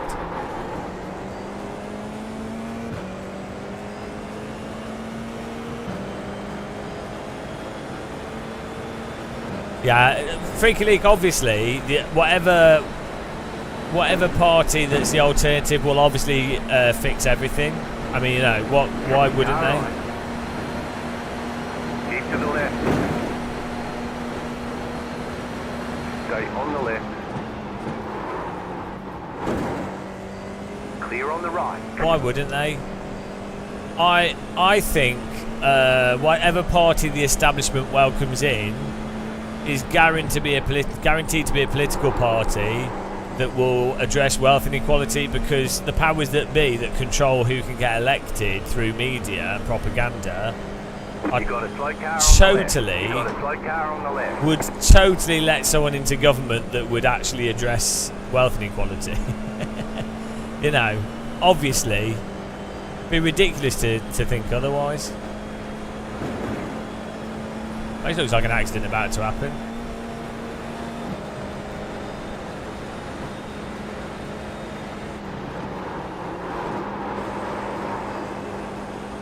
Oh, here we go. I can't hear them. I detect a crash about to happen. Probably me. I'm going to be in the crash, aren't I, guys? Vote crash. Bet all crash. I would vote for Count Binface. I think he would honestly do a better job. The fact is, if someone's got a sense of humour, they're probably a better politician than the type of people that don't have a sense of humour. You have to demonstrate a degree of abstract thinking and like capacity to think, to be able to do like humour. That's why I'm such a genius, because I'm so funny. But you have to, you know, whereas your average Tory has no sense of humour. So, same with most politicians. Type in chat who you're voting for. I'm voting for Kim Il-sung II, myself. I'm passionate about North Korean politics and the Democratic People's Republic of North Korea.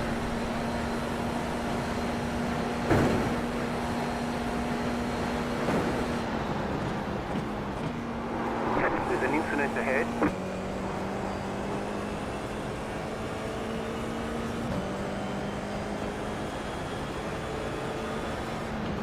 The next car's the leader. Why are you spoiling your vote? Spoiled? You do you vote like how you plant the bombs in Counter-Strike? Chedhead, Chedhead. He's a beautiful guy. Hello. That's the intro. Every time he walked into a room.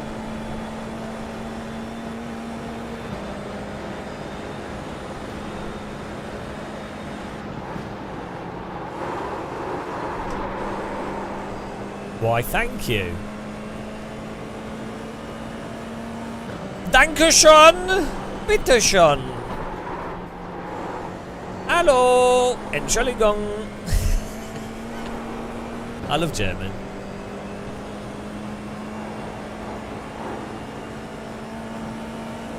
Krankenwagen.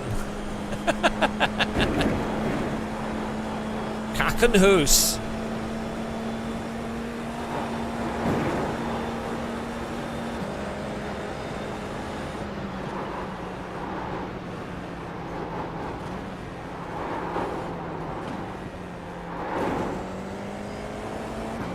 Oh no, it's all right. We've been helping new racers, teaching them racecraft.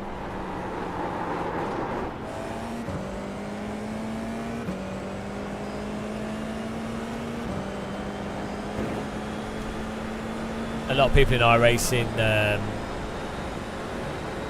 can learn a lot from us as a very experienced sim racer. It's a game of muscle coaching.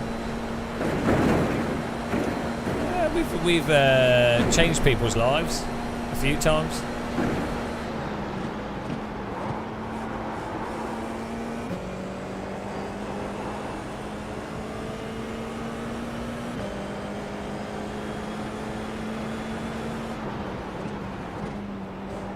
Manuel, please. Come on, man. Fastest lap. 8.152. You're in the top 10. Yeah, I'm the BBC of sim racing. Like, if you're just going to be in the way, you could at least be predictable. What a time to be alive. What a time to be alive. And then you spin yourself out. What a time to be alive.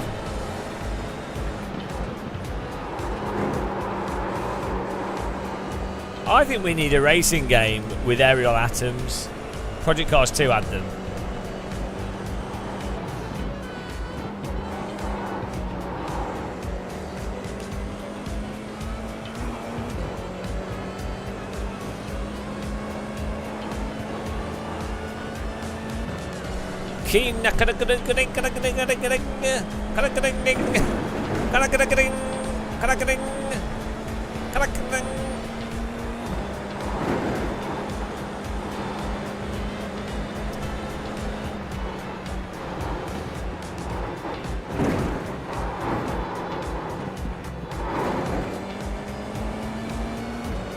Food order. Yeah, I've been a bit quiet today, guys, because I'm not feeling too well. I think I gave myself food poisoning this morning. So we're just taking it easy. If you're wondering why we're subdued. Blessed is the FFB. Blessed be the FFB. The FFB.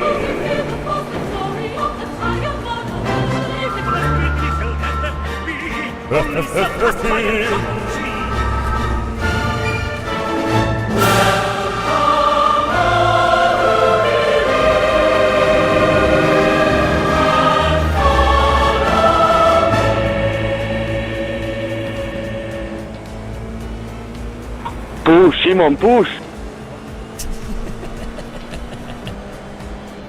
Did I play Elden Ring? No.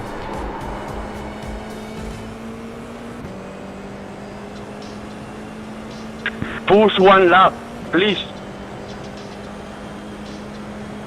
The car in P16. Just push one lap. 8.088.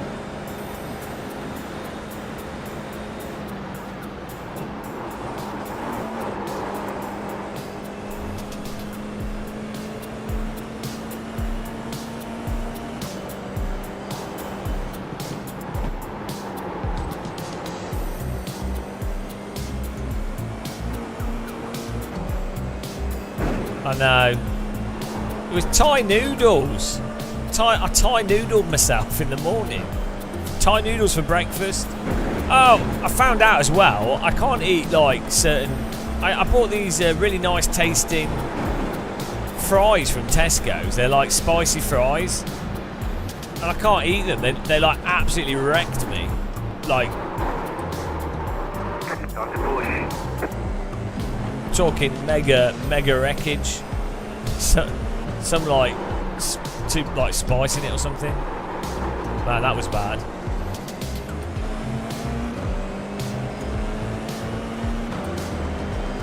I hope this guy doesn't wreck me, but I think he might do. Still there. Keep to the left. They weren't spicy Thai noodles. You're losing on the car in front. The gap is 1 second. Stay on the left, right side. It's all you, Nick. No battle. Keep to the left. Clear. That was a good overtake by Samuel. Nice overtake, Samuel.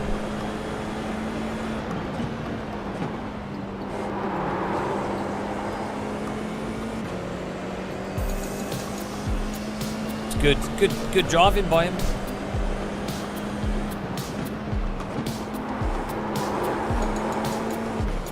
Yeah, now he'll brake check me. Now I'll try and overtake him cleanly and he'll just drive into me.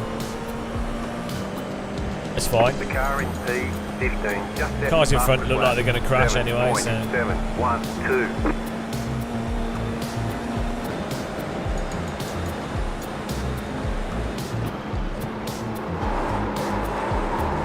What is good recently is I've found a psychological warfare, I'm calling. I found a new way to arrange pillows on my bed for my back. Genius, and that's good. That's been nice.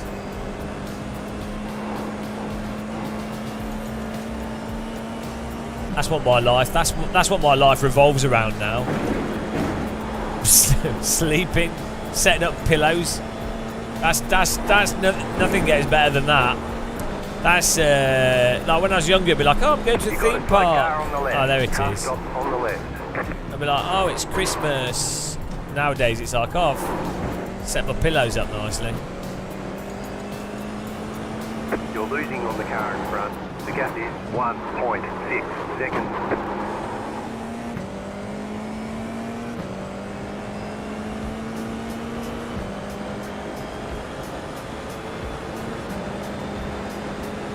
He's just lying in the recovery position.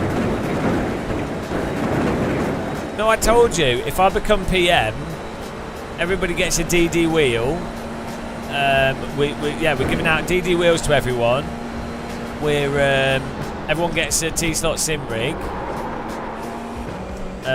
Visas, house with flat. Everyone gets a flat, mixed taps, modern flat, soundproof. Everyone gets 1 gigabit internet. Just the basics. You're in the top 10. What I like about Bathurst is if you just drive around casually, you end up finishing in the top 10. It's like being a World War I soldier and going over the parapet. If you stay under the parapet, you don't get your head blown off.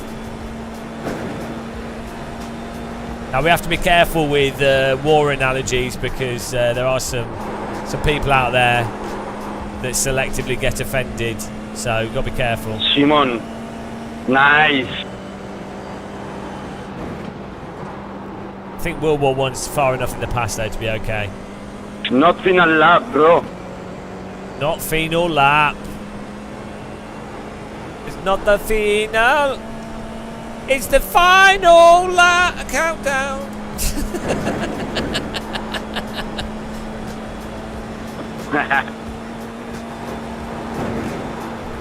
No, I'm not saying any names. You've got about 5 laps of fuel. Not saying any names. Pulling away from the car behind. The gap is 3.6 seconds. You have your clippers at the ready. Get clipping.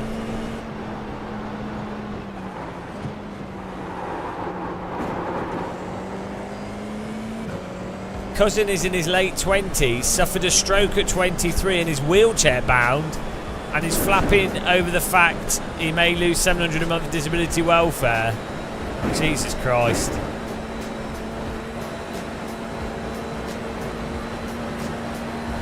You're losing on the car in front. Did you link him to this channel or something?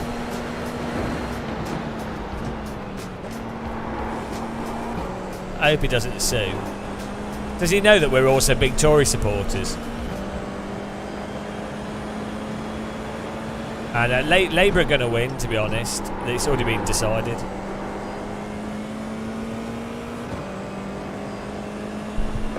Just set your fastest They stand up. It's a miracle. Game of Muscles cured him through sheer annoyance. Oh dear. Yeah, no, Labour pretty much won because Tories, because the establishment is supporting Labour. If you look at like the media, general newspapers, you could tell it was about a year ago. They basically switched to supporting Labour. Like, you could just see it because all like the stupid like smear articles stopped.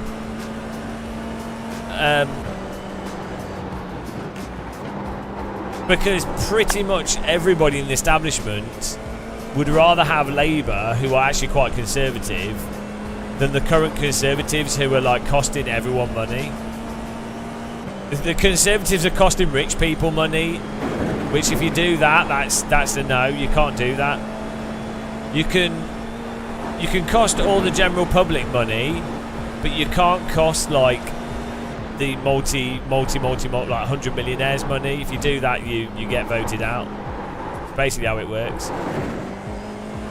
I said by cost money, I mean you don't allow them to make even more money.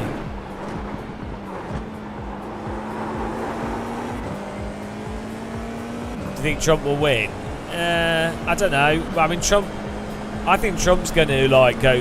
Well, he already is senile. I mean, so's the other guy. What's his face? But like, basically, in America, they're hoping that Trump either dies of natural causes before he has to go into prison, or he just goes mental. Like, very obvious. I mean, he already is mental, but like, you know.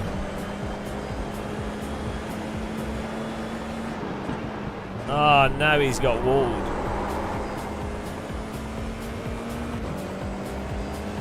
Yeah. It is weird, isn't it, in America? Like, it's both leaders are mental.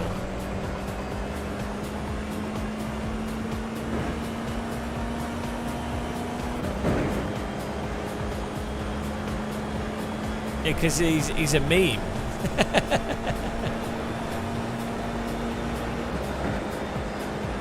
Trump the mega meme.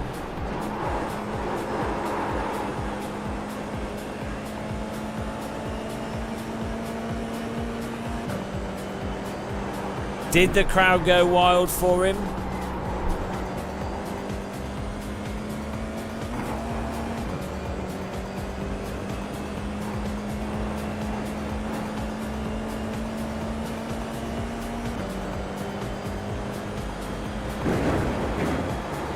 To be fair, motorsport fans often represent the most intellectual people in society, so it wouldn't surprise me.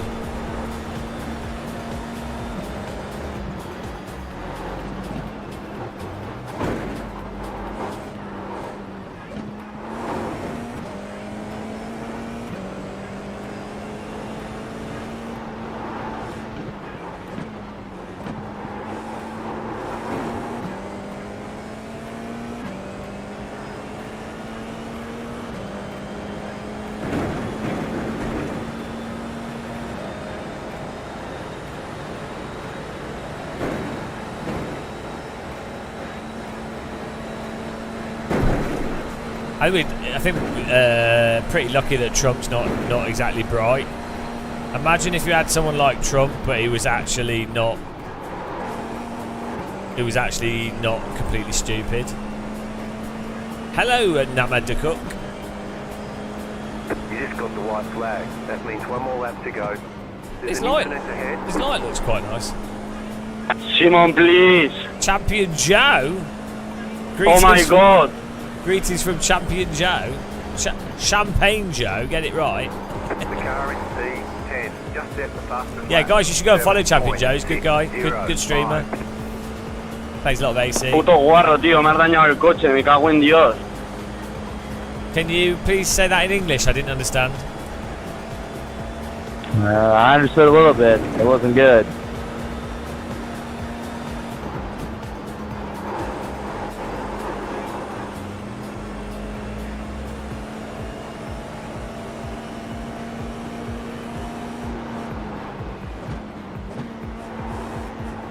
Hang on. The thing he has going for him is that he isn't a politician. No, he is. He's been the president, so he is a politician. He has different interests. Yeah, he has the interests of on your left, keep to the right. multi-million donors. You have about 2 laps of So, Incident ahead, still there. You got a slow car on the right, clear on the left, car stop on the right. good driving, guys. Car right, clear on the right. What are they doing? The car behind is closing on. The guys are idiots. 1 second. What is that? How is iRacing not got any moderation at all? Left side. Oh, that was a shunt. How does this sim have zero moderation?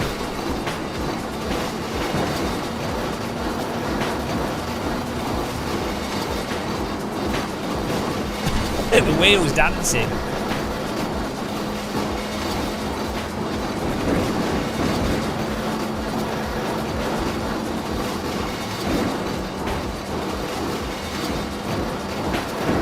The pace car is out of control.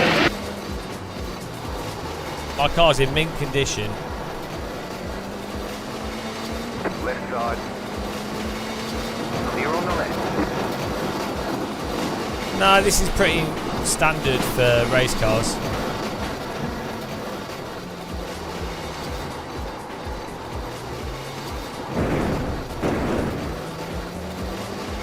Car stop on the left. Yeah, so it's the last lap, so they just punt you. Again, Alright, let's check how...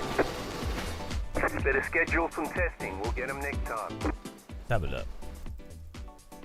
Like, they were gonna punt us, whatever. Whatever we did, this guy was gonna punt us.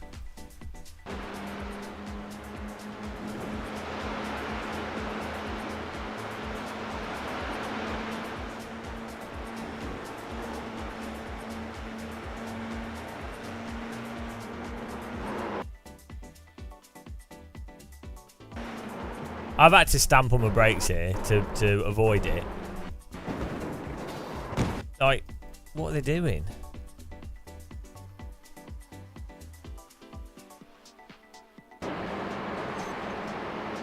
Yeah, I mean, the thing is, whatever you're going to do in that situation, you're going to get punted, aren't you? So.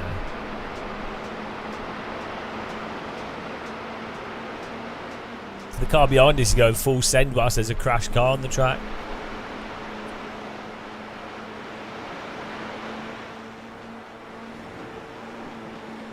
How'd you go, James?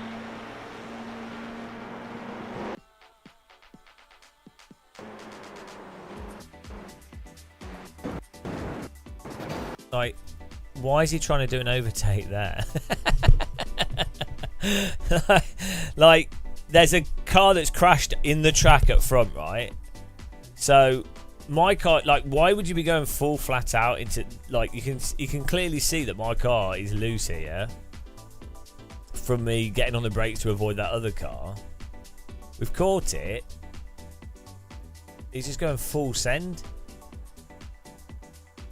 I mean, to be fair, it would have kind of worked if it wasn't for the back losing grip and hitting us.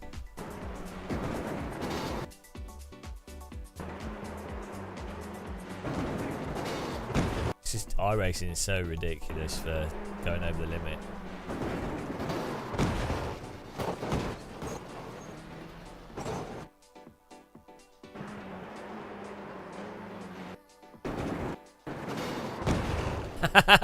Just he hit my front wheel.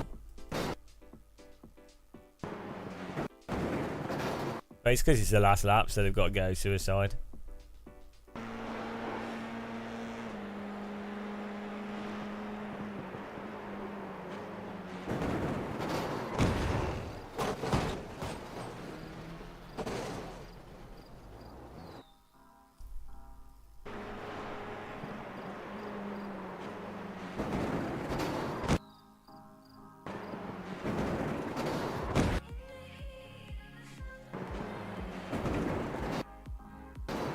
I quite like this track, but yeah, it's a weird one. The pace car is out of control. His grip just turned off coming over the curbing. Thanks, Naminda Cook. Appreciate it.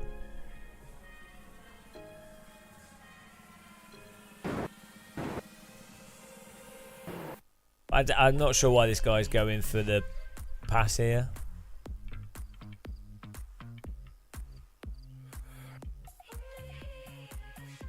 Like,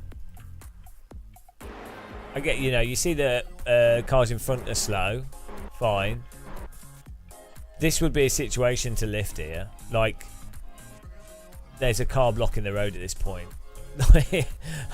I mean, why not? You might as well go. iRacing don't punish ridiculous stuff, so you might as well just go for it.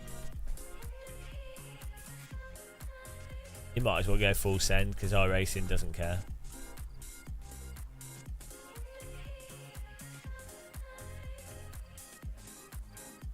I don't know how, like, this is not a, let's say my car's not sliding at all.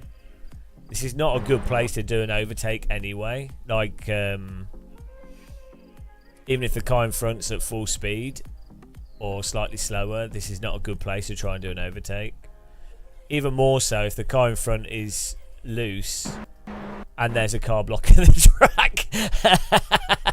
Like, when you've got a car blocking the track as well, so car in front is loose for whatever reason, and then the car on the track is literally blocked. I mean, good job with the Red Bull getting out of the way. GT Alpha, you got iRacing last night. You're enjoying the MX-5. Oh yeah, no, the MX-5 is quite fun in it. You just have to not drive on the limit. But you can have fun races with the MX-5. MX-5 is always active as well.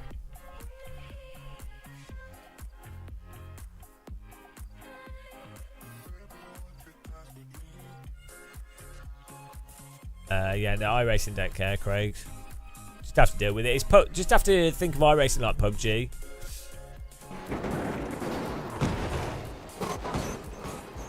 Oh my goodness. What happened behind us? It's always the last lap, isn't it? It's where you get the crazy stuff.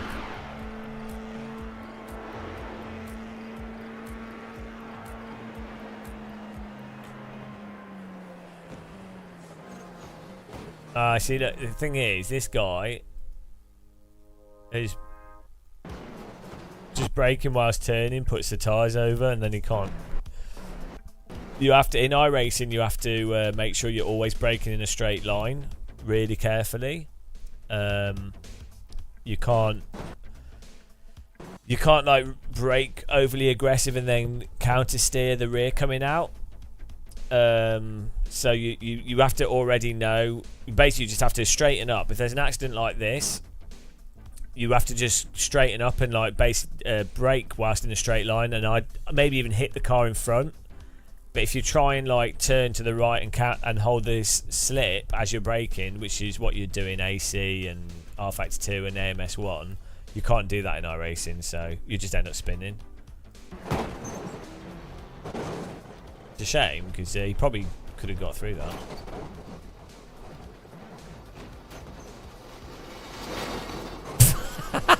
This guy sounds like a used washing machine.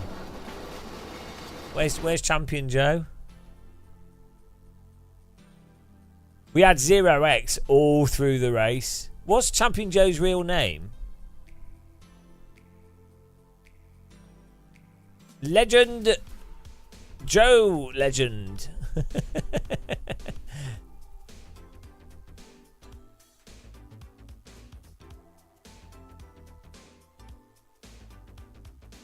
Joe, yeah, what's his surname? No, he used to work for Overtake, but he's working for himself now. But go and follow him, guys.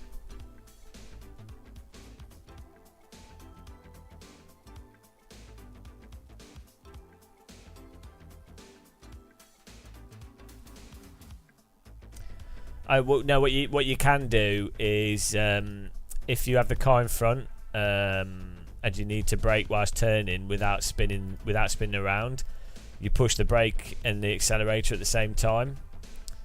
As I say, in other sims you just counter steer, but in iRacing you push the brake and the accelerator at the same time, which is basically it's equivalent to putting the brake bias all the way to the front of the car, because the front wheels basically lock and the rear wheels can still rotate because the engine's putting power through them. So you could push the you could push the brake and accelerator, and it'd probably slide out a bit, but it might be able to catch it.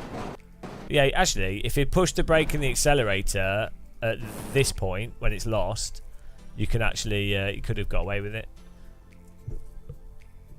That's all you can really do. Sparks coming out the wheels.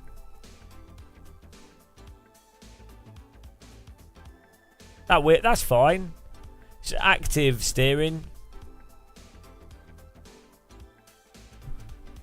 Active firework wheel.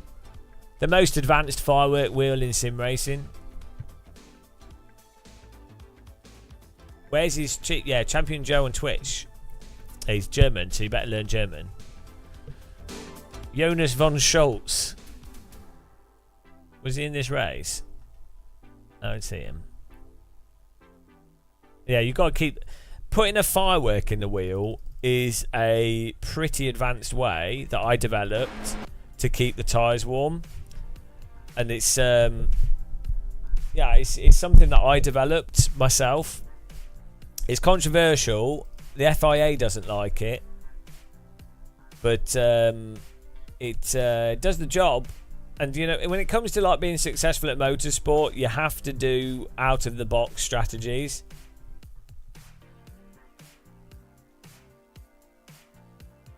Now you might look here and you might say, well, the wheel's not attached to the suspension arm, but that is again, it's part of the design. And what this produces allows air to come through, and it disturbs the flow of the air, but that actually causes less drag and makes the car faster.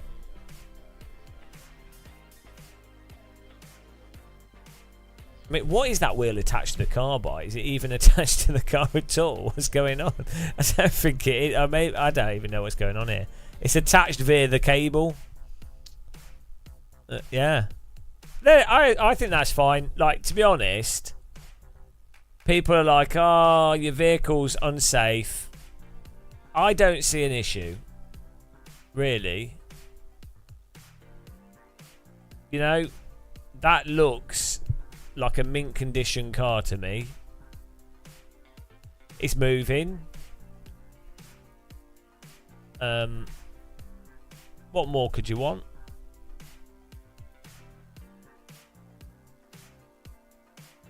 This just looks like a standard, it's the standard Ferrari Formula 1 car after a pit stop. Looks like this.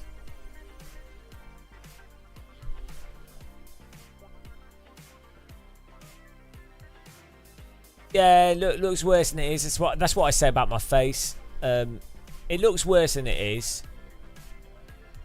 What you're looking at is just merely it's your perception. So it's all subjective. This guy's got air conditioning for his feet. Sometimes your feet get too warm in your Formula car, you know. And you're like, oh, I wish my feet weren't sweaty. Well, problem solved. Yeah, you lose some of the aerodynamics, but your feet smell fresh at the end of the race. So I think it's a great compromise. Fantastic compromise.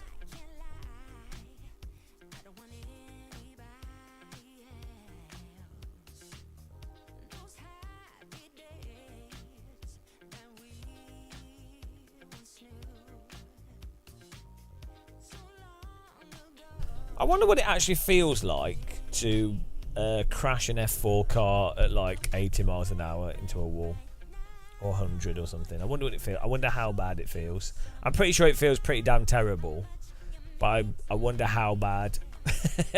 Like, you know, the crash boxes on the front and back of these cars.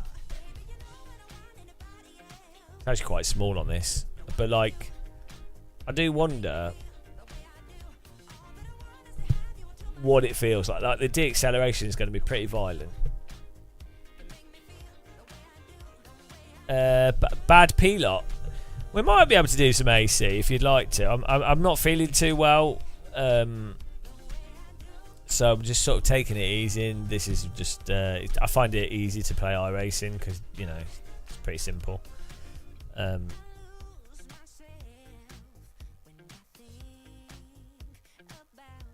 have a look here.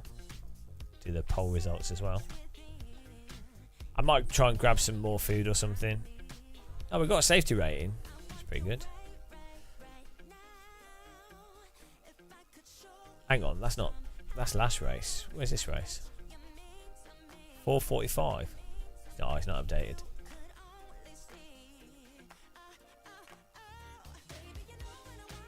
Yeah, maybe do some race. Well, Race Room's had an update as well, so we need to check that out.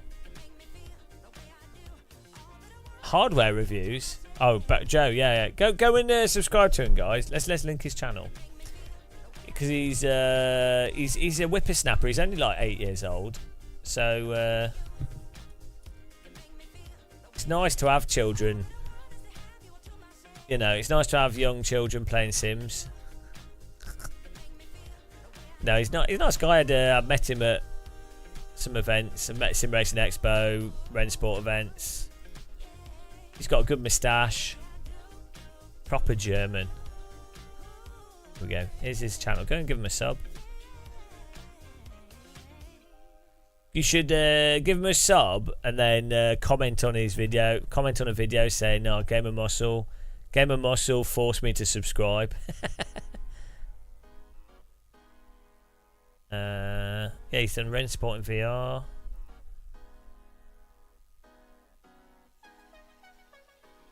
Yeah, give him a sub. Getting into the VR a bit.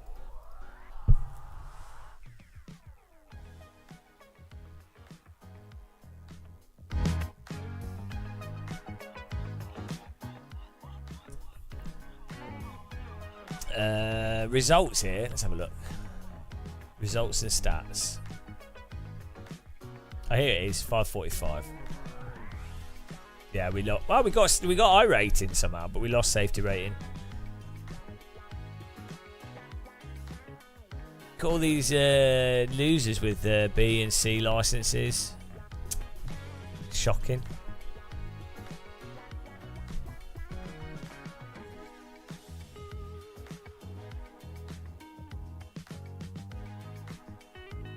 Another man mowing you down. That's a kink for some people.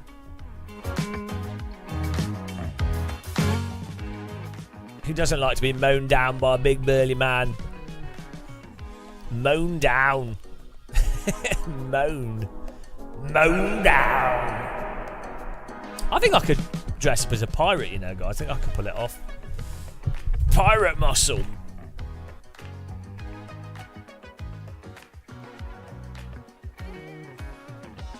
Oh, yeah. Can't beat a man flattening you. Having lots of sweaty men teabagging you. That's pretty, you know, why not? I mean, what if you were like what if it was a load of women teabagging you?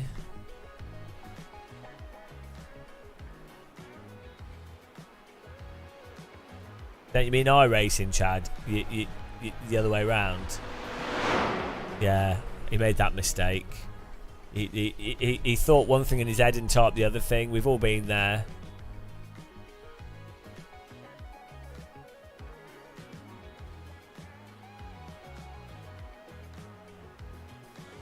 Right, we're doing this next race. We might do some AC.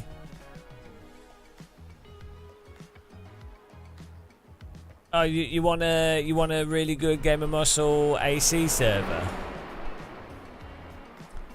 All you guys want is for me to just host amazing races non-stop. It's just how it is. You want me to do all the work.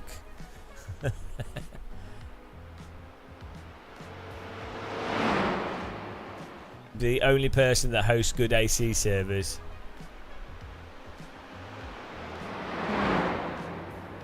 I'm the last AC server.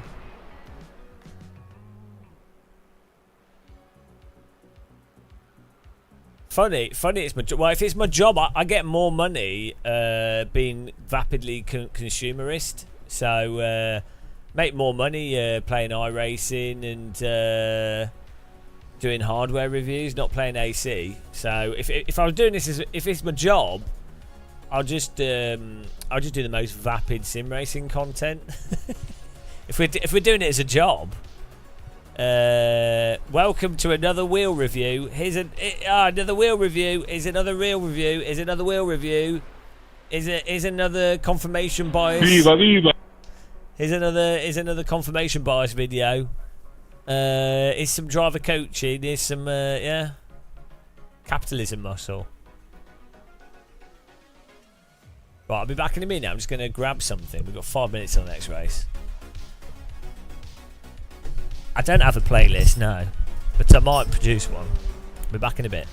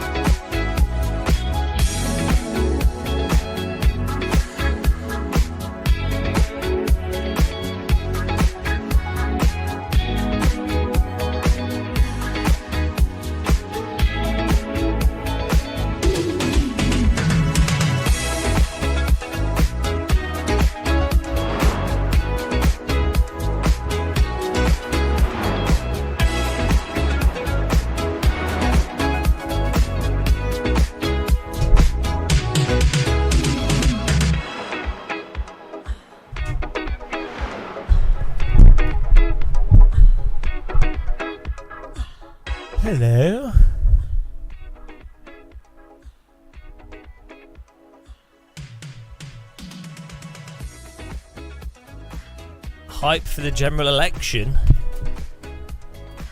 Don't you think it's funny how dumb the government thinks the population is? How the Tories waited until like the inflation rate just decreases, which was known to happen because it's just the month going off. Oh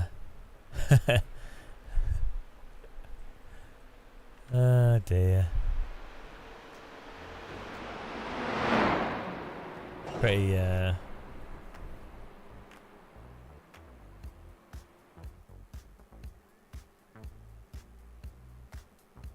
So what's weird with inflation is when people go, they're like, oh, inflation has decreased, and it's like, okay, but it doesn't go negative. Well, it can do, but like generally it doesn't. So, okay, well, inflation's stopped increasing by as much as it was, but you're not paid anymore, and the goods aren't going to come down in value. So it's not like it's like people shouldn't really even care about inflation. It should be like, well, we have the inflation rate, but are you being paid with inflation? That's the thing that matters. Which they're not, obviously, but yeah, dear.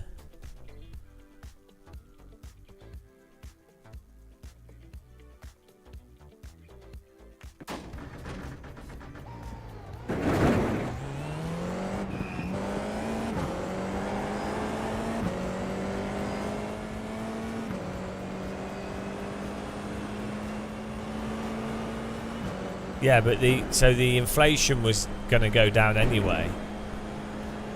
Like, the reason it's gone down is purely that a year ago the inflation rate was higher. So as those higher months move away, the newer months are less likely to be as high inflation. So let's say, for example, if this month there was like insane inflation due to some policy, something happened, whatever, COVID, whatever. Let's say this month had really high inflation rate. Well, in 12 months' time, you would expect that month would disappear, obviously off the calendar for that year. So the inflation rate would go down if there hasn't been another massive month of inflation. So, in reality, inflation's occurring like every single second, or not occurring. Do you know what I mean? It just depends how you decide to present the information and at what intervals. But so the idea that the politicians or that the Tories have like, well, vote for us, guys, because we've shown that we've vote for us. We've shown that we've decreased inflation. It's like, well, you haven't, so.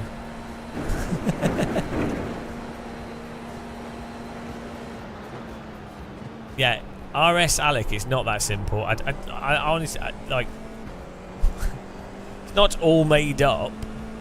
Government work is being told what to do. Green, green, green. What are you even saying? Okay, here comes your first time lap. Oh dear.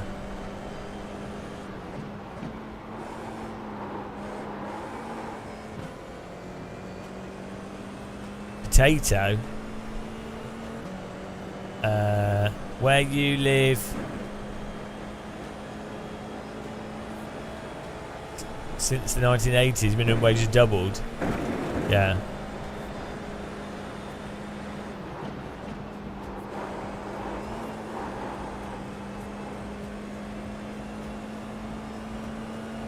Jet red, yeah. I mean, what you have to do for government policy is you have to go, right, are they actively doing stuff that addresses wealth inequality? Are they actively... So, is the government investing in infrastructure, education, healthcare? Are they...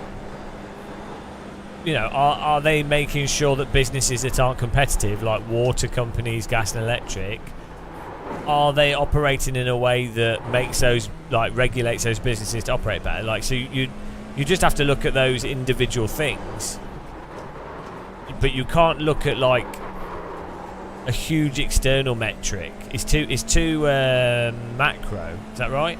But yeah, it's too macro to attribute to like. It's also the time period is so dumb.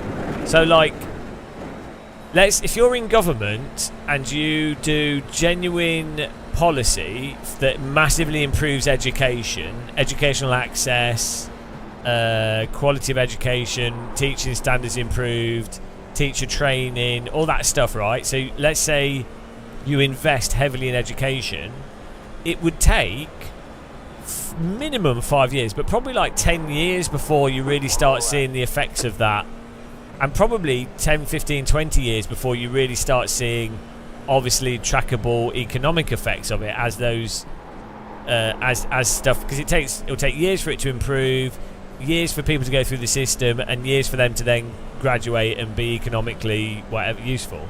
So it's delayed by like 20 years. So the damage that the Tories have done over the last 12 years is going to be going on for the next 20, 30 years. So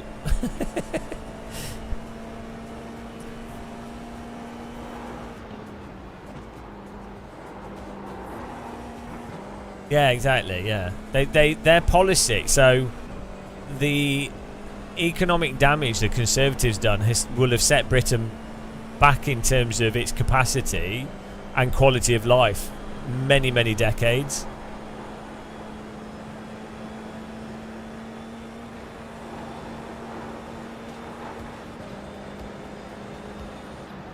On a micro level, you really see the positives. Like, if you have a child at a school that has, like, good educational access, or a teacher that actually cares about that child, for example, you have the potential of a child that would potentially be a criminal or just go off the rails or not really excel, versus a child that potentially ends up starting a plumbing business or a successful IT business or, whatever.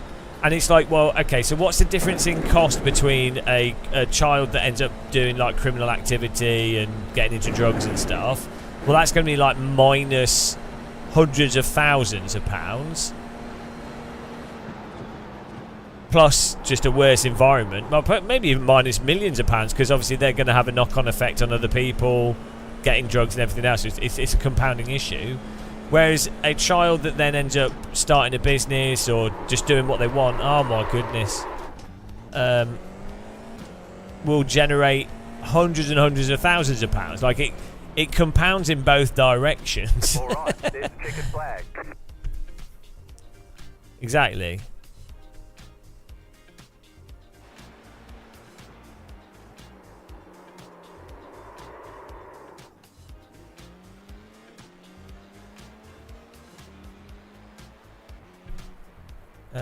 What are you typing, RS? Like, I don't know what you're typing. You seem to do a lot of, like, I just can't follow what you're saying. The unemployment numbers are incredibly fudged.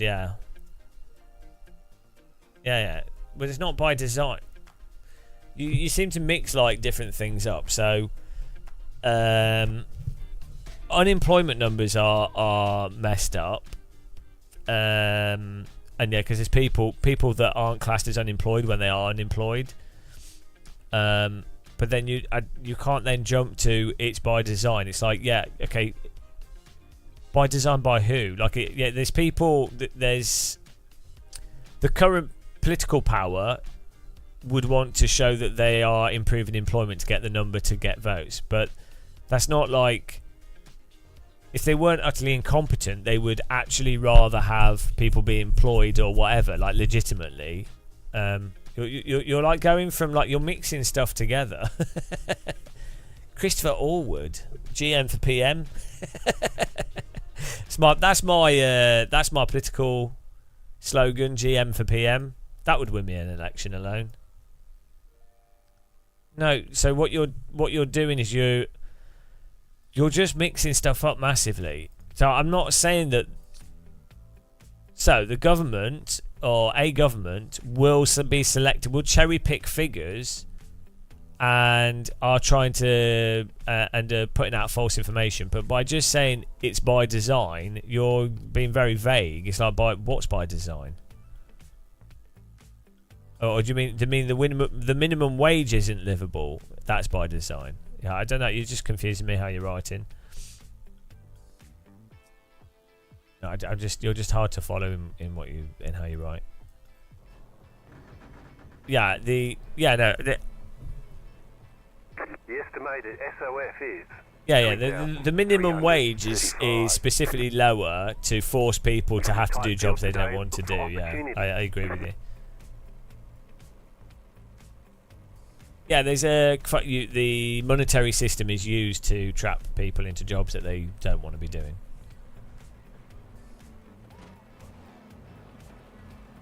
Green flag, green flag.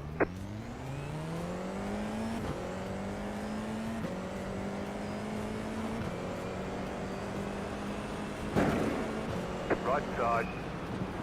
Clear. Car right. Clear.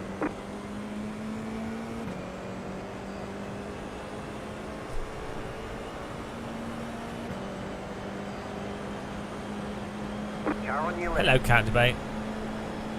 Keep to the right. Keep to the right. I mean, part of me thinks that there's obviously people in the Conservative Party that just don't care. But I actually think they are also really. There's just people in it that they're not very bright. They're like really unimaginative and really not bright at all. So there's people in it. They're doing policy. They genuinely think they're right. It's not that they're lying. So there are a lot of them that are lying. Obviously, there's a lot of corruption, but there's also a lot of them that are they're genuinely stupid people that have just because they talk posh.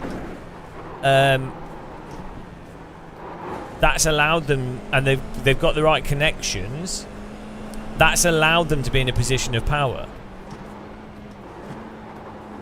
It's you see it's like it's just nepotism. It's you see it in loads of jobs and everything. You have people that are really bad at managing business or doing whatever, and it's not because they're intentionally being bad or intentionally being evil.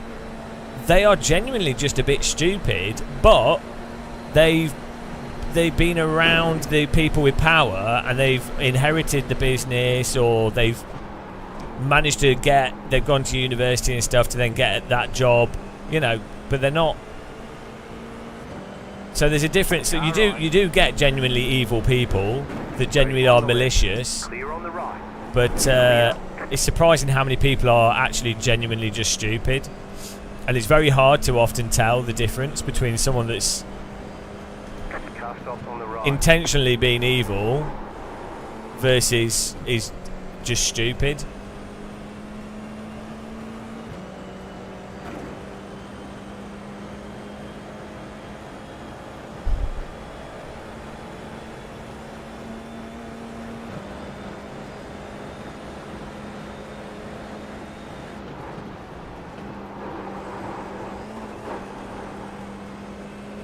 Car on your left.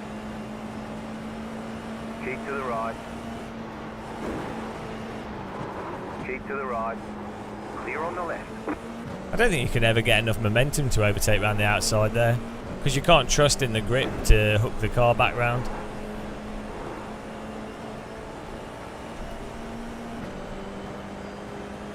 That's just how that's how you drink tea, Counterbait. Legit tea drinking style.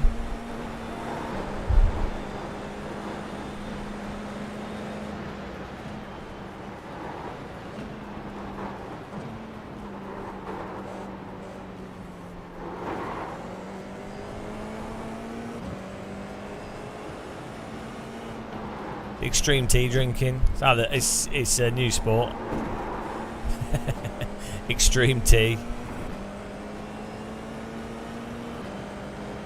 Why don't we live in a world without money? Because money's a really good way to force people to do things they wouldn't otherwise do. It's a really handy way to control people while seeming like you're not controlling them.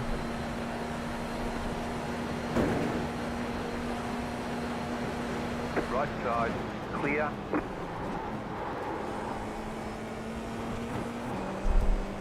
Because you can basically go, well, you've run out of money, so you need to do something you don't want to do. And then that person might go, yeah, but hang on, you're not running out of money because you inherited a trust fund or something, or you've got multiple houses, or you've got family and stuff that can support you, so you don't have to do something you don't want to do. Yeah, well, you know, that's your fault.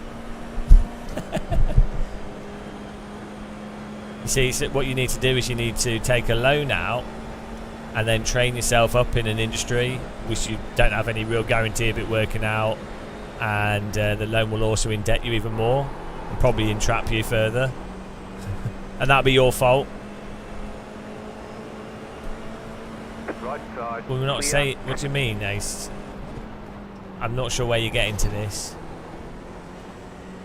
What do you use for transaction? I'm not saying that you shouldn't have money,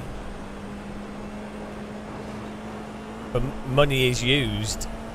The economic system that also uses money is designed as such as a way to take advantage of people by using the abstraction of money.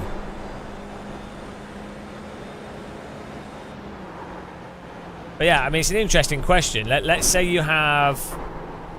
that you have a distribution of resources, and then you go, well, what do you use for transactions? Well, nothing. Like you just agree. Like, what do you mean? Like, transactions of what?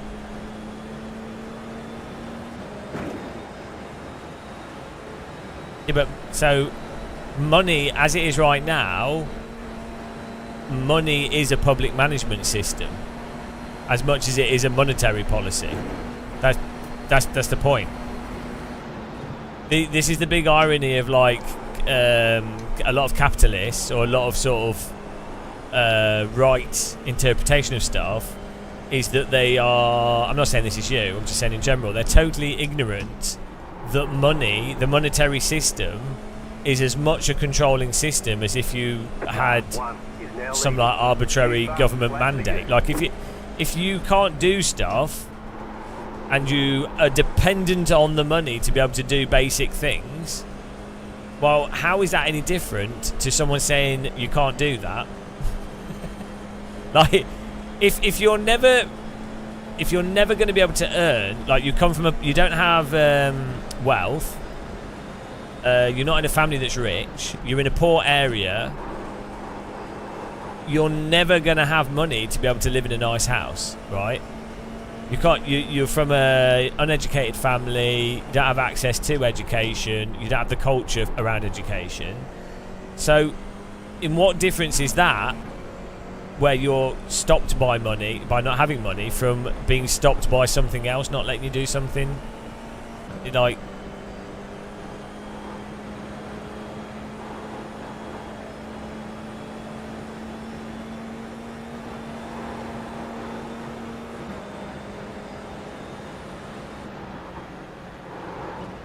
I'm not anti-money, but myself personally, like, by money is just an exchange token for various things. Like, even if you had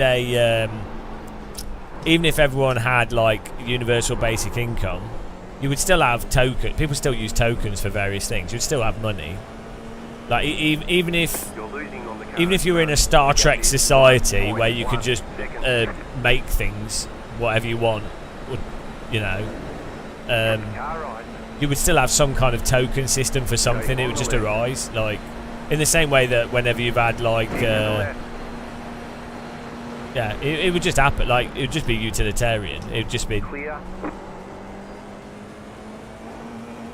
So you'd always have some kind of abstraction for barter.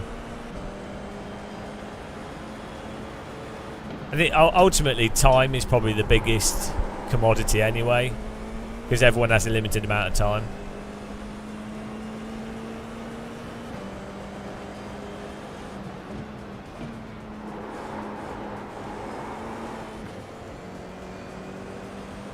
What if you want to go do teeth treatment and they don't your horse's payment? No, you're just talking about the difference between a barter system and a money system. Yeah, the point is, if you lived in a society where you've got enough dentists, so there's X amount of resources that are available due to technology, food, whatever's available, and so you just go to the dentist. You don't need to exchange anything. You're just talking about a barter system versus an abstract monetary system, but that's a separate conversation to the nature of how money can be used to entrap people. This is less than optimal.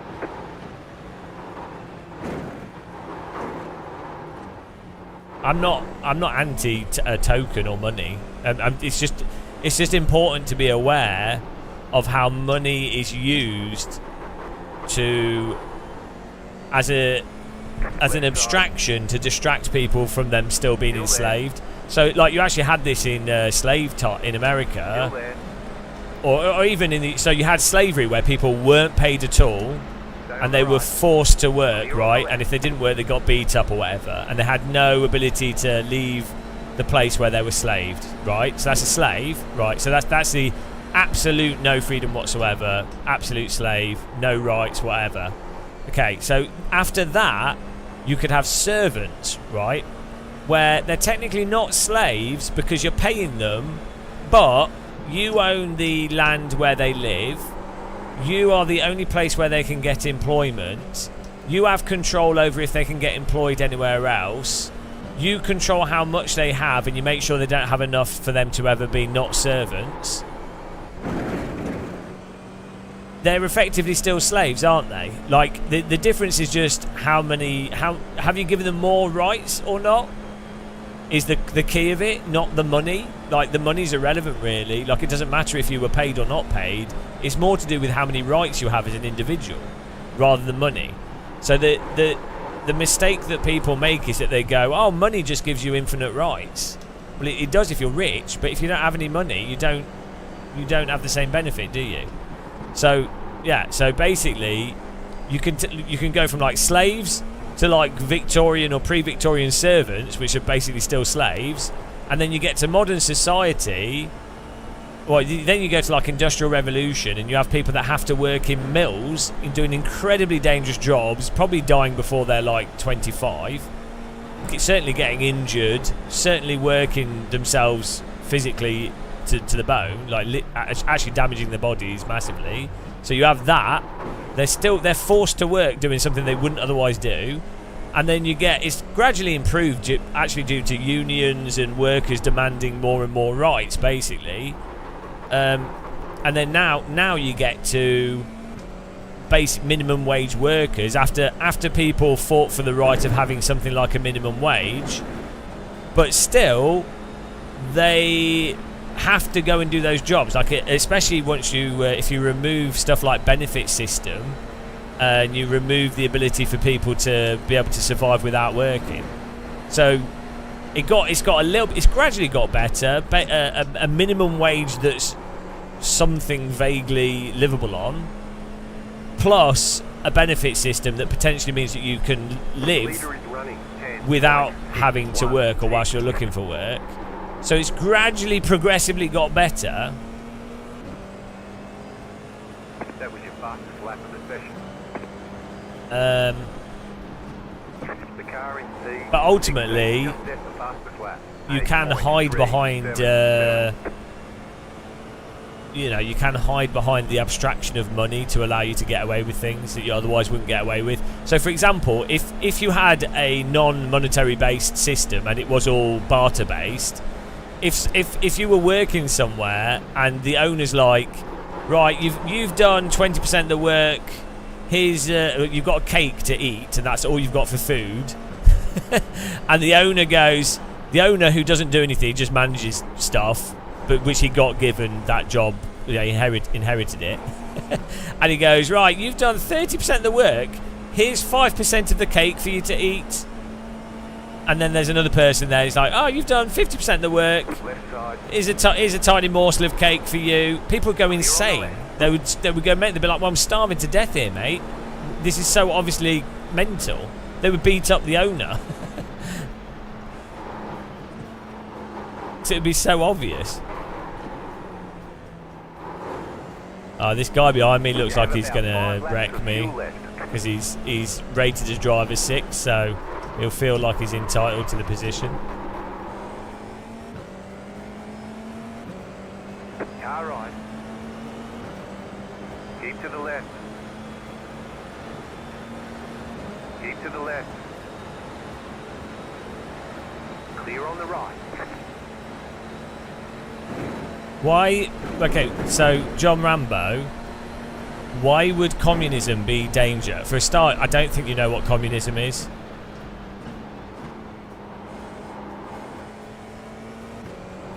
But you can't look for a new job in many cases. First of all, when you say the word communism, you don't know what communism is. What you mean is like Leninism or Stalinism or a dictatorial communism, which isn't communism in the slightest. It's really weird with communism. Like, someone could be against communism, that's fine, but I don't think I've ever come across someone using the word communism where they've actually using the word communism. Like, it's really weird. Like, normally when people use the word capitalism, they actually are talking about capitalism. They might be right or wrong or have different views on different forms of capitalism, but they're normally not using the word completely incorrectly. It's very strange. It's almost as if there's quite a few people absolutely terrified that if you had legitimate communism, they'd lose their power, so they have to go out of the way to propagandize against actual communism. I really suggest reading like Karl Marx. Actually read up on it. The idea that the workers own the work that they do. Funnily enough, most like full-on libertarian, hardcore right-wing people would actually agree. That's the irony as well. It's like, actually that's pretty in line with right-wing thinking. Yeah, Karl Marx wasn't actually anti-capitalist, really. He was just explaining the inevitable ebbs and flows of economic theory or what's likely to happen. This is so like, it's really funny, isn't it? How it's all just like distorted.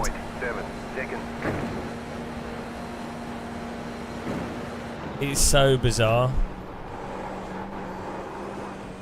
Like, the idea that communism's inherently bad is so weird. It's the same as the idea that capitalism is inherently terrible. It's like, well, not necessarily.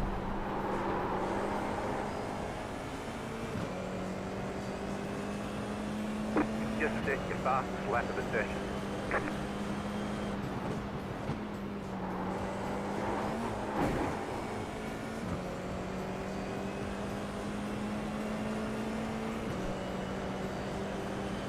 He's just ranting in bed. It's a pre-recorded show, yeah. I'm AI. It's weird. People think that they're chatting with me. I'm just it's a script.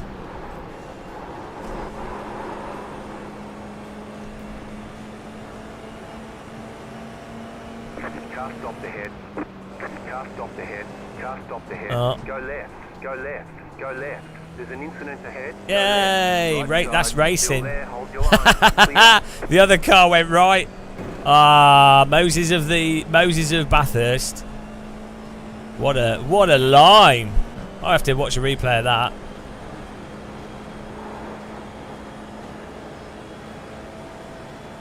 Did you like that, guys? You see how quickly we... I thought the car to the right of me might drive into me.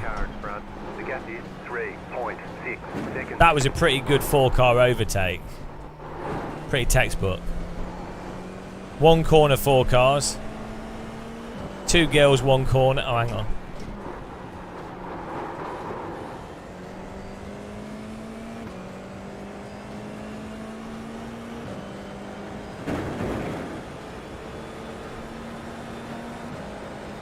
That was a proletariat move. They were the bourgeoisie, and we just absolutely revolutionised them. It's a French Revolution of a corner. I took control of the means of production right there. Has it, Novotny?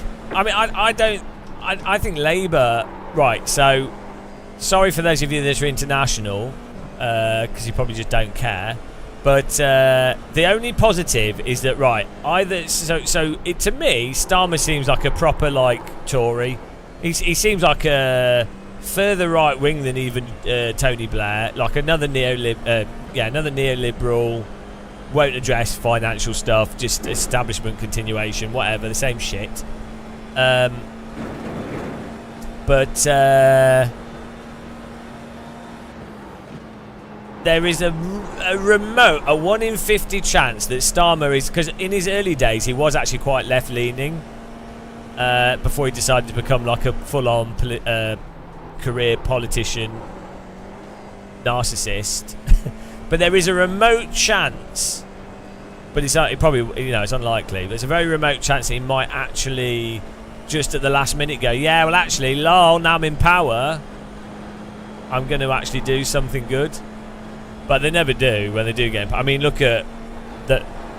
At the end of the day, you can't even do anything anyway. So, there's just too many people against you. So, yeah.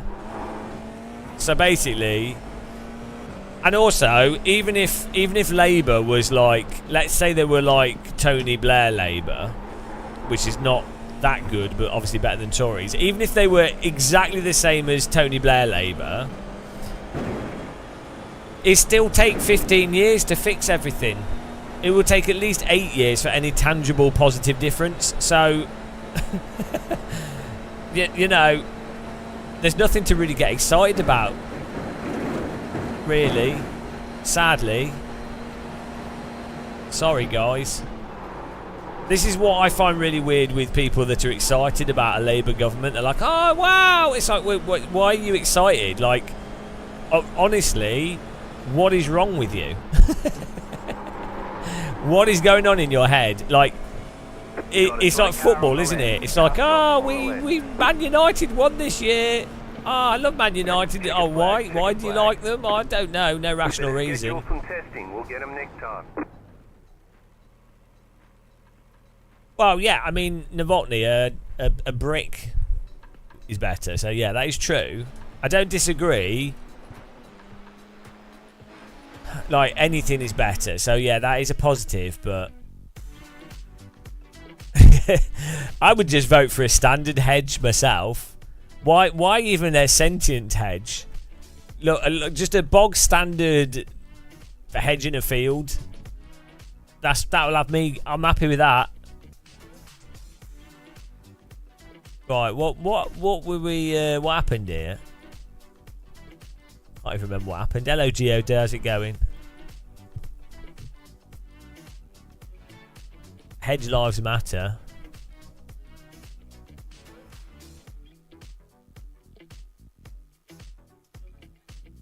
Piss-stained baguette. Why would you know what a piss-stained baguette's like? Piss-stained baguette. That sounds like you've had experience of this. Nice one, Geoda. You could describe this channel as a bit of a piss-stained baguette. The piss stained baguette of sim races. Oh, that's it. It won't let me generate that, will it? On an image generator.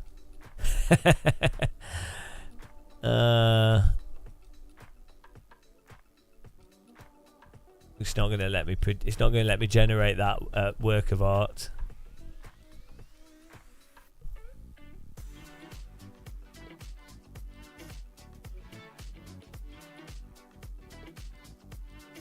Did you? Did they? Why did they let you in the country? I wouldn't have let you in. I'd have been skeptical. I'd have gone, oh, this person's a bit shifty.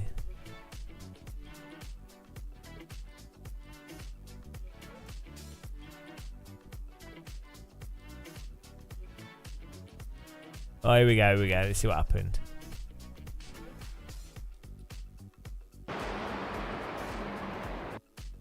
Wrong choice. Wrong decision. Hang on, here we go. Let me guess, he turned too hard and the tyres turned off. You ready? Noob. He turned too hard whilst braking.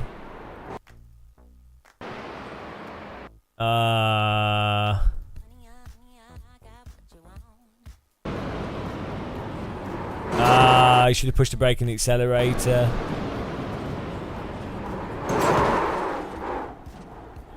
iRacing is the most advanced and comprehensive racing simulation software in the world. It's also the most realistic.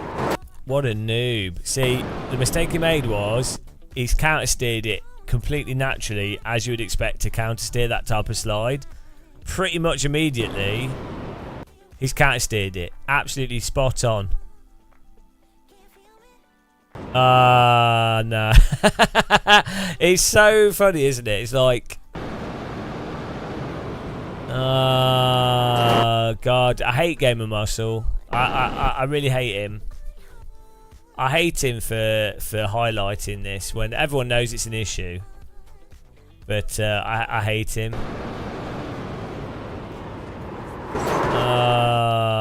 This guy must be like a noob. Oh, he's got 3.3k iRating, so he's probably played a lot of iRacing. Thanks for subscribing, Demex. What a noob.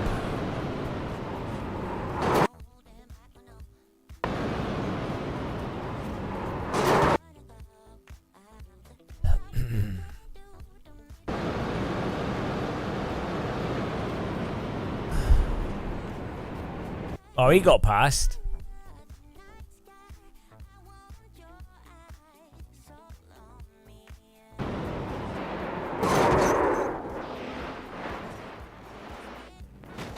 Oh, he didn't. Let's see what he got to see. How much of a warning did he have?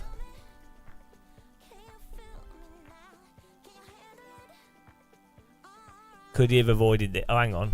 So this car.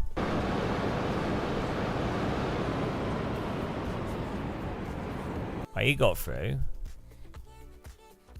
Why does he turn right? Oh, because he locks up. He's on his brakes. Because he had to brake for this car. Then he wanted to miss him. So he then drives into this car. Oh, no. And then this guy comes around the corner. Oh, and then he drives into them. He could have just stayed on the left. He could have just stayed on the left. It's like a surprise for each driver. Oh, it's pretty funny. Spotter probably said car on the left. He fell for it. Fell for the spotter. He'll have got on the brakes. No, he's driven straight into them. Oh, no. Did Javier get through? See, Javier made the right choice. Did this guy make the right choice? No, he's stuck. He's he's like, I go wide to open it up. Why does he gets on the brake, never get on the brake, and then he can't turn? And now he's stuck in this jam. Oh, that's pretty funny. Of course, I make the right choice, as usual. Look at this. Straight up the inside. There we go. 1, 2, 3, 4. Absolutely pro moves there. Textbook. I don't listen to anything Jordan Peterson says. I don't know what his views are. They're probably incoherent. He has a habit of going totally illogical about certain things.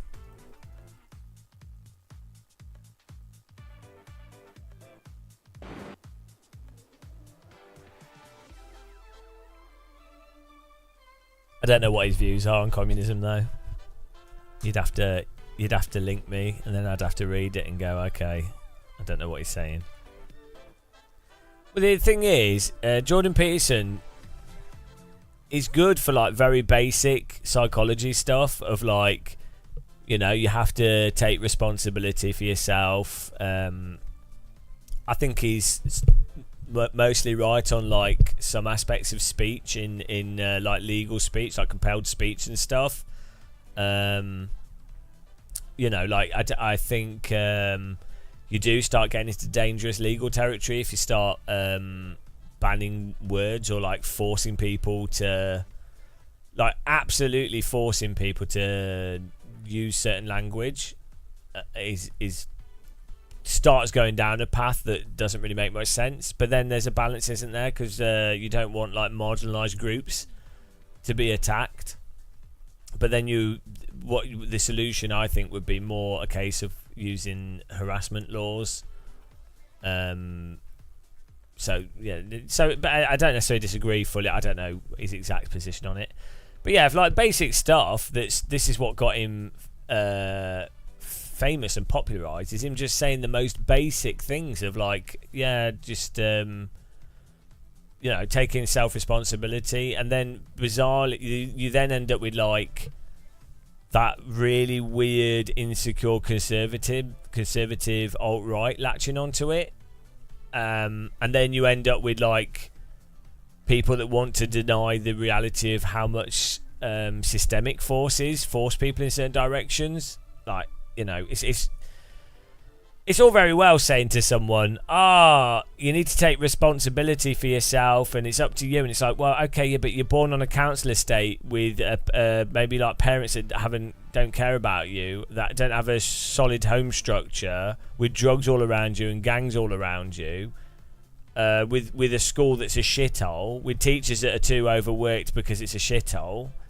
Well, you can say to someone, take responsibility for yourself. It's like, well, okay, yeah, but the environment they're in, it's like having a plant, throwing a plant into some like toxic soil, and then going, well, it's the plant's responsibility to water itself and to point towards the light. It's like, well, guess what? If you put a plant in soil that's fertile and it's watered regularly externally, guess which is probably going to do better than a plant that's trying its hardest that's in shit soil. Although shit soil would be quite fertile, ironically. But like, I don't know how people can ignore systemic stuff. It's really bizarre. Like, you can't, because it's so blatantly obvious that the environment you're in has such a big result on what's going to happen. You know, like the environment of iRacing, where the tyres don't allow you to counter steer slip, is going to cause a lot more crashes and people shouting than the environment of Assetto Corsa, where you can counter steer. It doesn't. Yeah, you have to take responsibility for not driving over the limit, and yeah, you have to be careful, and yeah, that's how you play iRacing. So you do have to take, you know, that's the context you're in. But the fact is, if the tyre model goes over the limit and you can't catch it, there will be more crashes. You can't ignore that. So, but it's actually, this is a perfect analogy, because a lot of iRacers will go, no, it's all down to your self-responsibility. You know, it's all down to the drivers, you know. They won't recognise the overarching systemic component that shapes the majority of what happens. there seems to be like a number of people that intellectually cannot understand that conceptually. John Rambo, he says we need to be careful with changes because of upsetting the system. It can make your life work. Yeah, but that's not saying anything. Yeah, if you have a system that's very complex, any change will likely produce it's gonna be like a dice roll. So, but that's the same if you had a any system. So yeah, that's not a view on communism. I don't like ACC, but I do like the normal. But that is amazing. So it's probably one of the one of the or not the best simulation to practice, like even F1 or GT mods. It's really good. I don't know why Bathurst has ended up being like really relaxing to drive. This is the opposite of what should have happened. In my mind, Bathurst was going to be a total shit show. It's ended up being like really relaxing. It doesn't make any sense at all. Bathurst F4 is like the most relaxing car track combo. Hang on, what's this Indie Fix series? Oh, I have to buy something.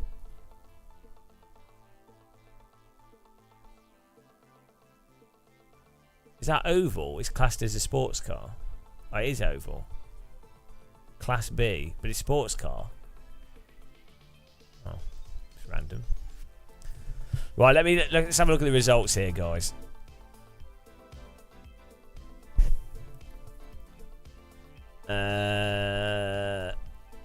Results and stats.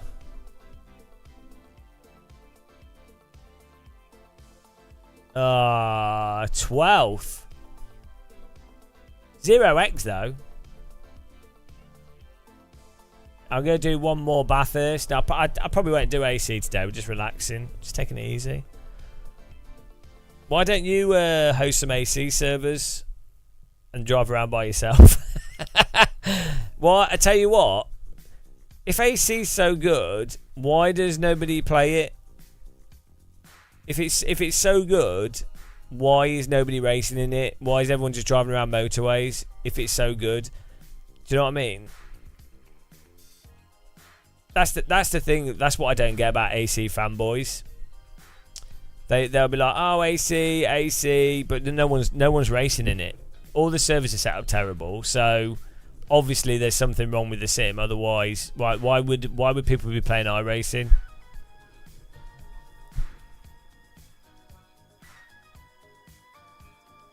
John Rambo, you could argue that socialism is close to communism. I think they're just two separate. You could have a socialist capitalist system and a socialist communist system. They're just.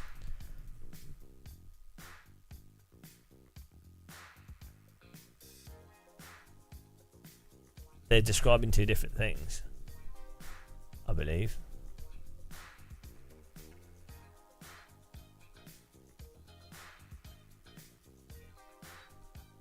Yeah, communism eliminates private property in the hopes of creating equality.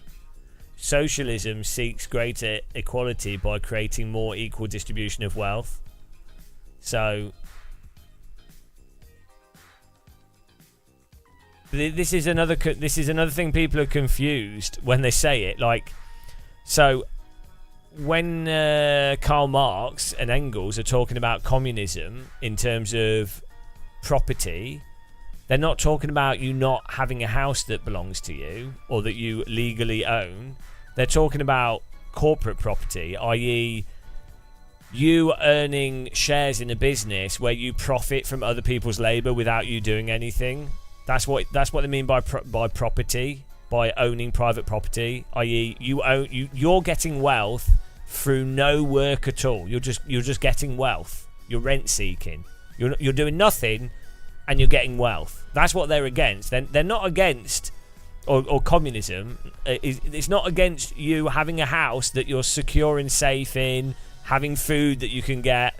They're not against that at all.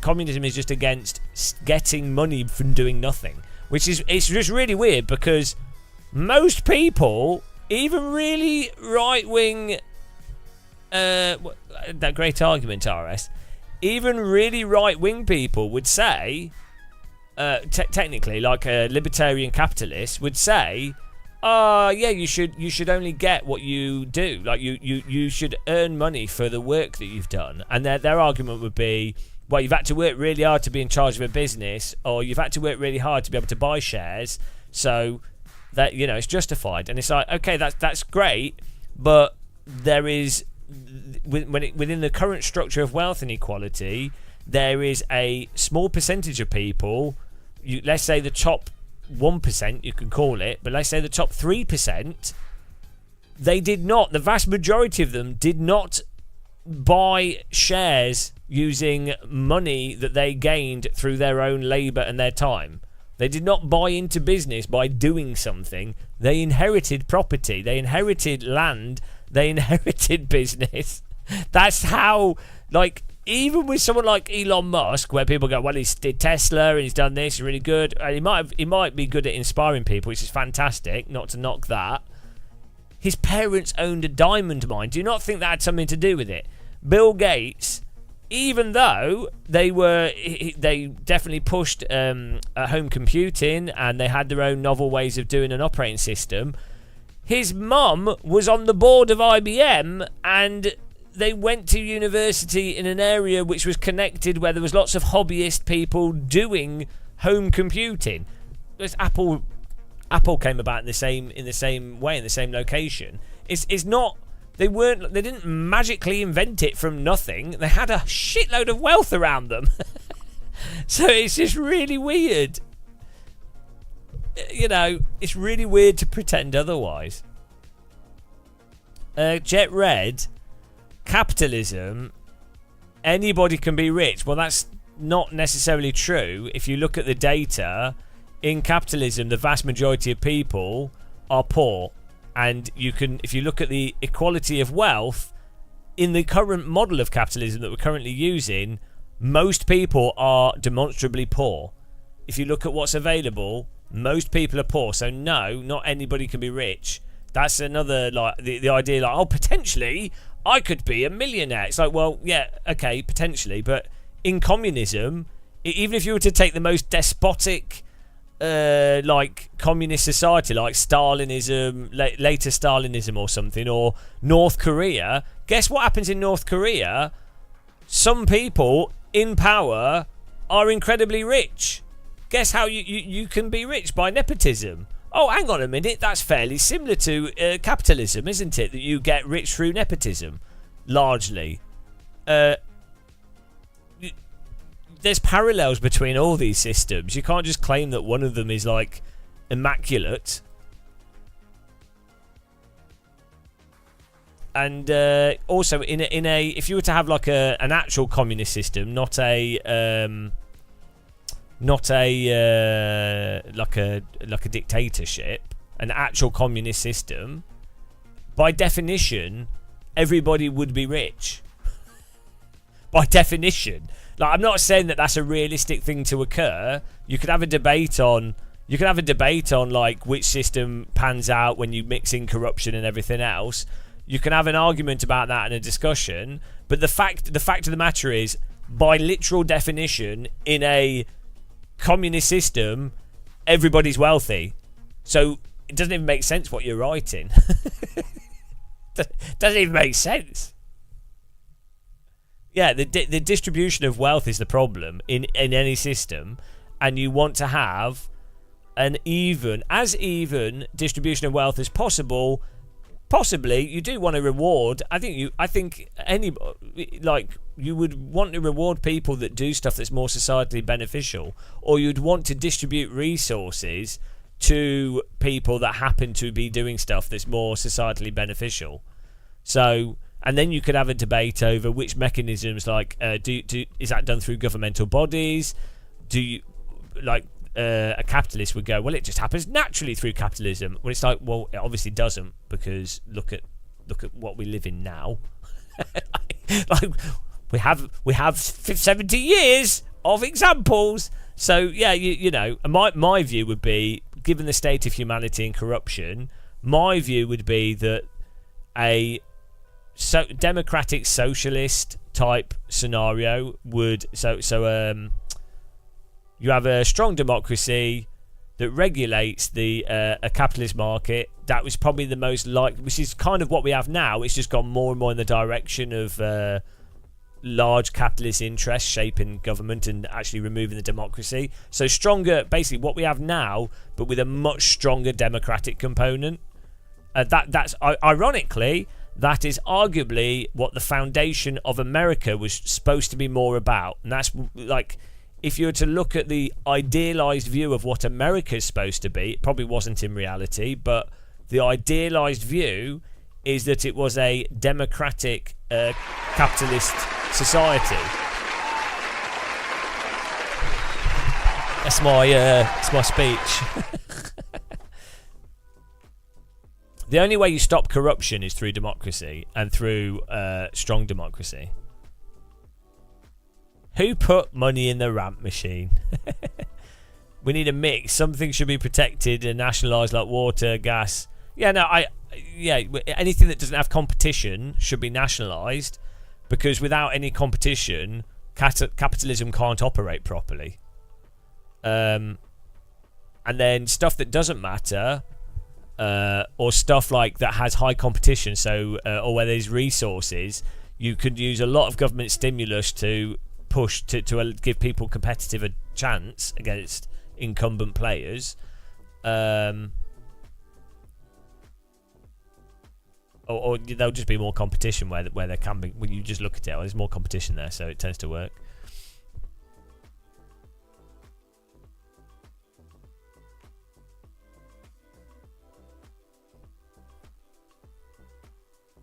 Scandinavia, more like Scandal-navia. I don't trust those Scandinavians. Yeah, but the railways, right? The rail lines are already nationalised, right? It's just the trains. But then you know what they'll do? They'll buy them. So at the moment, I think the Germans own, like Arriva and stuff, own loads of the trains, or lots of companies, internationals. So what, you then you buy them back off those countries. You should just take them back. They go, we're ours. Can we have our trains back, please, Germany? We want to have tea on them. That's why there's no tea on the trains. I blame the Germans. I'll be back in a minute. I'm just getting a fish.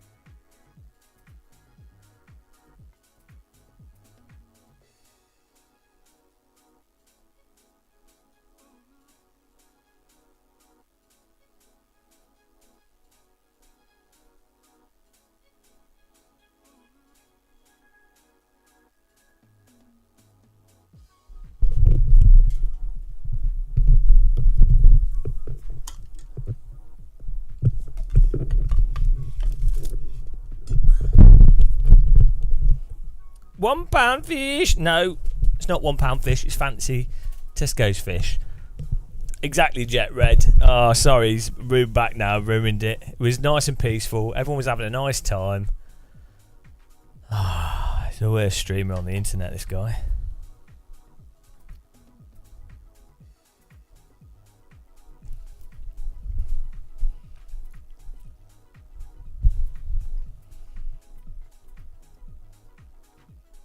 Jesus will be back soon. Jesus Christ.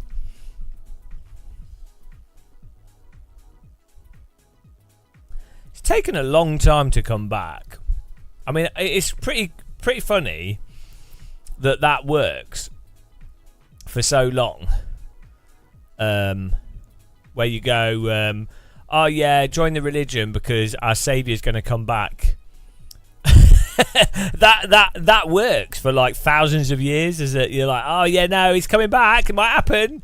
It might, and it never does. But people will be like, it might happen. It will say, you got to be saved. It's funny that people will fall for that for 2,000 years. That's quality banter. I bet you someone just made it up for the lols. They went, lol. Do you know what? Let's say Jesus will come back. I bet people will believe it for a long time. They were probably like, oh, that'll last a week. They'll believe it for a week. Lol. To be honest, that is probably one of the best trolls of all history. Fair play.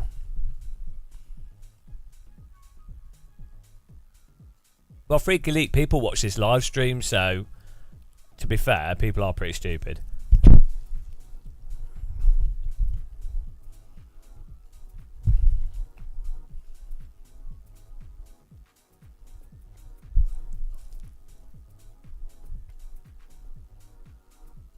Where's my F1 2024 review? I can make it now. F1 2024 is the greatest Formula 1 game that EA have made to date. It's got all the updated cars of the season. It's got some awesome new single player modes, and they've really put an effort in refining the physics of the cars and making it so that you can enjoy driving a Formula 1 car and going through the full season either with your own character or role-playing as one of your favourite Formula 1 drivers. The multiplayer, unfortunately, doesn't quite work properly like previous versions of the game. Netcode could be a lot better, and there's obviously a lot of people struggling to drive the cars because, like Formula 1 cars, they're very hard to drive. Codemaster, there are some issues with the controls at the start of the game, and there are some graphical problems and stutter, but EA have said that they will be addressing these in a patch shortly in the near future. The VR is really nice. It allows you to feel like you're sat inside of a race car, and it certainly is an exciting way to play the game, but the performance of the game does let down the VR a little bit. I'm really excited for the next game that they produce, because I think by then they will have really polished it and worked out exactly how to get the most out of it. But at the end of the day, F1 2024 is a reasonable game for a good price that lets you enjoy all the racetracks and all the excitement of the 2024 Formula 1 season. Also keep in mind there's the F1 eSports series where you can watch the best drivers of Formula 1 virtually compete for prize money.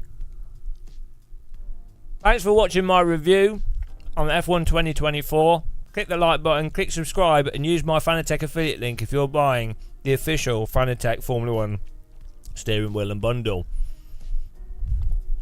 There you go, guys. That's a review done.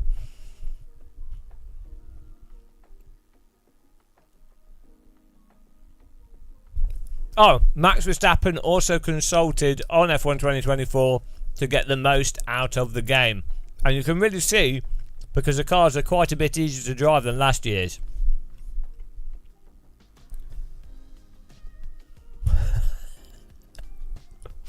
Buy an air fryer.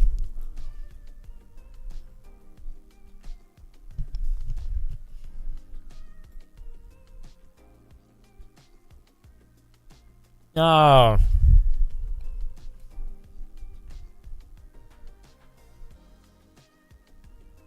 I think this fish is really nice. I got early access to the game. Guys, I'm really lucky. Thanks to EA, I got early access to F1, so I can now share with you my thoughts, which aren't coloured at all by early access. and the fact that I will literally make hundreds of pounds by having this video out before other people. It's not affected my review at all. Also, the fact that I'm mostly positive in these videos is not at all a consequence of the fact that if I'm negative or critical, I will lose access to early press review copies of games and events, free tickets to Formula 1 and access to Formula 1. So no, that has not affected anything at all. You can trust everything in this video.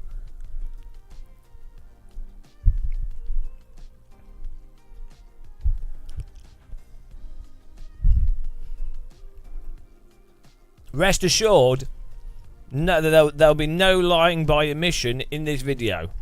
It will all be completely honest and critical to a fair scale of what you would expect from someone that's played a lot of games.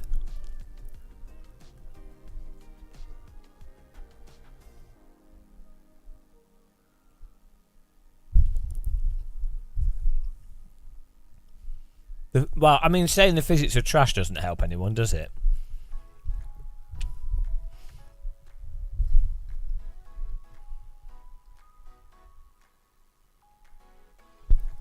I don't like ACC, but I do like the normalist.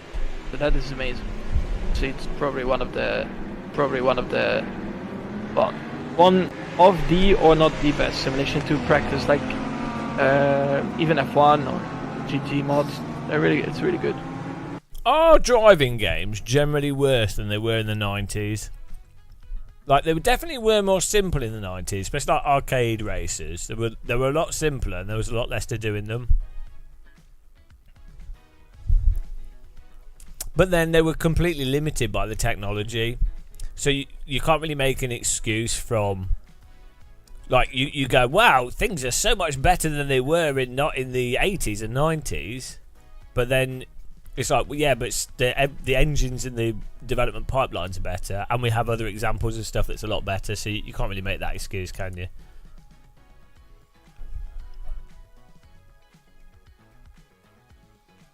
Burnout 3, which one was that? Burnout World Tour. How good is it? I need to play that again, guys. Burnout, which one is it? Burnout World Tour. Well, I kind of want to complete it. Burnout 3 Takedown. Is it Takedown? What was it? Which one was that? Burnout Legends. Hang on. Burnout games. Yeah, no, Burnout Legends was good. It was but yeah, to be fair, Burnout Takedown was... Hang on, why do they call it World Tour?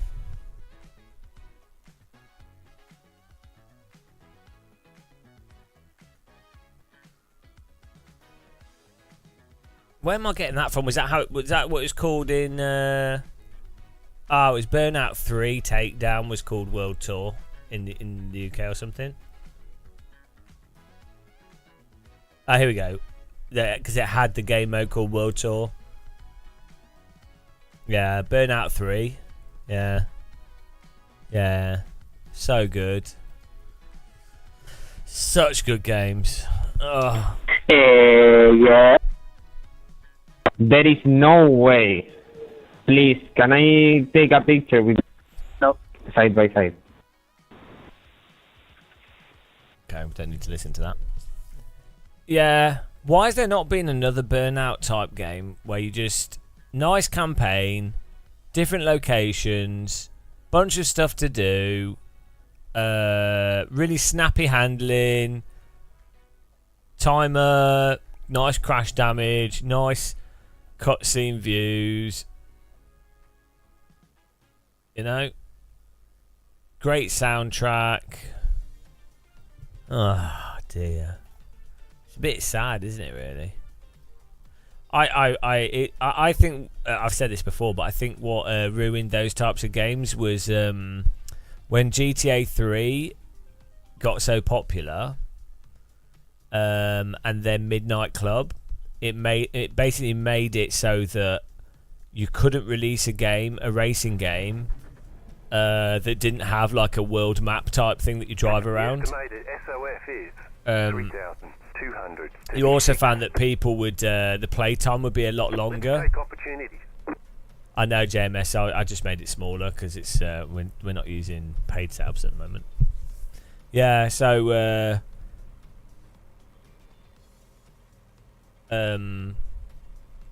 yeah, but like that whole world map thing, because it's easier to develop that sort of stuff, and people get more playtime out of just driving from A to B to go to the different menu stuff.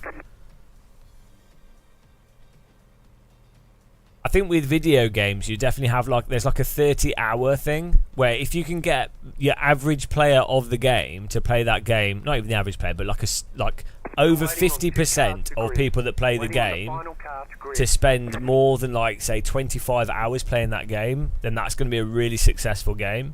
It's really hard to get people, like 50% of people buying something to play it. Green flag, green flag. For that long. It's very hard.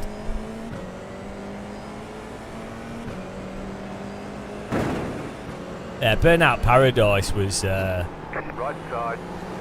Go right. You're on the left. 3 wide. Car right. 2 wide. Clear. Go right. There's an incident behind. Yeah, the Burnout Paradise map was terrible. It had the nice countryside bit in the hills, but all the city stuff was just like... well, it's all boring. It's all the same thing. Yeah. Oh, well. And then the guys that worked at Criterion, I think some of them ended up working for SMS and some other stuff, but I think they got pretty burnt out. By the time they'd done 3 Burnout games, they were burnt out themselves. Didn't Criterion do Time Splitters as well? They did that before Burnout, I can't remember. Oh yeah, they did a Need for Speed game, but I think they'd already had like quite a bit of staff churn by that point. There's an incident ahead.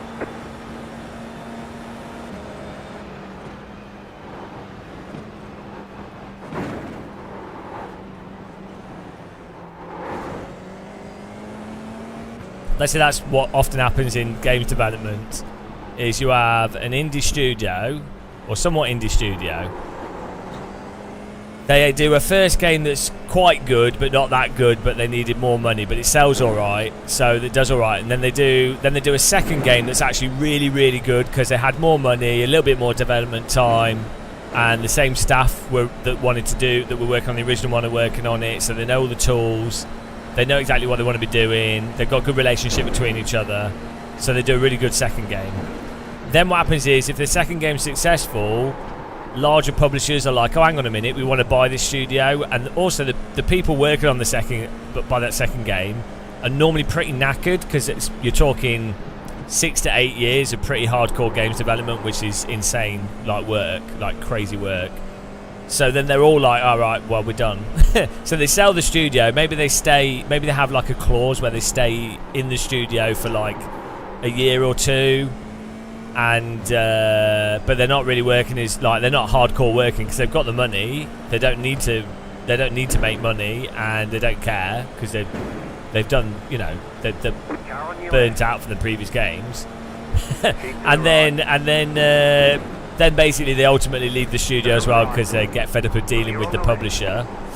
And then there's no original staff there, and the next game they produce complete shit. And then the publisher's like, they try to use advertising to market and sell something that's complete shit. And then after 4 or 5 games, it's done. Well, this guy's going to drive into me. What's he doing?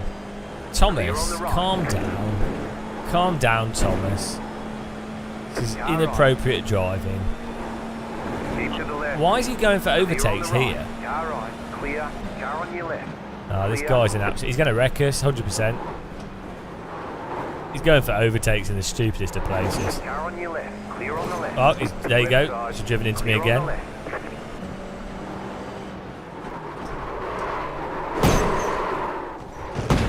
See, I decided to go on the inside line. Oops. I decided to take an inside line to be defensive, but I hadn't practiced I hadn't practiced that inside line, and so the rear of the car just went, there's nothing you can do. Oh dear, iRacing. I made the mistake of trying to actually drive there. I forgot we're playing iRacing. I should have not tried to drive any different.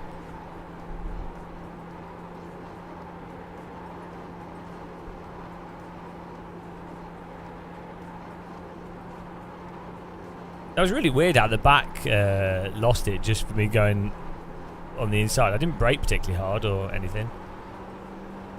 It's really strange.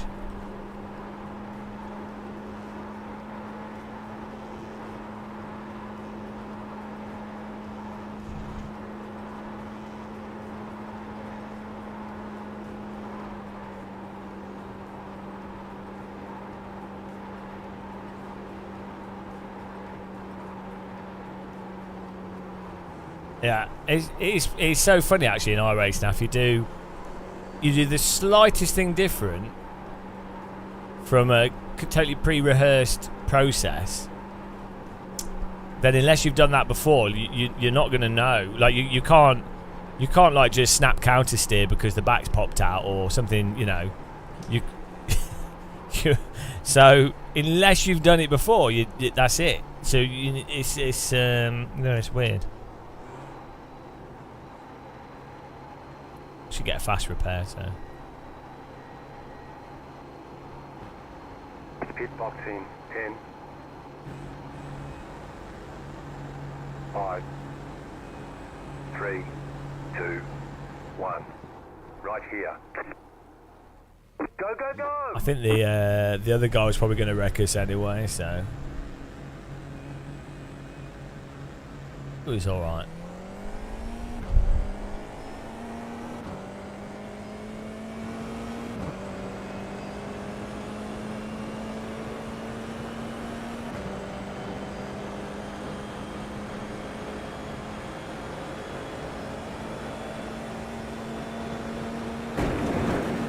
Cheapest good motion sim. Sigma Integrali do good cheap, like their DK2 motion. I would only go for something with like 4-point actuators or 3-point actuator system. I wouldn't get a seat mover, but like yeah, the actuators that you have at the side of the rig are really good. They feel great. But you're looking at about spending £2,000. Well, I'd say £3,000 is kind of the minimum for a good motion system. Otherwise, you might as well just spend £150 and just use tactile transducers. To be honest.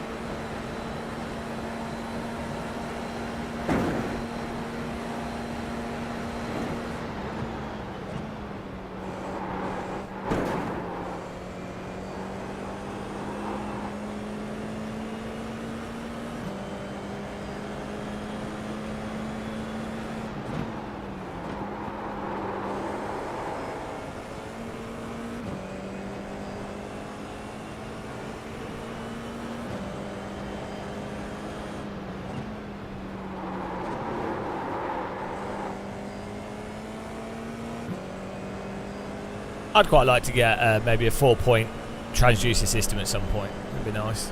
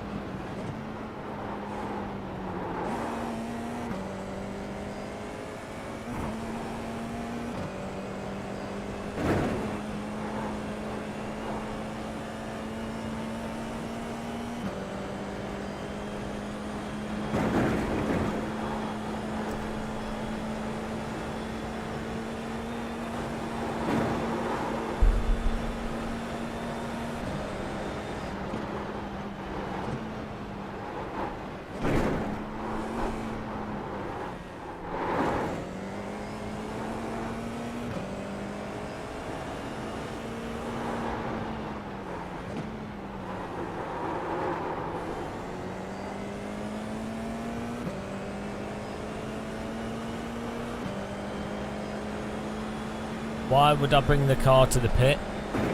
We've already repaired.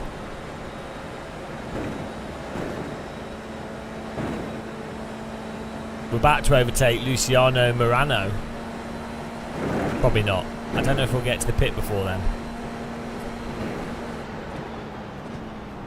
Hello, Vandis. How's it going?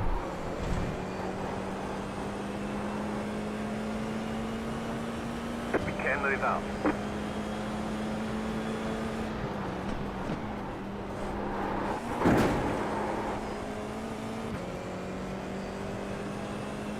That was your fastest lap of the session.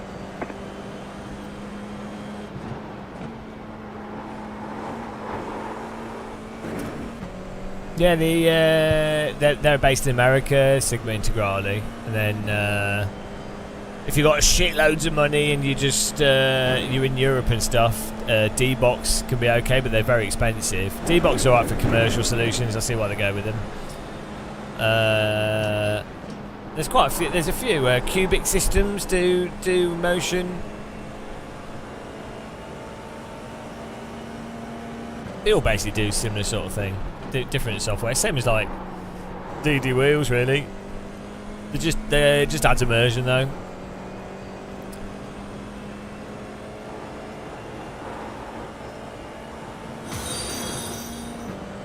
The pace car is out of control. They're getting as Novotny. They ads in the face. Thanks for following. Appreciate it. Jacob Racing. How's it going, man?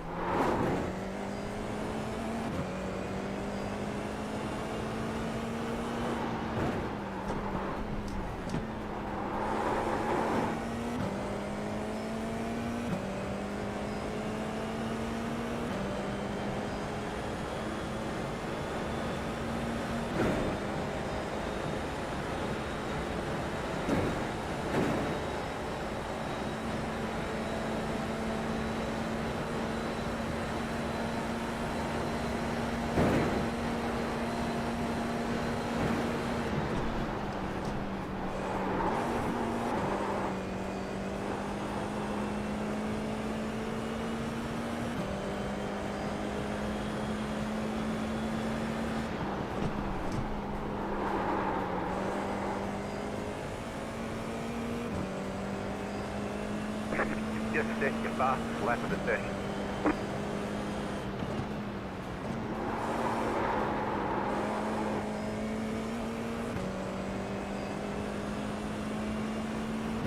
Guy Robertson in 17th. This is a nice little cruise.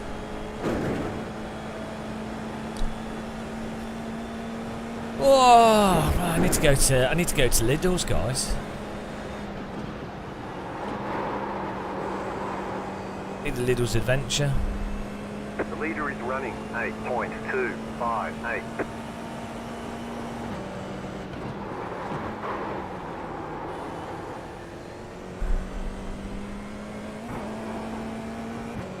Have a wee nosy around the middle aisle.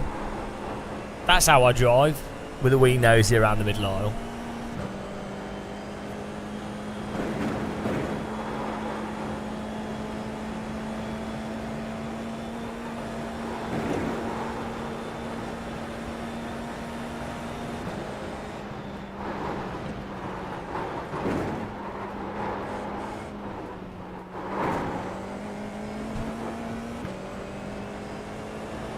Slow car ahead.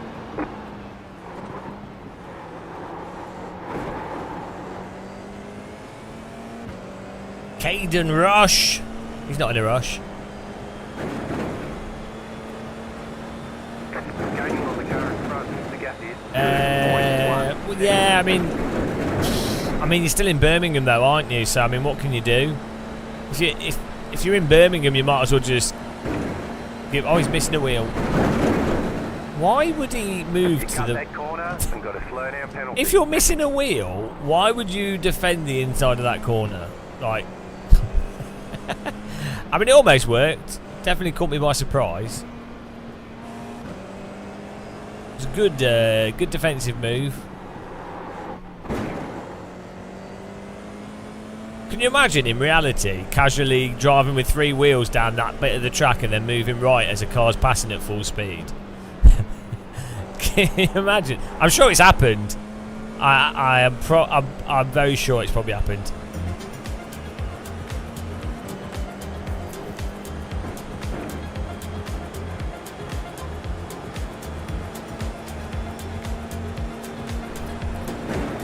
I don't need to diss Birmingham. It's a diss in and of itself.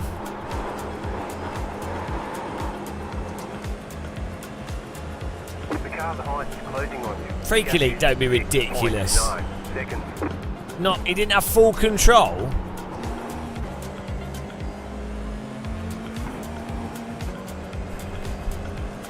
You got about 5 laps of fuel left.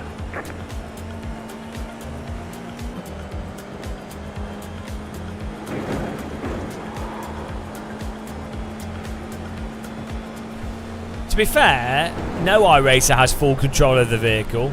LOL. LOL. Lolaramas. LOL-tacular.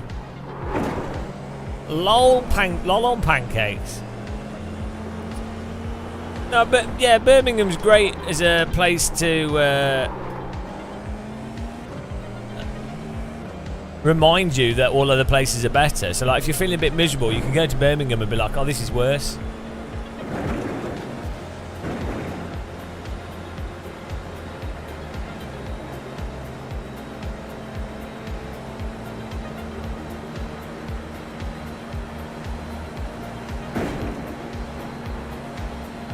I find those big shopping centres well weird. Like, I never go in them.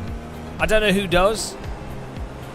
Like, I guess people go clothes shopping or something for brands, so they're like, oh, big shopping centre. I don't understand that. Agents have been, yeah. I mean, iRacing have said it themselves. iRacing is the most advanced and comprehensive racing simulation software in the world. It's also the most realistic. It's also the most realistic. You forgot that. You have to keep in mind that it's also the most realistic. It's also the most realistic. It's also the most realistic.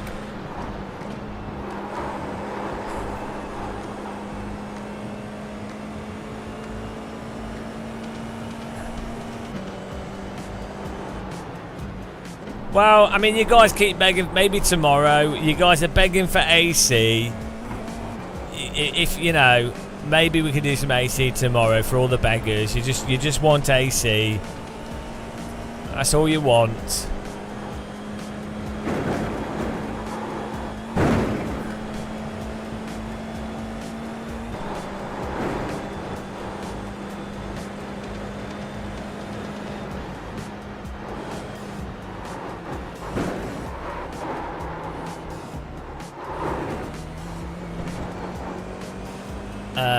I don't do albums, I'm too cool.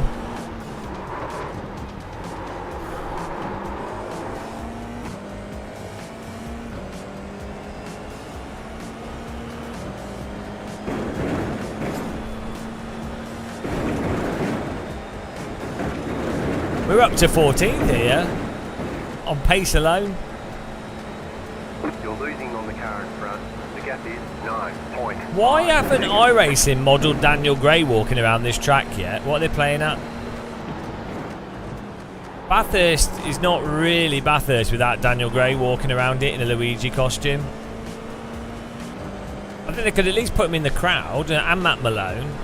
I think people that play iRacing a lot and that have promoted iRacing and helped maintain that iRacing is the most realistic simulator. iRacing is the most advanced and comprehensive racing simulation software in the world.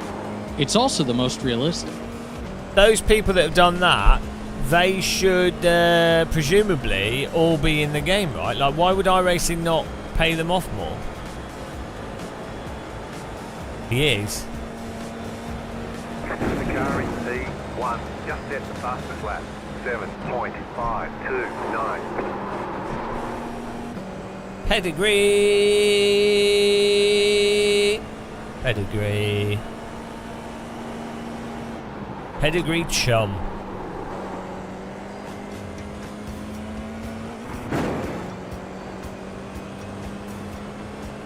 Man, I'm exhausted today. This is nice. This is really nice and relaxing driving around here. I don't know, this is complete opposite. Well, I thought this would be a hilarious shit show on this track. I mean, we have been wrecked a few times, but it's actually quite relaxing. It's just relaxing bumbling around this circuit. It's pretty flat out for most of it. Ah, that was close. It's a relaxing track.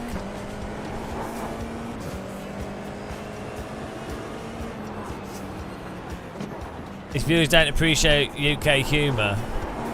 Ah, well. You're always drunk. That's... Are you saying that you're mostly sober when you watch my channel? That's a compliment. It's a big compliment from Novotny there. He has to be drunk to watch an Australian. Oh no, he's still... Is that why you plant the bomb out in the open? Drive him to drink.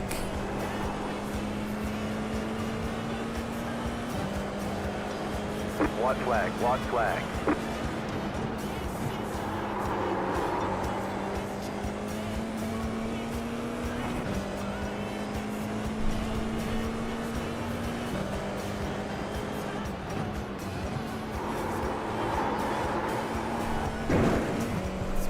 The Novotny law is wild.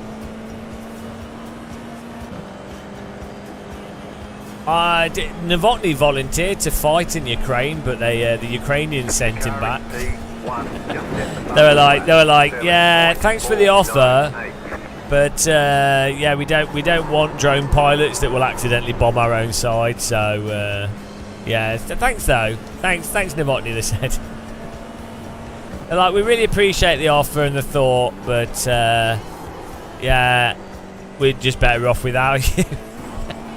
We watched some replays of you playing Counter Strike, and we're like, yeah, well, this is there's no way we're gonna be able to train this guy up.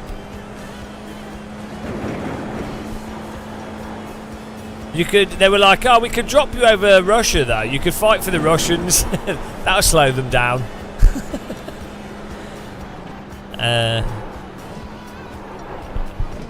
Oh, poor Novotny. It's hard being Novotny.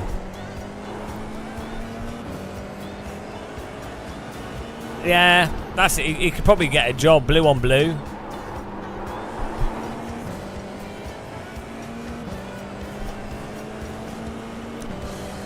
Reduces costs. The American military call him in when they're like, oh, we don't want to spend too much money on retirement funds. So we need to drop some bombs on our own side. Okay. Get Novotny, call him in. Novotny in the A10 Warthog, lighting up his own soldiers.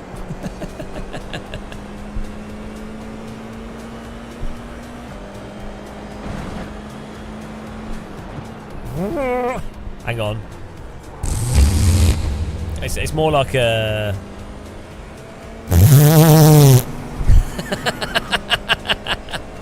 Oh, that's pretty good. That was pretty good. Ticket flag. Pretty good. Okay, we'll get him next time. You like it? I did the sound effects. Yeah, I did the sound effects for DCS. It was one of my jobs. I was 100% an A10. A10 A star. Right, let's have a look at this spin diddle that we did from making a huge mistake of driving slightly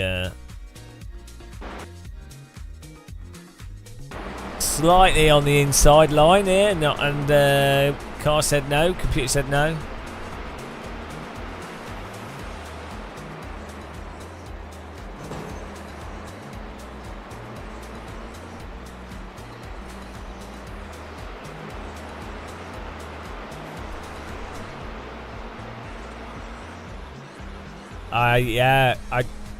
I bath in champagne.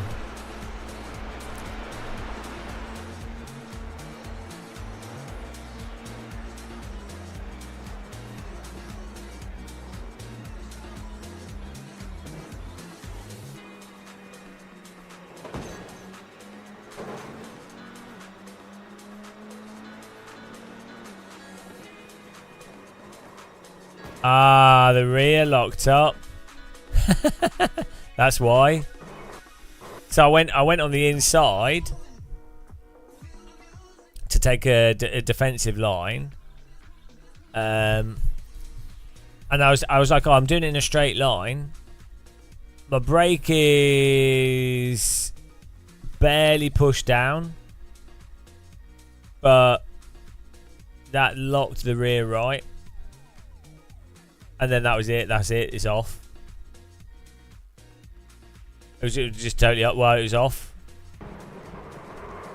It was just totally off from locking up. Grip gone. But yeah, so the only way you would know that is by having driven that inside line beforehand and then broken that position. Because once it locks up like that, it was only the rear right locking up though. Weirdly, the rest of the tyres were actually fine. It's just because of the road, the shape of the road. But that's enough for it to then just,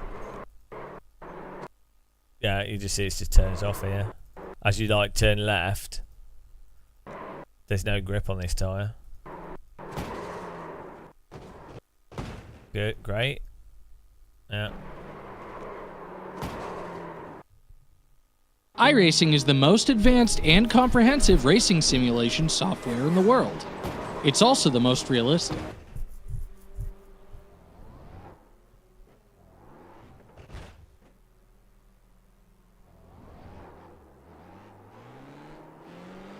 Look at this is a good stance. I think this could be the new meta. Yeah, this could be it. This could be the new setup. We should give this to Red Bull for next year. Because the car behind wouldn't know which way you're going. And they wouldn't know what the front or the back of the car is. This is actually how most cars in Italy drive. It's how they come out the factory. Tyres going through the under tray helps warm it up. I'm on it.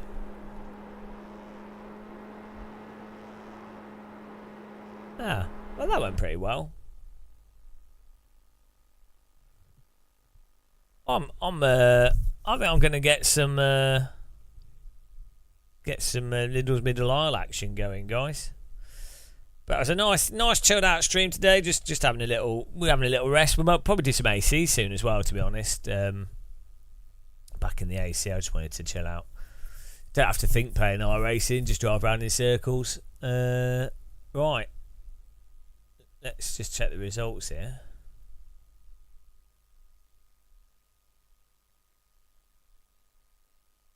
Lemire de Passy was driving ice skating during the motion discussion. I used an SFX Erasing Lab couple with SRS for 3 years. Just switched to Cubic because SRS didn't want or know how to implement vibrations. Yeah, also, SimHub, yeah, you just said it. SimHub now has it, so.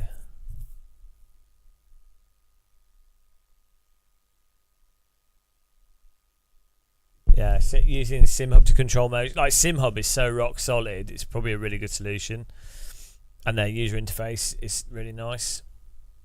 And now they've done that, SimHub, I did ask, so it's only taken him a year, actually. I spoke to the guy that programmed SimHub last year, well, like 8 months ago, and he said how they were working on motion, but they didn't know when it'd be done. They've done it now. And I was like, oh, it'd be interesting if you guys could work on like telemetry-driven force feedback and stuff. And he was like, oh, I'll think about it. Yeah, SimHub's is so well programmed. The guy that makes it's a genius. Really nice guy as well. Nice French guy. Let's have a look at the results here. He's a legend of sim racing. I mean, I'm using it now for my tactile transducers. Really, really good. Oh, we lost. No, that was the one before, right? No. Why did I lose a safety rating? Oh, it must have been pushing it off the ledger. So we only had two. Oh no, we had 4x. Okay.